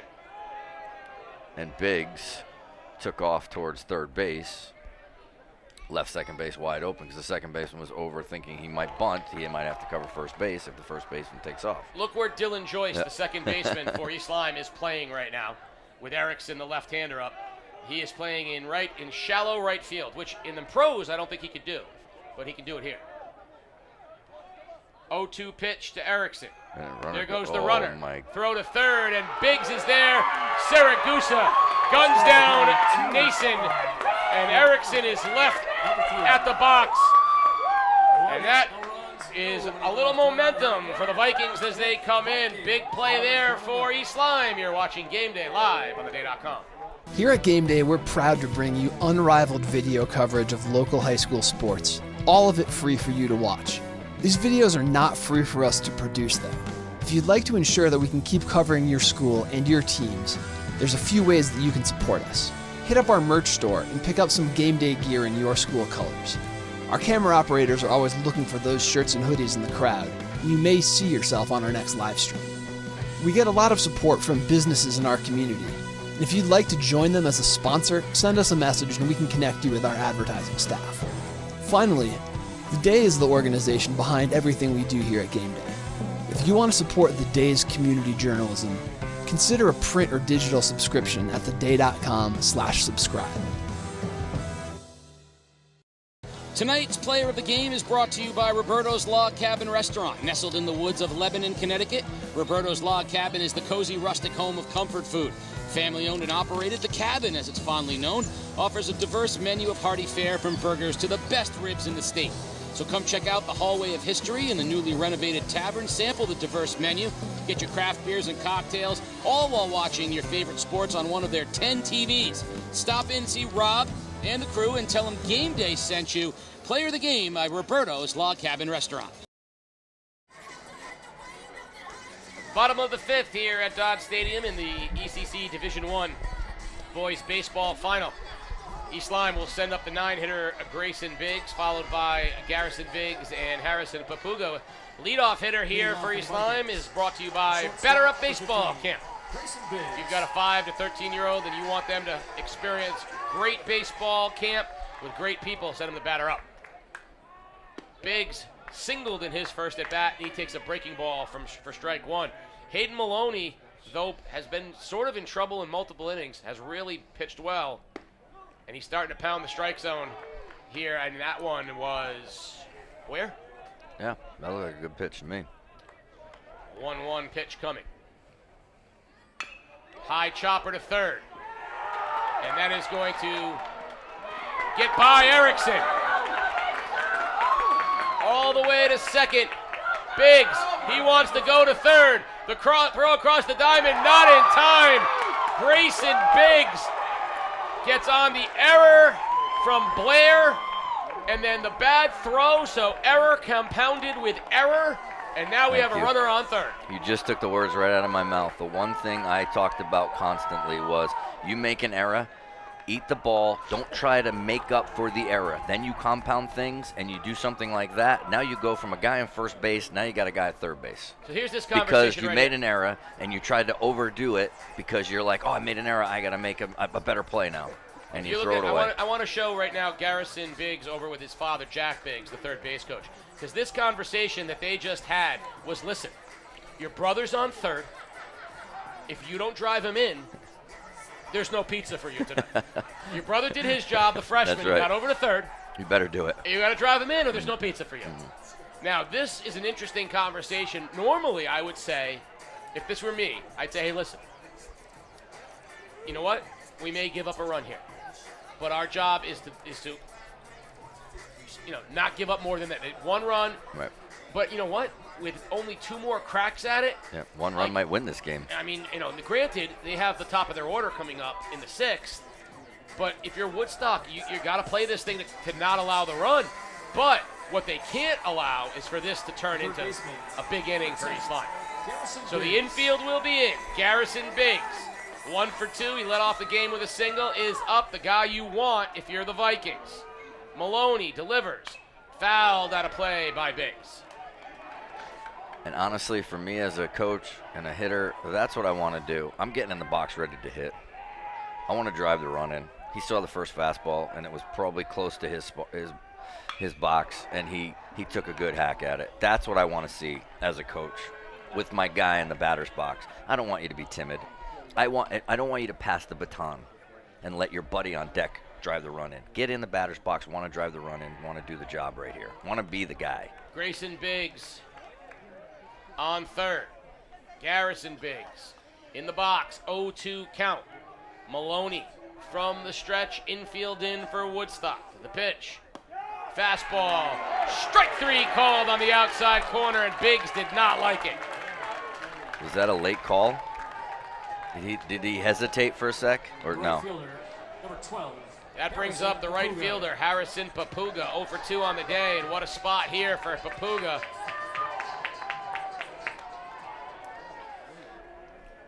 Maloney delivers. Fastball outside, ball 1.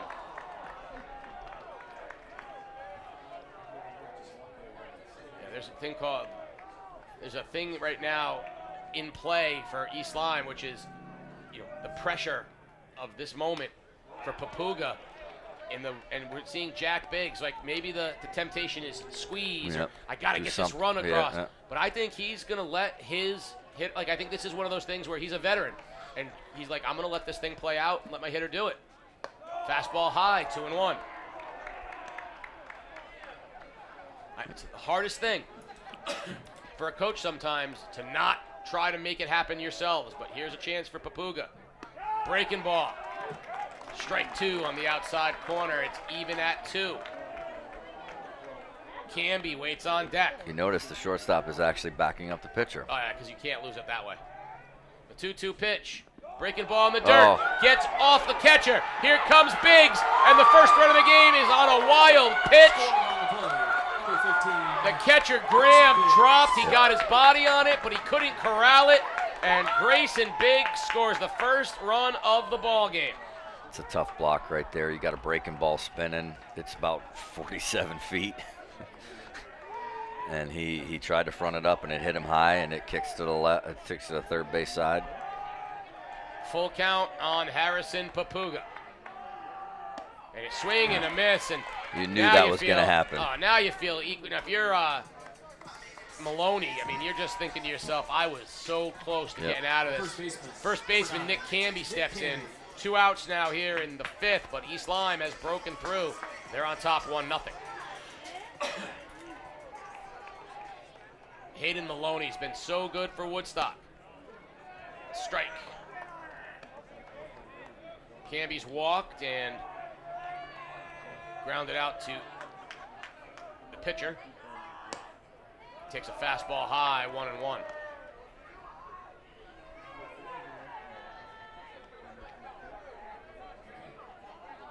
A 1-1 pitch. Breaking ball, that's a good pitch from Maloney. It's 1-2. You know, you feel bad for the kid, but hey, he trusted his catcher. He made a pitch that, you know, probably 9 out of 10 times the kid makes the block, or has, and it just took a bad hop. I mean, it just hit him in the wrong spot. Which is, by the way, why I can't even begin to explain how good Major League catchers are with the Frisbees and wiffle balls that are getting thrown at them. And you don't see that. I mean, it's remarkable. 1-2 pitch. Lined into right field. But right there is Nason for the catch. And that ends the 5th. We are going to keep it here as East Lyme is up 1-0 because we're going to take this moment to talk about the Christopher Potvin Scholarship, which is in conjunction with Batter Up Baseball Camp. So we talked earlier, Batter Up, obviously one of our sponsors today. And the Batter Up Baseball Camp will be going on July 14th through the 18th, 21st through the 25th, and August 11th through the 15th at Bridebrook Park in East Lyme. Batter Up, a lot of the proceeds from Batter Up go to the Christopher Potvin Scholarship. Now, Chris Potvin, great young player in Montville, passed away tragically at a young age in a car accident. And the Chris Potvin Scholarship Fund since 1987 has honored graduating senior student athletes from Eastern Connecticut with scholarships as they head off to college. How about $750,000, $750,000 to deserving athletes, including $250,000 in the last 5 years alone. So I can't think of a more worthy cause. If you're interested in donating to the Potvin Scholarship, chrispotvinfund.org, or you can just Google the Potvin Scholarship and you'll get the information. Or you can send an email to Bill Bacetto at billbacetto@gmail.com. He is the head of the Potvin Scholarship Fund. You mentioned the Crush and Batter Up, both heavily involved in giving back through scholarships. The Chris Potvin Scholarship, among the most important. A lot of the kids who are playing here today will be recipients of that award. Brady Erickson leading off the 6th, and that's sponsored by Batter Up. The pitch to Erickson, a breaking ball on the inside part of the plate from Tristan Glover, who has been really great. No runs, 1 hit. He left Erickson in the box after the stolen base attempt ended the 5th inning.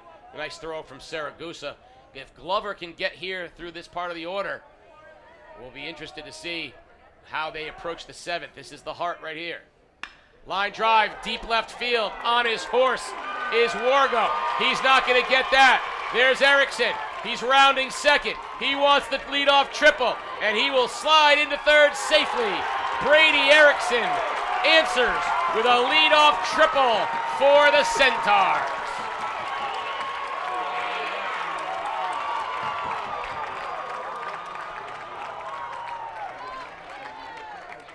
Like we said last inning, not that it's going to happen, but you had a chance with him last inning, and it looked like they were pitching to him. And so now the opposite, we have again the mirror image of what we had in the top of the inning. Now East Lyme has to bring the infield in. Glover is at 80 pitches, and the infield comes in as Caleb Simino, the shortstop, trying to tie this thing at 1. Erickson leads off third, Glover from the wine. Breaking ball popped up over the first baseman. He doesn't see it, but it's out of play. Camby never saw it. We're in that twilight right now. It's in between. At 8:20, the sun's almost down, and he never saw that one. Heading down to the bullpen for East Lyme is the relief pitcher, Andrew Savigny. He's heading down to warm up for the Vikings. Glover, the 0-1 to Simino. Fouled straight back, it's 0-2. You saw, we talked about where's the pop going? Well, Erickson showed it right showed there. it right there. And that's what, there's the athlete that I was talking about at UConn. We were just going to say it, but do you trust enough to throw the breaking ball here in the dirt? Is Saragusa a young kid? No, fastball, line drive up the middle, base hit, and we're tied at 1. Erickson comes in with a tying run, and Simino on first. And now all of a sudden, with your number 2 hitter on base in the middle of the order, East Lyme on their heels a little bit. Woodstock threatening here in the top of the 6th. The wild pitch last inning that scored the run got that kid that 0-2 fastball right there, or 1-2, whatever it was. But the 2-strike fastball, that wild pitch the inning before got that because they were nervous to make that call and not throw a wild pitch and score the run. The pitcher Maloney up here for Woodstock. Suddenly, the Centaurs have tied it at 1, and they have a base runner on with nobody out here in the top of the 6th. Big lead over at first base for Simino. They're going to run here. He's showing bunt, and East Lyme recognizes it. That's the Centaur show bunt so that they can hold the catcher back. Simino takes the big lead. Maloney shows bunt. Expect Simino to go. There he goes. The pitch. Good throwing pitch for Saragusa, but nothing you can do on that one. Simino steals the base. He's in scoring position. I believe it was a strike, and now Maloney with an 0-1 count. Now do you bunt? Going to try to move him over. He's my 3 hitter. If I'm bunting here, I'm asking why is he hitting third? That's right. But I've seen it done before. No, because here's a couple reasons. Yeah, there's a lot of ways for him to advance the runner. Oh, definitely. Including a double in the gap. But more importantly, I don't want with a runner on second, nobody out, and now that I've tied the game, I don't want 1 run here. Right. I want 3 or 4. Exactly. Yeah, definitely. I agree with you 100%. I'm just saying I've seen it done a million times. Oh, yes. I've seen people leave trash on the street. I still don't agree with it. And backside pickoff play, and they got him. They got Simino, and there's Biggs is going to chase him down for the out. And that is a tough way. That's another out on the base paths made by the Centaurs, and that will clear the bases. And now Maloney has nobody in front of him, and we're tied at 1. So, again, you've just put a target on your back because you just stole the base easily, right? You stole the base easily. You're at second base. Now you're bouncing around. There's a long fly ball, center field, over the head of the center fielder O'Brien. Heading to second base, trying for the double, and sliding in safely is Maloney. Oh, if only the runner had been on base. But again, you get on second base, you just stole it, you're in scoring position, you're bouncing around, you've already got a target on your back because you've stolen second, and you know they're going to keep an eye on you, and what do? You're over-aggressive. You get picked off in a big situation. Biggs out to the mound. That's going to do it for Tristan Glover. Savigny will come on in, and we'll take a quick break with a pitching change. You're watching Game Day Live on theday.com. Communities that are no longer covered by local newspapers become news deserts that lack journalists providing government oversight and access to quality information. The Day is committed to providing comprehensive news coverage in every town in southeastern Connecticut, but we've had to scale back coverage in some towns, including Ledyard and North Stonington, due to market forces affecting local news companies around the country. We need the continued support of the communities we serve to help fund additional staffing that enables us to provide the kind of coverage our readers expect in every town in the region. If you'd like to support the Day's News Desert Fund, please visit givebutter.com/theday.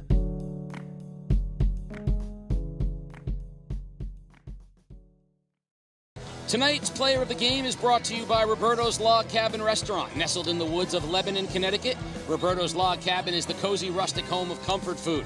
Family owned and operated, the Cabin, as it's fondly known, offers a diverse menu of hearty fare from burgers to the best ribs in the state. So come check out the Hallway of History and the newly renovated tavern, sample the diverse menu, get your craft beers and cocktails, all while watching your favorite sports on one of their 10 TVs. Stop in, see Rob and the crew, and tell them Game Day sent you. Player of the game by Roberto's Log Cabin Restaurant. Tall left-hander junior Andrew Savigny in for East Lyme. So to kind of recap this wild 6th inning, Erickson led off with a triple. He scored on the single by Simino. After Simino stole second, he was promptly picked off, and then Hayden Maloney followed it up with a double over the center fielder's head. So the Centaurs, with a runner in scoring position and one out, will send the cleanup hitter Matt Hernandez up to the dish. And Centaurs have run into multiple outs on the base paths with caught stealings and pickoffs. Right now, Hernandez facing the new pitcher, the lefty Savigny, trying to hold this game at 1. The Centaurs trying to break through and take the lead for the first time tonight. Think this guy at second base getting picked off? No. I would suggest that the runner at second is being told to take a big secondary lead once the ball's on the way to the plate. That's right. Be smart. Because he's still, there's only one out. I'm going to ask Effort Mike DeMauro to write down for me the final of the Bacon Academy Montville softball game, if he can get it. The Division II softball final between Bacon Academy and Montville, where the Bobcats were playing with 8 players. Fastball sails over the head of Saragusa, and that's going to get Maloney to third with only one out, and the infield will have to come in again for East Lyme.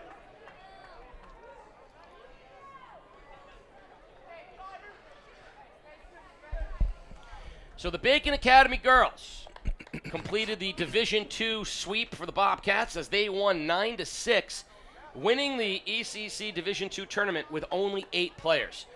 This is a story that needs to be told, and I have no doubt that the great Vicky Fulkerson is all over it because, and not for nothing, but the Bobcats, they lost in the boys lacrosse finals last night. They win softball, they win baseball. It's been a good week for Bacon. Yeah. East Lyme swept lacrosse last night. They have a chance to go 3 for 3 in their end. So, a lot of these teams really very successful here this week. And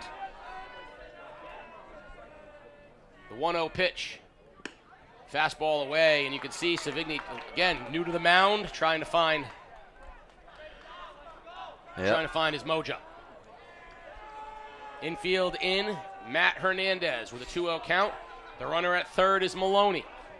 From the stretch, the tall lefty throws. And that's going to get by Saragusa as well. And the Centaurs are going to take the lead.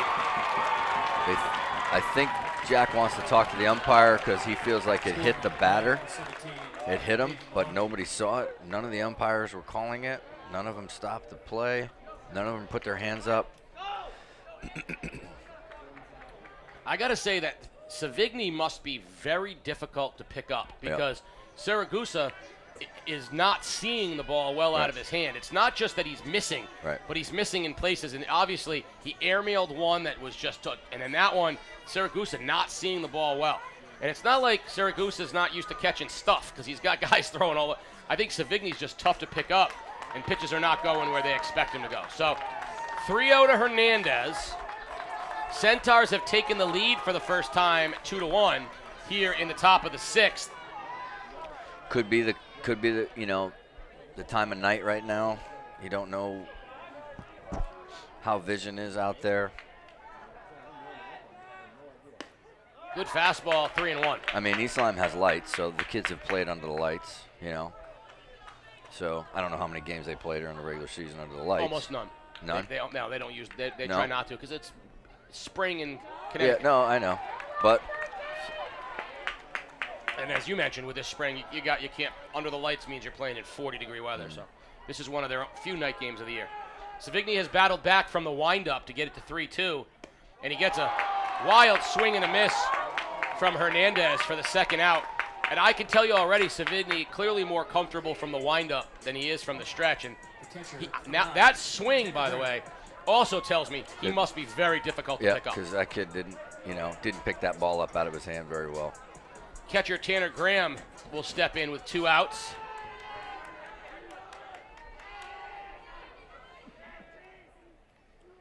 And breaking ball over the top of his head.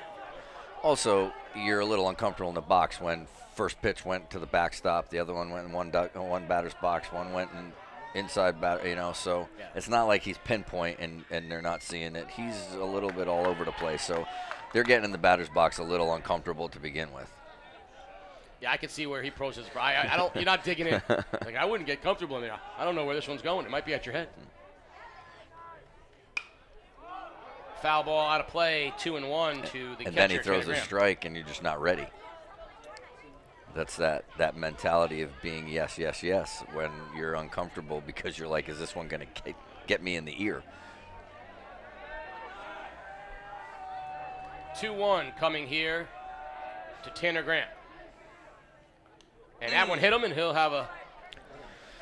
Who was the guy that your dad used to tell a story about? The guy that threw the heck out of it. Steve Dalkowski, the hardest thrower in baseball history. He's from Connecticut. He just passed away, I think, a few years ago. Area, I think. Yep. He threw 140 pitches the night before. Came down to have to throw for the Navy engineers, and warmed up for about an hour. Threw about another 40, 50 pitches before he got one into the box that registered, and 104 point something. It was. But here's the thing about Savigny. You know you're going bad as a hitter when you step in the box and the first pitch is dotted on the outside corner, and then he rolls a breaking ball in for a strike, and you're like, wait a minute, I thought you couldn't find the strike zone. And that's what happens, when you're going bad as a hitter. Yep. Logan Kutu, designated hitter, steps in, runner on first and 2 outs.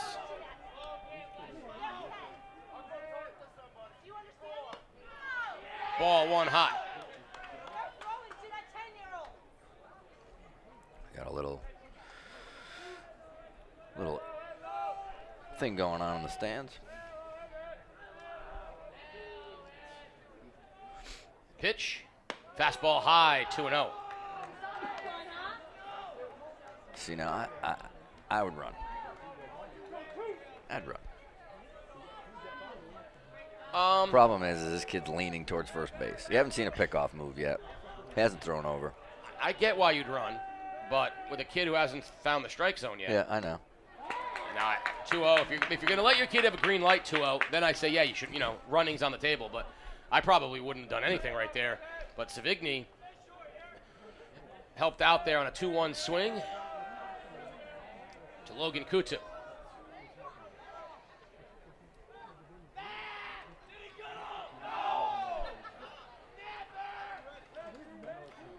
Centaurs feeling a little life after a very slow start. The momentum has definitely switched, that's for sure. Much like last year, there's the pickoff move. Much like last year, which ended up being an East Lyme sort of collapse. They lost 8-7, but they were up. And they were up took late. Woodstock till late to come back. But it's very eerily similar, but not the amount of runs, just the kind of late life of Woodstock. There goes the runner. Pitch is handcuffed to Saragusa. I don't know if he got crossed up there or not. He definitely got crossed up. 3-1.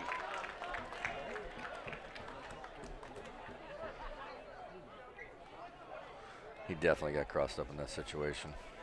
I mean, he was clearly coming up looking for a fastball, and that he got a hard breaking ball. 3-1 on Kutu. I think they've I don't think the pitcher's being able to see the signals, or he's misreading, because they've gone to a touch. It looks like Saragusa's doing a touch. So that's either telling me that the signals the pitcher was getting from Saragusa, he couldn't see them, or he was misreading. I think we're going to see another pitching change. And we are. I think I see Aiden Cochran coming into the game. He's not going to pitch, but I think he's going to be coming into the game in the infield, which tells me that somebody from the infield is going to be heading in to pitch. So if I had to guess, it's going to be, I'm going to say Garrison Biggs maybe. It looks like Coach is turning it over to, and it is. Garrison Biggs will move over from third base to pitcher, and Aiden Cochran will slide over to third base. Can I give a quick shout out to my wife? Because you know what's coming up this weekend, because you actually married us. I do. So you, Casey O'Neill, actually married me and my wife. I did. Our anniversary is on Sunday. It is. June 1st, 1 year. I am well aware. But I have a feel-good story. Oh, I like So about feel-good 3 months ago, as I was starting the power washing season, I was building a platform for my trailers. I had rocks, stones, everything. Long story short, remember this. I lost my wedding ring. I had worn it that day, and I very rarely wear my real one. I wear rubber ones. So I put it in the car, the truck, and I worked. And I remember getting out of the truck, getting back in, putting it on, doing my stuff around my trailer, getting my trailer ready to put away for the night, and I lost my ring. I go in the shower, all of a sudden I don't know where my ring is. So I haven't had my ring for 3 months. So last week, Lincoln has a band concert on Tuesday night. I'm backing the trailer up, and for some reason I didn't back my trailer up as far as I usually do. So as I'm coming around the corner of my trailer, I always look in the ground. I look in the rocks underneath my chemical tank, and what do I see? My ring. So I put it on, and I don't tell my wife, and I'm at the band concert all night tapping the back of her chair. She has no clue what's going on. Finally, after 25 minutes, I put my hand in her lap. She goes, "Oh my God, your ring." So she was so happy. But again, our anniversary's coming up on Sunday, 1 year with my babe. If she's listening, I don't know, babe, if you're listening, but happy anniversary here. Give you a little shout out on game day here, but it's been a great year. Well, it's fitting that you do that since you asked her to marry you here at Dodd Stadium. That's another story that the people don't know. I did. I got engaged on this field in the middle of the fourth inning during an MS fundraising game against East Catholic, which my wife has multiple sclerosis, and we were raising money. And I ended up bringing my wife out in the field. She had no clue what was going on. She thought we were going to address the crowd, thanking them for coming, and I dropped on a knee and I asked her to marry me right here on Dodd Stadium. So, again, pretty special place. So, happy anniversary, babe. All right, so let's set the stage here. Happy anniversary to both the Susies. 2 outs, runners on first and second. Garrison Biggs, who does normally pound the strike zone, in here. Cochran over to third. And stepping in, second baseman Will Bushy. A big chance for an insurance run here for Woodstock. Biggs to the belt. Pickoff play backside with Joyce, nothing there. And if that happened, I'm that second. And again, we talked about the first night. What do, Case? You run right to the way end of the dugout and stay far away from the coach. Climb the Coca-Cola sign and get out of here. Breaking ball in the dirt, and that's going to get away from Saragusa. The runners will go to second and third.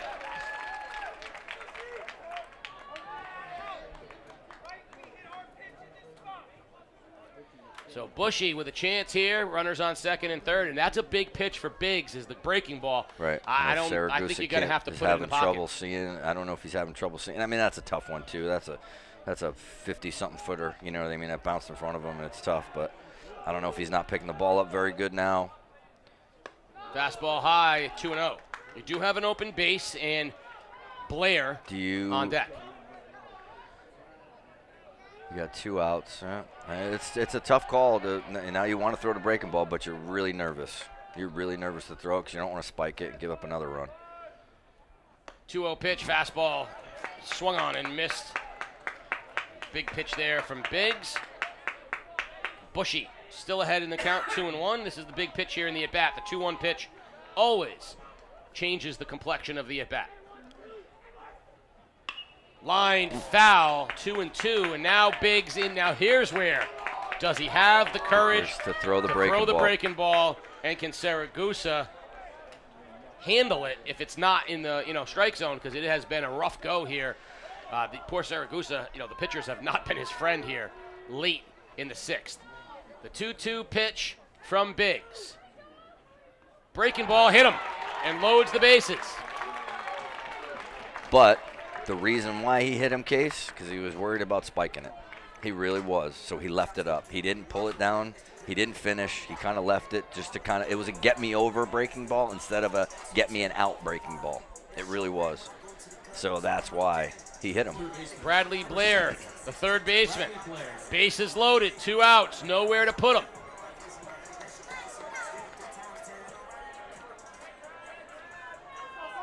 Three wild pitches, 2 hit by pitches, and 2 walks in this inning. Pickoff play, backside, and not there. And that's one you don't see a lot. The fake to third, and turn backside to the guy on second. You don't see that a lot. I do not. That is one of the few times I've seen that one. Biggs from the stretch delivers. Fastball grounded to third to Cochran. Cochran heads over and gets there first to end the inning. So that will get East Lyme up here in the bottom of the 6th. Bottom of the 6th coming up. It'll be Joyce, Saragusa, and O'Brien. We'll be right back. You're watching Game Day live on theday.com. Here at Game Day, we're proud to bring you unrivaled video coverage of local high school sports, all of it free for you to watch. These videos are not free for us to produce them. If you'd like to ensure that we can keep covering your school and your teams, there's a few ways that you can support us. Hit up our merch store and pick up some Game Day gear in your school colors. Our camera operators are always looking for those shirts and hoodies in the crowd, and you may see yourself on our next live stream. We get a lot of support from businesses in our community, and if you'd like to join them as a sponsor, send us a message and we can connect you with our advertising staff. Finally, The Day is the organization behind everything we do here at Game Day. If you want to support The Day's community journalism, consider a print or digital subscription at theday.com/subscribe. Communities that are no longer covered by local newspapers become news deserts that lack journalists providing government oversight and access to quality information. The Day is committed to providing comprehensive news coverage in every town in southeastern Connecticut, but we've had to scale back coverage in some towns, including Ledyard and North Stonington, due to market forces affecting local news companies around the country. We need the continued support of the communities we serve to help fund additional staffing that enables us to provide the kind of coverage our readers expect in every town in the region. If you'd like to support the Day's News Desert Fund, please visit givebutter.com/theday.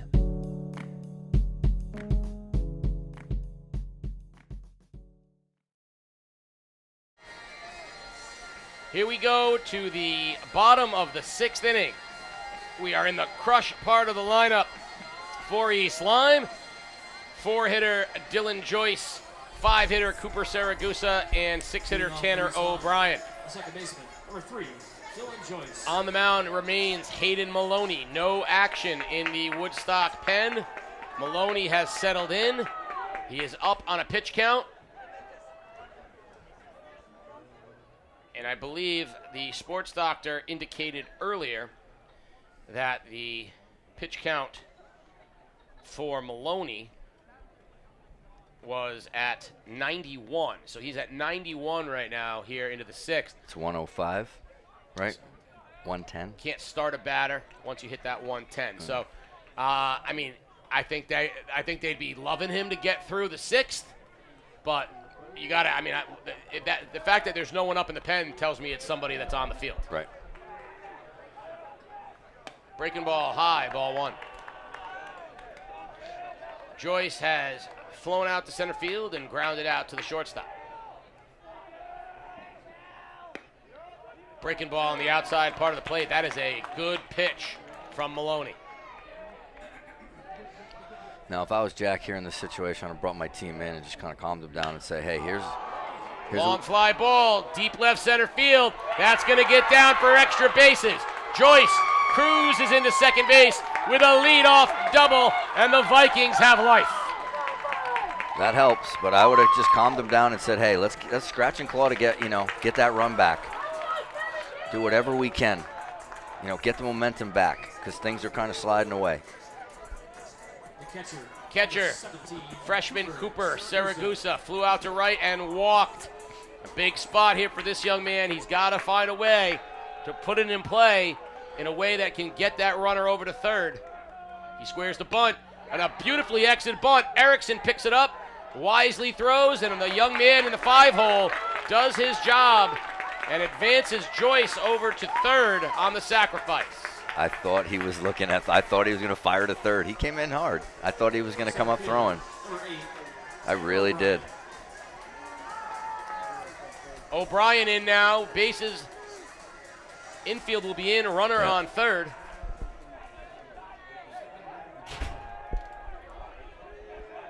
Paid attendance, 731 tonight. Good crowd here for the championships. Breaking ball in for a strike to O'Brien. O'Brien is 1 for 2. He singled in his last at bat.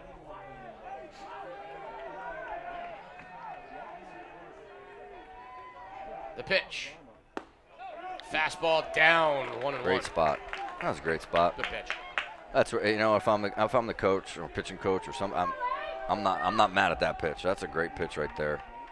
That's where I want my guy to be. Fastball swung on missed by O'Brien. It is 1-2. He is now into a pitcher's count. Maloney has been very good. Can he find the way to get another pitch here? Fastball high, 2-2. Got to think he's setting up that breaking ball. This kid's done a great job. He's got good velocity. He's got a good arm. He's only, what did you say? He was a sophomore? No. Maloney is strike 3 on O'Brien. That's a huge out for Maloney. Maloney is a sophomore. Bright future there. Yeah, I was going to say.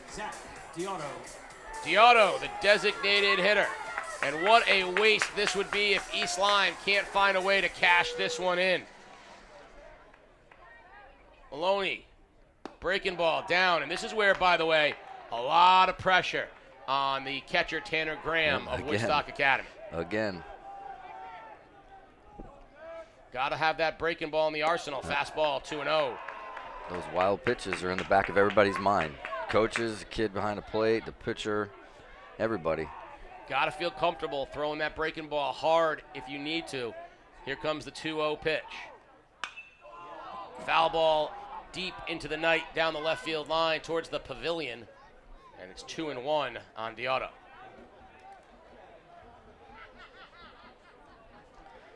Theme of the night has been pitchers making pitches in big spots. Situations, getting out of tough jams and making big pitches. Kind of growing up here at Dodd Stadium, some of these young guys. We saw a sophomore at Bacon. Now we're seeing a sophomore here. 2 balls and 2 strikes as he dropped the breaking ball in. Maloney delivers. Breaking ball popped up, foul. Will it stay in play? A nice run over there by Graham, but it's into the dugout, and it remains 2-2. Give Deotto credit. He stayed in on the breaking ball to spoil it. And this is why I find baseball fascinating. He is set up for a fastball right after that breaking ball. Do you have the courage to try to freeze him? Sneak one. Freeze him inside? Do you elevate and set up the breaking ball on 3-2? This is the part of baseball that I love. It's going through everyone's mind. Let's find out what Maloney does. Fastball fouled straight back. I think that almost looked like he took a little off. Well, and that's the thing that people don't understand. There's a lot of things going on in the game of baseball that people think the game is boring. Pitcher's talking to the catcher, giving signals. The coach is talking to the middle infielders. Fastball in on his hands, and it's popped up on the infield. The shortstop, Simino, gives way to the second baseman, Bushy, and Woodstock gets out of it after the leadoff double by Joyce is spoiled. We are through 6. It's 2-1 Centaurs. What can they do in their final at bat? We'll see it on the other side. You're watching Game Day live on theday.com. Last year, Waterford senior number 4 on the grade 8, the Olympico kick. I'm here with Cam Dickinson. I don't think she can pull it off. It looks way too hard. I think it was a fluke. Get it done. I got it.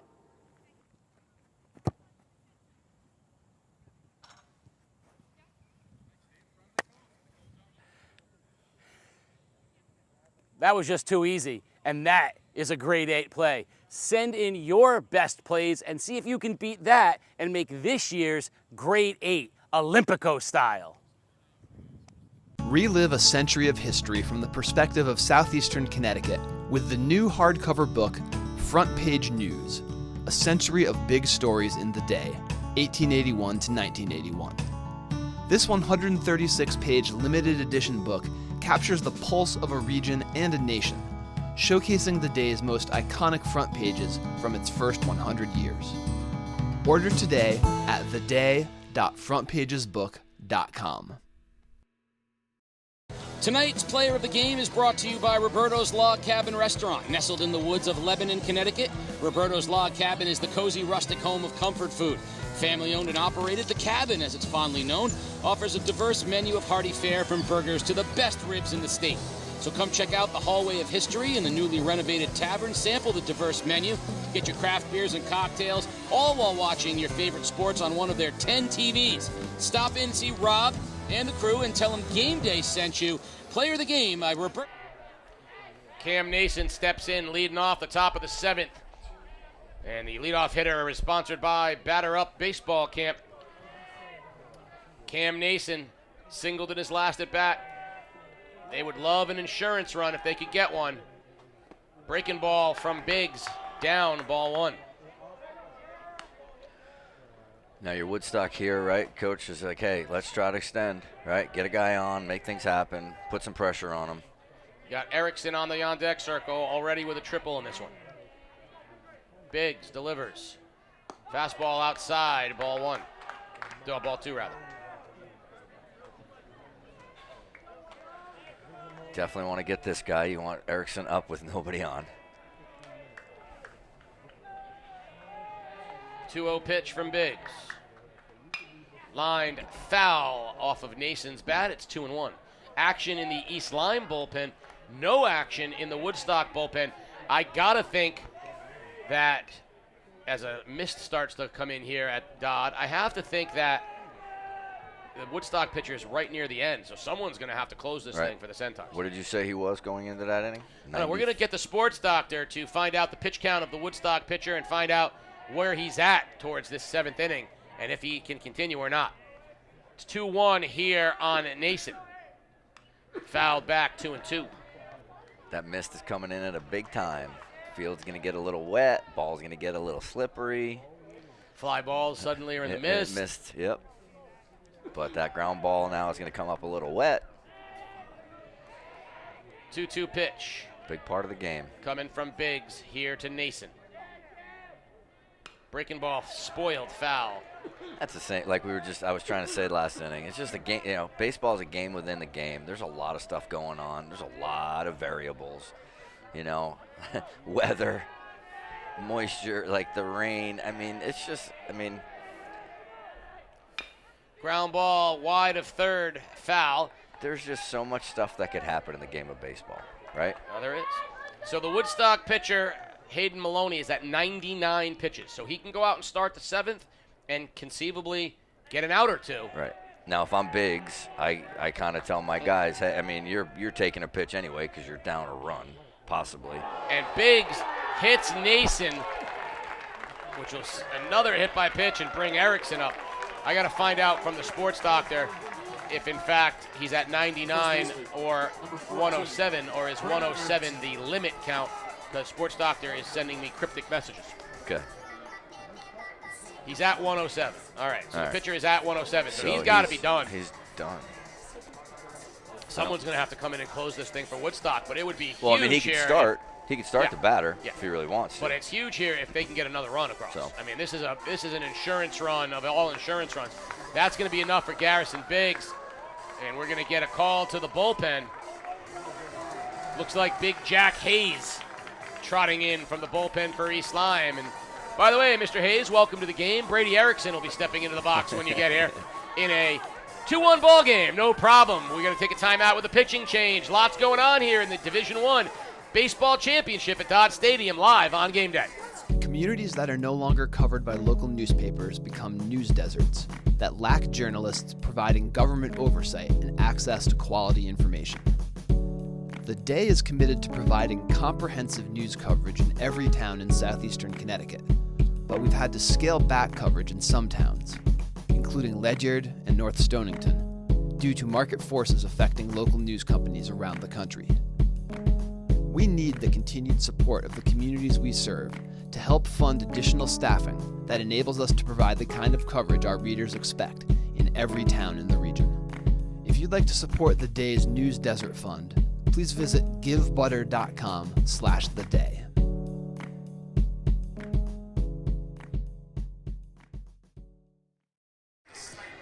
Hey, Casey, coach, hot from the dugout from the Woodstock sidelines here. Pitcher has 107 pitches. He is going out to start next inning. So he's just going to face one batter. Guys? Thank you, Sports Doctor. Well, he's going to go out. Oh, actually, he could face three if they swing it all first three pitches. I think Jack Biggs should know that he's at 107. Yeah, he's going to have to take. I'm going up there getting him out of this game. He's got the 8-9-1 into the game for East Lyme. Big senior Jack Hayes. Something's going on with the equipment of Saragusa. I think he's talking with Coach Biggs there. Now we're going to get some warm-ups here from Hayes, who looks like a big country guy throwing hard. We would call that a max effort kid. Max effort on every pitch. You can see it. So he's going to come in and moves, face Erickson. The shirt comes on top. I mean, he's max effort on every pitch. And we alluded to a major league earlier. He looks like the guy, guy for the Yankees. The Duke. And in comes the Duke. In comes the Duke. He threw at his own son at a father-son game, didn't he? That's right. Didn't he, Monty? Doesn't say here. Well, he's a convicted felon, wasn't he? Doesn't say here. Well, he should be. So Hayes comes in. Erickson will step in. Nason will lead off at first. Nobody out here in the top of the seventh. The Centaurs trying to win back-to-back ECC championships, and an insurance run or two would be monumental. Now, Erickson got them going with a long triple to the left field fence in his last at-bat, and that's exactly what they're going to be looking for here from him. They want him to drive the baseball and get a big inning going here for the Centaurs. So if you're Brady here, right, you're amped up, But again, big-time players get into big-time situations, and those are the guys that can control their emotions and be able to handle the situation. Let's see if they try to run Nason. If they do, will they even pitch to Erickson? That's what they're thinking over there. If this is, again, all of the different... I would be happy if he ran, if I was the coach on the other side, if I was Biggs, because then I'd walk him. And then you're going to say, hey, you want to bunt with your two-hitter and give me an out? Yeah, I mean, there's a lot of moving parts here. Continued action down in the East Lyme bullpen. That looks like Liam Joyce. That's 3 in a row over there for Hayes. I think they're very concerned about the potential steal here from Nason. But that's not the guy you want to worry about. It's the guy in the batter's box that you're worrying about more. If you're worrying about that guy at first base, then your concentration is at the wrong spot. So in the major leagues, he would not have been able to do this, right? You can't throw over that many times. You can't throw over 3 without a pickoff. That's 4 in a row for Hayes. Goes to the plate. There's the fake bunt, and taking a pitch, maybe just to kind of get some movement, see what new guy happens. coming in the game too. Yep, you make him throw a strike to you. Again, all the wheels moving. Puts pressure on the defense. There goes Nason. Fake bunt. Saragusa's throw. Not in time. Stolen base. And now let's see if they pitch to Erickson. down the dugout.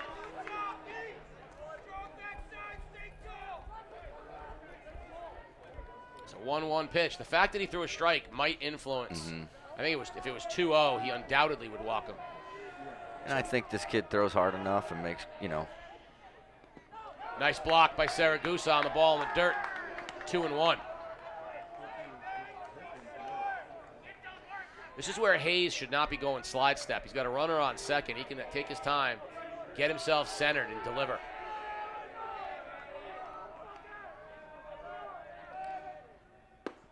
That's a good fastball. That's a great pitch. I was going to say, if he throws a ball there, at 3-1, would you just put him on? That's a great question. I probably would, because I just don't want him trying to make a perfect pitch. Not like Cimino, but I think the problem is with nobody out, runners on first and second, you're going to get a bunt from Cimino. And, that's, again, a lot of moving parts. Hayes with the 2-2. Fastball outside. Full count now on Brady Erickson.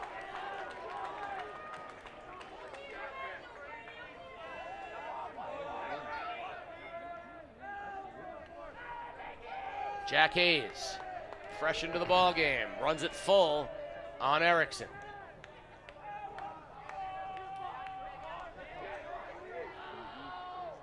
Now, while I can appreciate all those intricacies you talked about, the casual fan is looking at this and going, can we get things going? Yeah, and we're looking at the game within the game. Hayes delivers. Fastball gets by Saragusa. Ball 4, but not far enough to advance the runner. Mason stays there. Erickson walks. And now you'll have runners on first and second, nobody out, in your number 2 hitter, Caleb Cimino. It'll be interesting to see here. I mean, I gotta think Woodstock bunts here. I mean, they've shown every inclination to bunt. So I think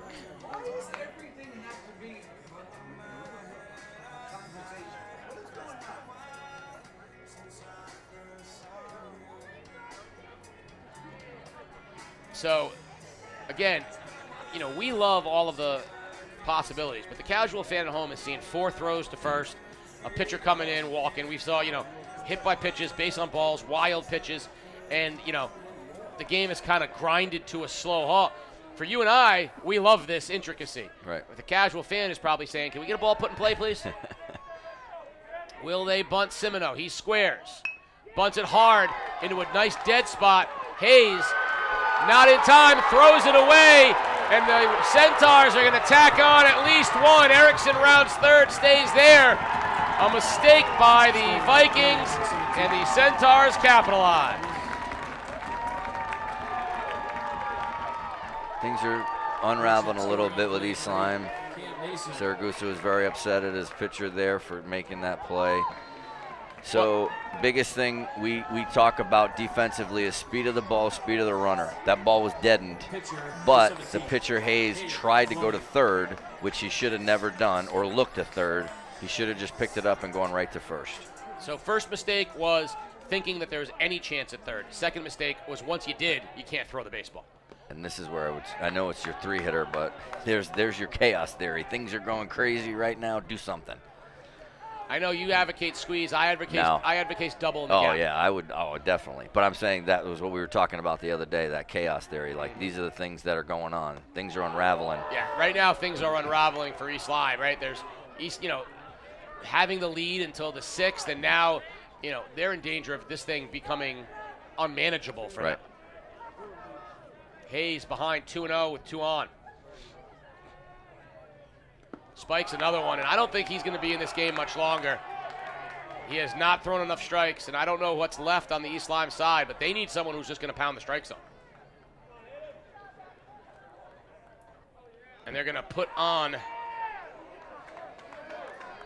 Maloney and bring up Hernandez so that they can bring the infield in and have the force. Center fielder, number 5.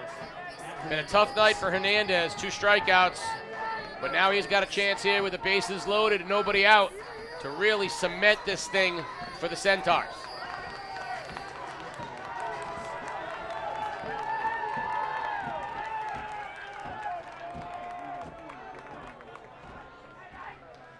Talked about it, I think, the first game case, it's not about how hard you throw sometimes. It's just about, especially in high school, it's your command. Throw strikes. No one cares how hard you throw a ball for. Yep. And you talked about it. Ray Pabon was probably that guy. Won a state championship, probably was like 8-0, 9-0, probably his senior year, but probably only threw about 80, 82 miles an hour, maybe. But knew how to spot the ball, knew how to change speeds. 2-0. Yeah, one of the things about Pabon was that he unintentionally threw his fastball in a way that it was 2 miles an hour different every time. So he could throw it inside, outside, up, and down, but he had a little bit of movement to it, and it was never quite the same thing. So he changed speeds on his fastball in addition to other pitches. And you're right. I mean, he just pounded the strike zone. There's something to be said about pounding the strike zone. So he said. 2-0. Wild to the backstop, and the Centaurs are going to score another run, and the wheels have come off of the East Lyme bus. I mean, it was a simple philosophy with John McCullough, my pitching coach, and Hunter Hamlin, my pitching coach back in the day, but our emphasis was strike one. We never had guys. I think the 12 years that I was at E.O. Smith, I don't think I had one guy throw over 87, 88 miles an hour. I had one kid towards the end who threw pretty hard. He would touch 86, 87. Touch. I mean, but he consistently stayed 83, 84, 85. Throwing strikes at this level and trusting your defense is the key.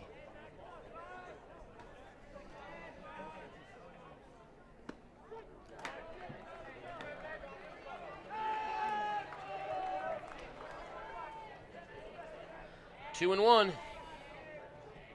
You've really, if you're East Lyme, you've got to figure out a way to stop this. Because like you said before, this game is just going to unravel, and it's just not even. Evens the count at 2-2. Big swing there from Hernandez. He's trying to end this thing right now. This is the opportunity to throw a sort of dagger at the Vikings. 4-1 feels like a lot already. Right. Anything more than that. 2-2 pitch from Hayes. Breaking ball. That was one of the best pitches he's thrown tonight. Right. That was a very big defensive swing right there. Bowling ball, breaking ball right on his hands. His count remains 2-2.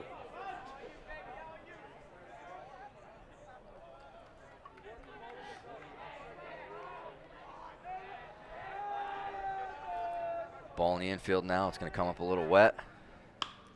Soft fly ball. I would take a shot. Left center field. Into left fielder. Tagging and coming to the plate and then retreating after the strong throw from Wargo. It's a good job by the guy at third base. That was a good job. Because if that ball was not thrown where he thought it was, he was going to take it. But he saw the actually good throw right to the cutoff. Good job by Wargo hitting the cutoff, throwing it in, and not going high or sailing it. Because that's very easily what you could do in that situation. You're amped up, you grab it, you fire it, and you airmail it. Third baseman gets a good read. That was a good job by that left fielder. First out of the inning. And a good job by the guy at third. Simino challenged it, saw it, and now you got Tanner Graham, the catcher. Hayes delivers. Breaking ball inside. Almost got him. 1-0. So that's the tough thing sometimes with those max effort kind of guys that throw everything really hard. Is if his mechanics are off just a little, everything's off. Your body's out of sync. That's why you just got to control yourself and be able to repeat your motion the right way and throw strikes. He's just a very aggressive pitcher, throws the ball hard. But when you're that max effort kind of kid, there's a lot of things going on. You're driving, you're moving, your head's crashing. 2-1 pitch coming to Tanner Graham.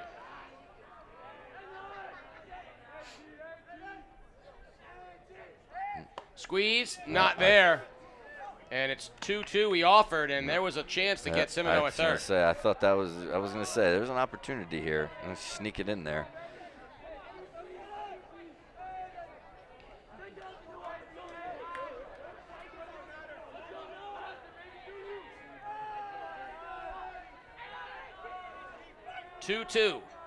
Hayes to the belt. Fastball just misses, runs the count full. As it's getting hazier. It's been hazy for East Lyme now for about most of the 7th. Big pitch coming here. Hayes delivers. Wild and ball 4, and that will load the bases. I think that's it. Kutu will be up next. The bases are loaded. Biggs is going out. And I see Liam Joyce heading to the mound, so we're going to have a pitching change. We'll take a timeout here. You're watching Game Day live on theday.com. Communities that are no longer covered by local newspapers become news deserts that lack journalists providing government oversight and access to quality information. The Day is committed to providing comprehensive news coverage in every town in southeastern Connecticut, but we've had to scale back coverage in some towns, including Ledyard and North Stonington, due to market forces affecting local news companies around the country. We need the continued support of the communities we serve to help fund additional staffing that enables us to provide the kind of coverage our readers expect in every town in the region. If you'd like to support the Day's News Desert Fund, please visit givebutter.com/theday.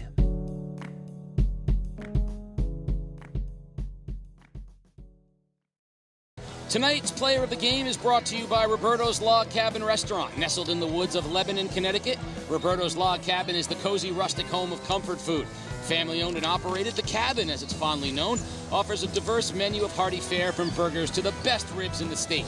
So come check out the Hallway of History in the newly renovated tavern, sample the diverse menu, get your craft beers and cocktails, all while watching your favorite sports on one of their 10 TVs. Stop in, see Rob and the crew, and tell them Game Day sent you. Player of the Game by Roberto's Log Cabin Restaurant. Here at Game Day, we're proud to bring you unrivaled video coverage of local high school sports, all of it free for you to watch. These videos are not free for us to produce them. If you'd like to ensure that we can keep covering your school and your teams, there's a few ways that you can support us. Hit up our merch store and pick up some Game Day gear in your school colors. Our camera operators are always looking for those shirts and hoodies in the crowd, and you may see yourself on our next live stream. We get a lot of support from businesses in our community, and if you'd like to join them as a sponsor, send us a message and we can connect you with our advertising staff. Finally, The Day is the organization behind everything we do here at Game Day.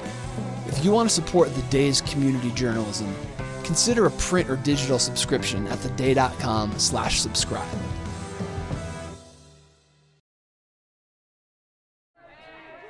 Bases loaded, 1 out. Liam Joyce into the ball game. This unconfirmed, but in fact might be his first appearance of the year, coming off of 2 different injuries. He's been a mainstay for East Lyme in the past couple of years, heading to Avery Point with his brother Dylan. Breaking ball, hard breaking ball in the dirt, and that's his best pitch. Saragusa did a great job there. It's 1-1. Yeah, that looked like a good breaking ball.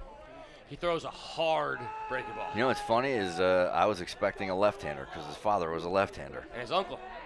Yep. 1-1. Fastball away, 2-1. I mean, that's a lot. Now, this is when you know you're in a spot because this kid hasn't pitched this year, even though he's, incredibly talented and a veteran. Hasn't pitched. You got the bases loaded. You got 1 out, and you're just trying to get someone to throw a strike. Your first appearance of the year, and you come in with this situation. And you're down 3-1. And right now, Jack Biggs is like, I just need somebody to throw a strike. Just throw it over the plate here now. Just let him hit it. You cannot defend the walk.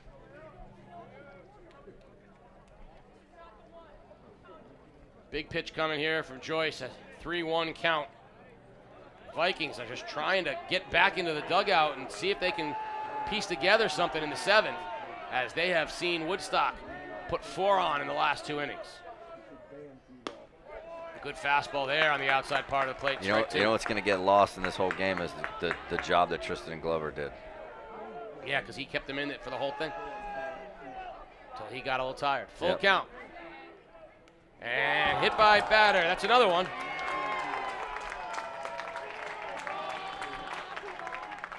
So Simino comes in to score. It is 5-1. The bases remain loaded, and Bushy will be the hitter. So I believe that is 4 wild pitches, 4 hit by batters, 2 walks, and an error through 4 pitchers tonight here in East Lyme in this inning and a half. These are those innings that you want to hide in the dugout as a coach.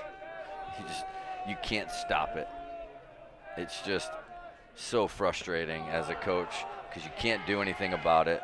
You're trying to get guys into situations that are going to throw strikes or going to get the job done, and it's just not happening, and it is so frustrating. I've been in that situation a million times.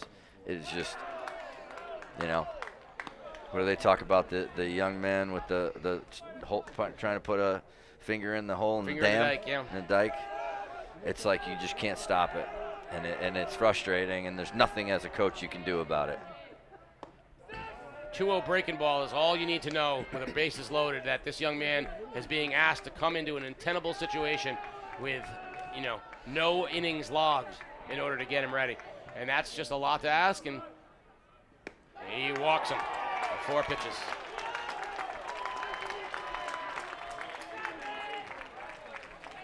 Maloney comes in on the 4-pitch walk to Bushy, and Blair will get a chance with 1 out and the bases loaded.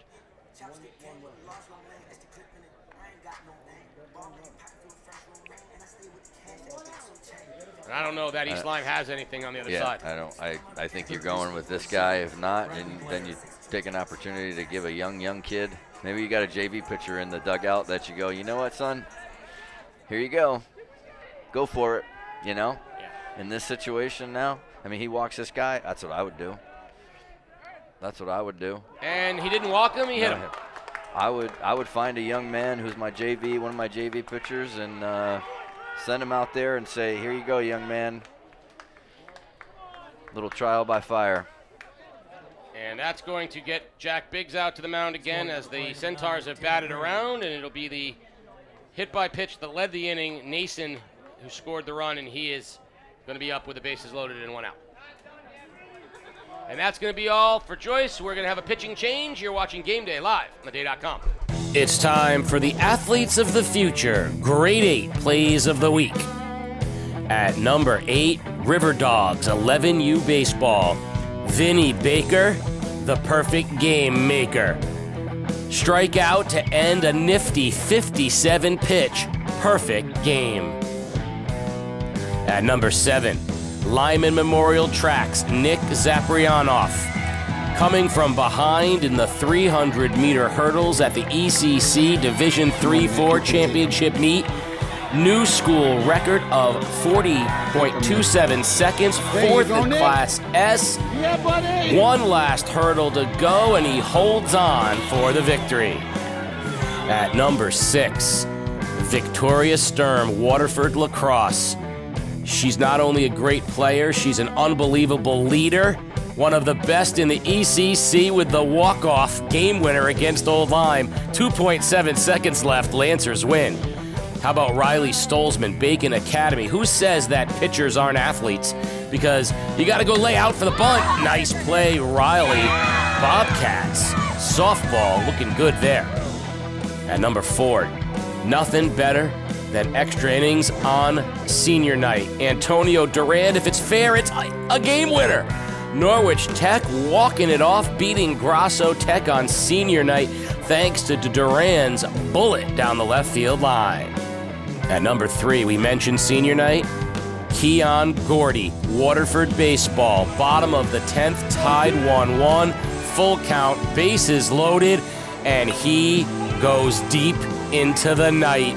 Plenty deep enough against Wilcox Tech to win the senior night game. At number 2, Naomi Barboza, Norwich Tech softball. Already hit 1 home run in the game. Can she hit the second one? That's not gonna be deep enough, but it's over the outfielder's head, and look at her go. Naomi blazing around third, trying for the inside the park home run, and she gets it. But at number 1 for a free week of training at Athletes of the Future, Sophia Govea, Wheeler Lacrosse, wins the draw one-handed and scores one of 9. That's right, 9 goals versus Montville in the ECC quarters. She recently broke the school record, 298 goals and counting, 400 plus career points. Hey, we asked if anyone has more than Emma Logal's 273. Sophia Gavea does. It could be a new ECC record. That is your #1 play of the week. Send us your plays, and maybe you can make next week's AOF Grade 8. Harrison Papuga's turn. He'll try to get the Vikings out of this one. Nason's the batter. High, ball 1. I believe Farrier, Noah Farrier, the senior in right field now for the Vikings. And Woodstock had a pinch runner at first base, but I did not see his number. There's a strike. 5 runs without a hit this inning for the Centaurs. That's all you need to know. 5 runs without a hit. Papuga with the 1-1. Swing and a miss, strike 2. And I can ask right now, why not him like 3 pitchers ago? Strikes are invaluable. Oh, the hindsight. Yep. Like I said, I feel for Jack and the staff, and you know, it's been there. I hate to say it, I've been there a million times. It's just you got to jump right back in it too, because you start Monday in the States. You got to wash this one away. Yeah. Sometimes these games are kind of a little easier to wash. Big strikeout there for Papuga, and now all you got to do is face Brady Erickson with the bases loaded. First baseman, number 14. Erickson has walked twice, struck out, and tripled. And that triple that got them their first crack at a run in the 6th inning feels like a year ago. Right.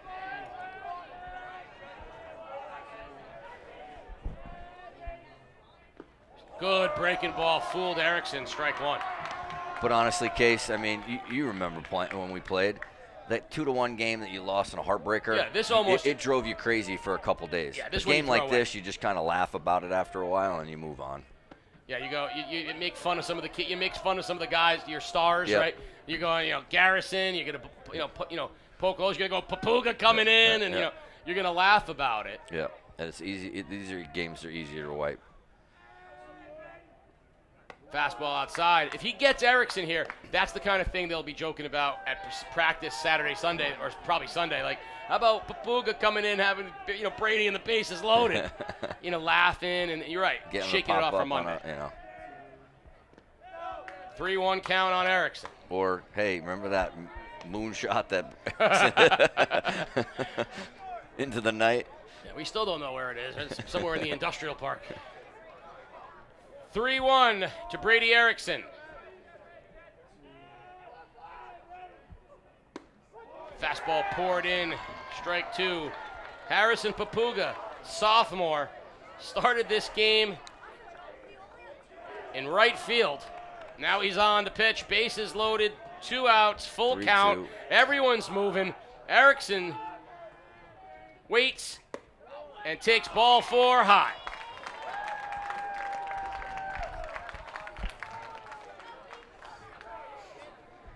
Run scores, and that will bring Simino up. Number 2, Logan Kutu. And how long ago did it? I'm sorry, that'll bring The shortstop, number 6. Simino. So how long ago did it seem like Simino bunted to get the bad Right. and the bad throw down the line? It feels like 5 innings ago. Right. I think Papuga trying to overthrow a little bit right now himself. Get back to the basics here. Let your defense do some work for you. Because remember, strikeouts are boring. Now, that they're fashion. Now I wasn't here last year, but you said this is kind of the tale of the 2 games, right? Same kind of. Well, same last year they were up bigger and they lost 8-7, and it was a lot late. Okay. But this year, I think you're right. I think this year will be easier for them to swallow, looking at it like, hey, we just hit a wall and the wheels came off. 3-0. We just ran out of pitching. Yeah. Basically. That's what happens. That's the gripe about these tournaments sometimes, especially coming towards state tournament time, is that, you would love to win the ECC championship, and I think it's a great thing, and I love, giving the kids an opportunity to win a championship. Scoring on the play, Some, 12, Will Bushy. you and I knew we wanted to win a state championship. You know what I mean? So whatever could get us into that situation. 7 runs without a hit. Hayden Maloney steps in, bases loaded. You know, I got to think, though, what East Lyme needs to look at is they know how good Cochran is. They know how good Joyce is. Glover has to make them feel good about things tonight. They got to find a way to get Savigny, the other Joyce, you know, locked in a little bit to make that run. In the air into shallow right center field. And the ball is dropped. Miscommunication between Farrier and the second baseman, and that goes to the turf, and 2 more runs will score for the Centaurs. So we talked about that in the Bacon game, where the shortstop went out a little bit, and then the left fielder came flying in to make a catch right on the cut. You know, that situation, the second baseman is still going back. The right fielder is coming in on the ball. That's his ball all the way. Unless the second baseman is camped under it screaming, I got it, that right fielder has to come in and take charge. Now, I don't know, with all the moving parts that happened over the last inning, is that a new right fielder, or is that a kid that hasn't played a lot of right field? That's a brand new right fielder, because Papuga was the right fielder. Yep, so, you know. We're going to get a pinch hitter here for Woodstock, Kyle Grist. The senior will get a chance to hit. We're going to get a pinch runner at first base. A little bit of everything for the Centaurs. Pinch running for Woodstock, number 16, Elijah LaPrade. Pinch running at first base for Woodstock is Elijah, and I'll get that second.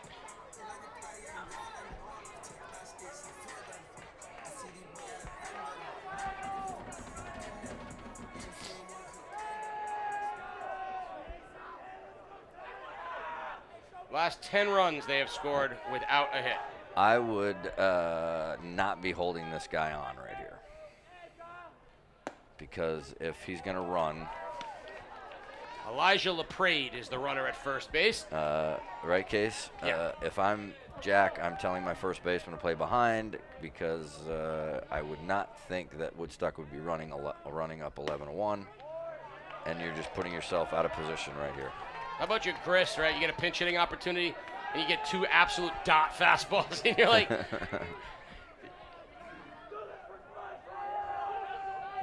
0-2.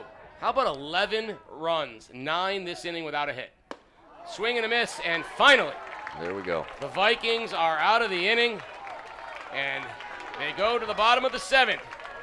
To quote the great Henry Cormier, can Woodstock get 3 outs before East Lyme scores 10 runs? We'll find out. You're watching Game Day live on theday.com. Here at Game Day, we're proud to bring you unrivaled video coverage of local high school sports, all of it free for you to watch. These videos are not free for us to produce them. If you'd like to ensure that we can keep covering your school and your teams, there's a few ways that you can support us. Hit up our merch store and pick up some Game Day gear in your school colors. Our camera operators are always looking for those shirts and hoodies in the crowd, and you may see yourself on our next live stream. We get a lot of support from businesses in our community, and if you'd like to join them as a sponsor, send us a message and we can connect you with our advertising staff. Finally, The Day is the organization behind everything we do here at Game Day. If you want to support The Day's community journalism, consider a print or digital subscription at theday.com/subscribe.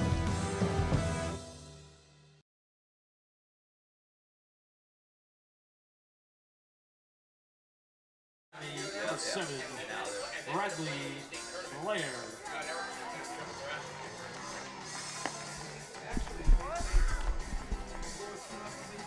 Now playing third base. Coming in to pitch here for Woodstock, Bradley Blair. 11-1, Centaurs trying to close this thing out. We'll see who East Lyme sends up. Ryan Wargo do first. Biggs and Biggs do here for the Vikings.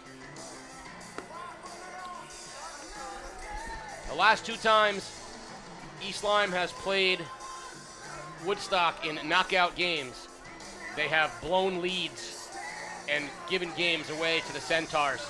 Last year's ECC final and in the state tournament last year as well, and Woodstock rode that to the state championship. Here, we've got a hard-throwing senior, Bradley Blair, in to close it out for the Centaurs. he'll face Ryan Wargo leading off here in the bottom of the 7th. Leadoff hitter, as always, sponsored by the Batter Up Baseball Camp. I want to thank the Crush and Batter Up for their support of game day. If you were here at what feels like last weekend when Bacon Academy won their championship, the Centaurs looking to punch their ticket as well. You know, if I'm Jack after this game, you know, you talk to the guys. As a coach, it's eating me alive. I'm very upset and mad, you know, but as a coach talking to young men to get them to wipe it, you've got to turn the page as fast as possible. I know it's hard as a coach, but kids are a little more resilient. You just got to calm them down and say, hey, we've got a bigger picture now. We've got 4 or 5 games. What is it, 4 or 5 for the state championship now? 5. 5.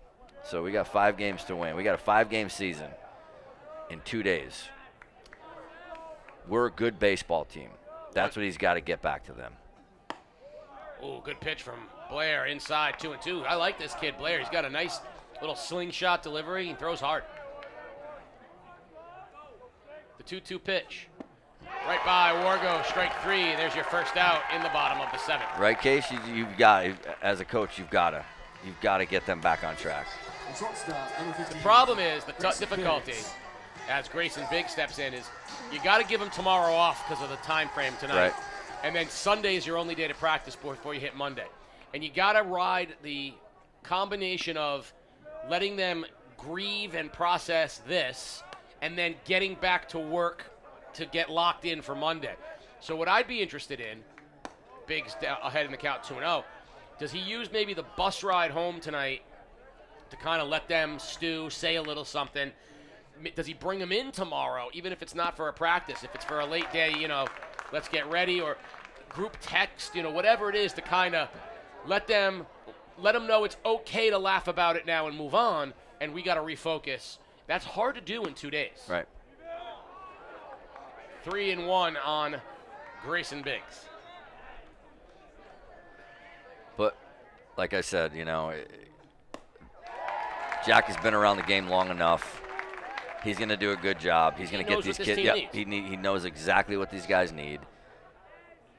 He's going to get them ready for Monday, no doubt.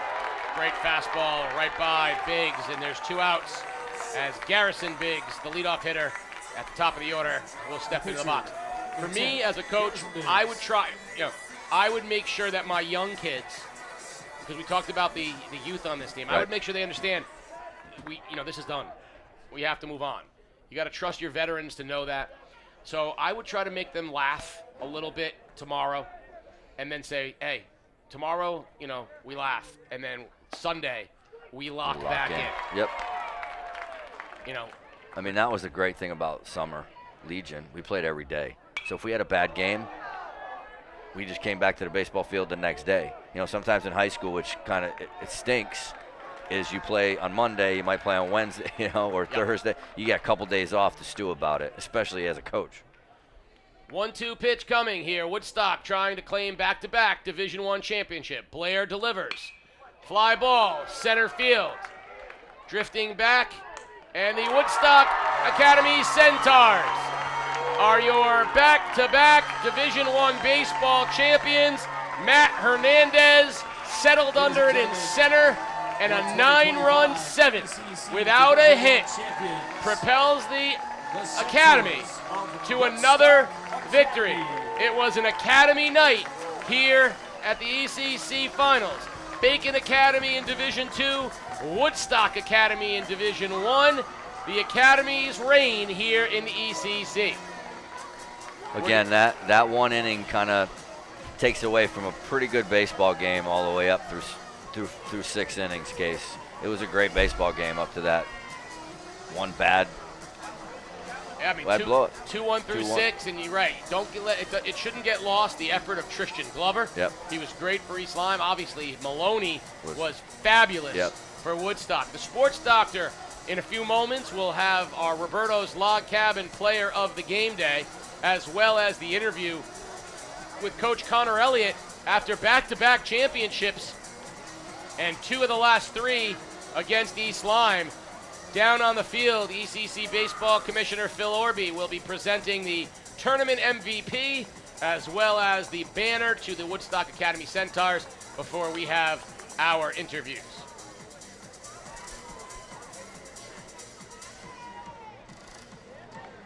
It was a great night tonight, Case. Thank you very much. I enjoyed. They're going to make the announcement right now. Remember, the MVP is of the entire tournament. Ladies and gentlemen, if I could not direct of your the game. attention to the home plate area, where ECC Baseball Commissioner Mr. Phil Orby will present the Woodstock Academy Centaurs and Coach Connor Elliott the championship plaque.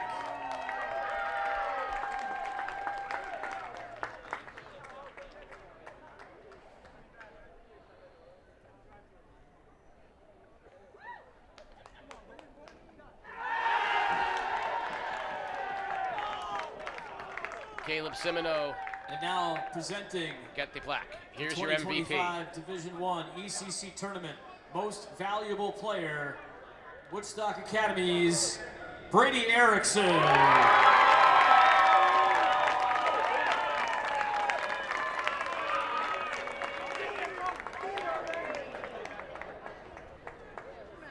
Did he pitch against what? Brady. No, Brady. He got him in the quarterfinal win.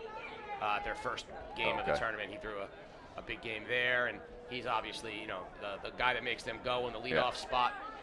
Brady Erickson, again, you went back to, when he was 12 years old, pitching for Brooklyn in Little League. He's been a dominant player since then, and on his way to UConn, where he will get the opportunity to both pitch and play. Head coach Connor Elliott, back-to-back championships, trying now to defend the state championship. Centaurs, very, very gritty, never gave up, kind of outlasted East Lyme. Once they got Glover out of the game, it kind of got things into their favor, and then they just got rolling after that. The Sports Doctor has the Roberto's Log Cabin Player of the Game, sophomore Hayden Maloney. Our Roberto's Log Cabin Player of the Game, sophomore Aiden Maloney. This looks better in your hand than mine, son. Listen, talk about the Bulldog mentality to keep their bats in check early in this game. Yes, sir. So basically, if you dig yourself a hole, you just got to think about one pitch at a time. And if you execute greatly, you're going to live. You're going to do just fine. How comfortable did you feel with your stuff out there tonight? Oh, the first couple innings, it was a little bit rough, but after the first 4 or so, I got a great feel, and it was just wraps from there. That's a good defense behind you, too, don't you, son? I love these guys. They got my back whenever a ball is in play. It's awesome. ECC champs. Coach, listen, great job tonight. Frustration early. You talked about this thing with your kids in the dugout saying it wasn't going to be easy. Yeah, it's not supposed to be easy, right? They're a great team. We know who they are. They know who we are. This is our 10th game in 3 years against each other. We know the MO. We know they're very well coached. We know their kids play hard, and we're the same way. We knew it was going to be a battle. The makeup of this tournament to win, the 3 or 4 games in a short period of time, the pitching staff, the challenges you guys face as a team, you've got to be pleased with how everything unfolded. Absolutely. I mean, come pitching and defense first and foremost, right? If the bats aren't there, you need the arms and the defense to keep you in it. That's exactly what Hayden Maloney did today. That's what Logan Kutu did last night. 7 innings, 1 run, 1 hit ball, and then Brady Erickson as well on Wednesday. So we got the pitching the whole tournament, and then when the bats finally woke up, it's just they don't ask how, they ask how many. You're right. All smiles going into the next week's state tournament. Absolutely, gonna be riding high, but it starts again Monday. Woodstock Academy, back-to-back champs, guys. Casey? Thank you, Sports Doctor. Well, a great night here at Dodd Stadium, capping off a week plus of ECC championships, starting with the ECC track championships last week, and then, of course, ECC tennis championships, the ECC lacrosse championships, and now the ECC baseball championships. Always a pleasure providing content here from Game Day. Big thanks to Peter Wappy for all he does, producing all this great content, to all the color people that helped me, whether it was Pasta Sanabria, our guy Chris Giusti down on the sidelines. Last night, Patrick McGugan, Alexis DeLucia, Mike Susie, the Sports Doctor Keith O'Brien, for Mike DeMoro, for all the camera crew, Everybody here at Game Day so proud to put on a week plus worth of championships game for you. Tonight, Bacon Academy, Woodstock Academy, your champions in baseball. Congratulations to all our winners. Submit your best plays for the athletes of the future. Grade 8, as always, get home safely. You have been watching Game Day live on theday.com.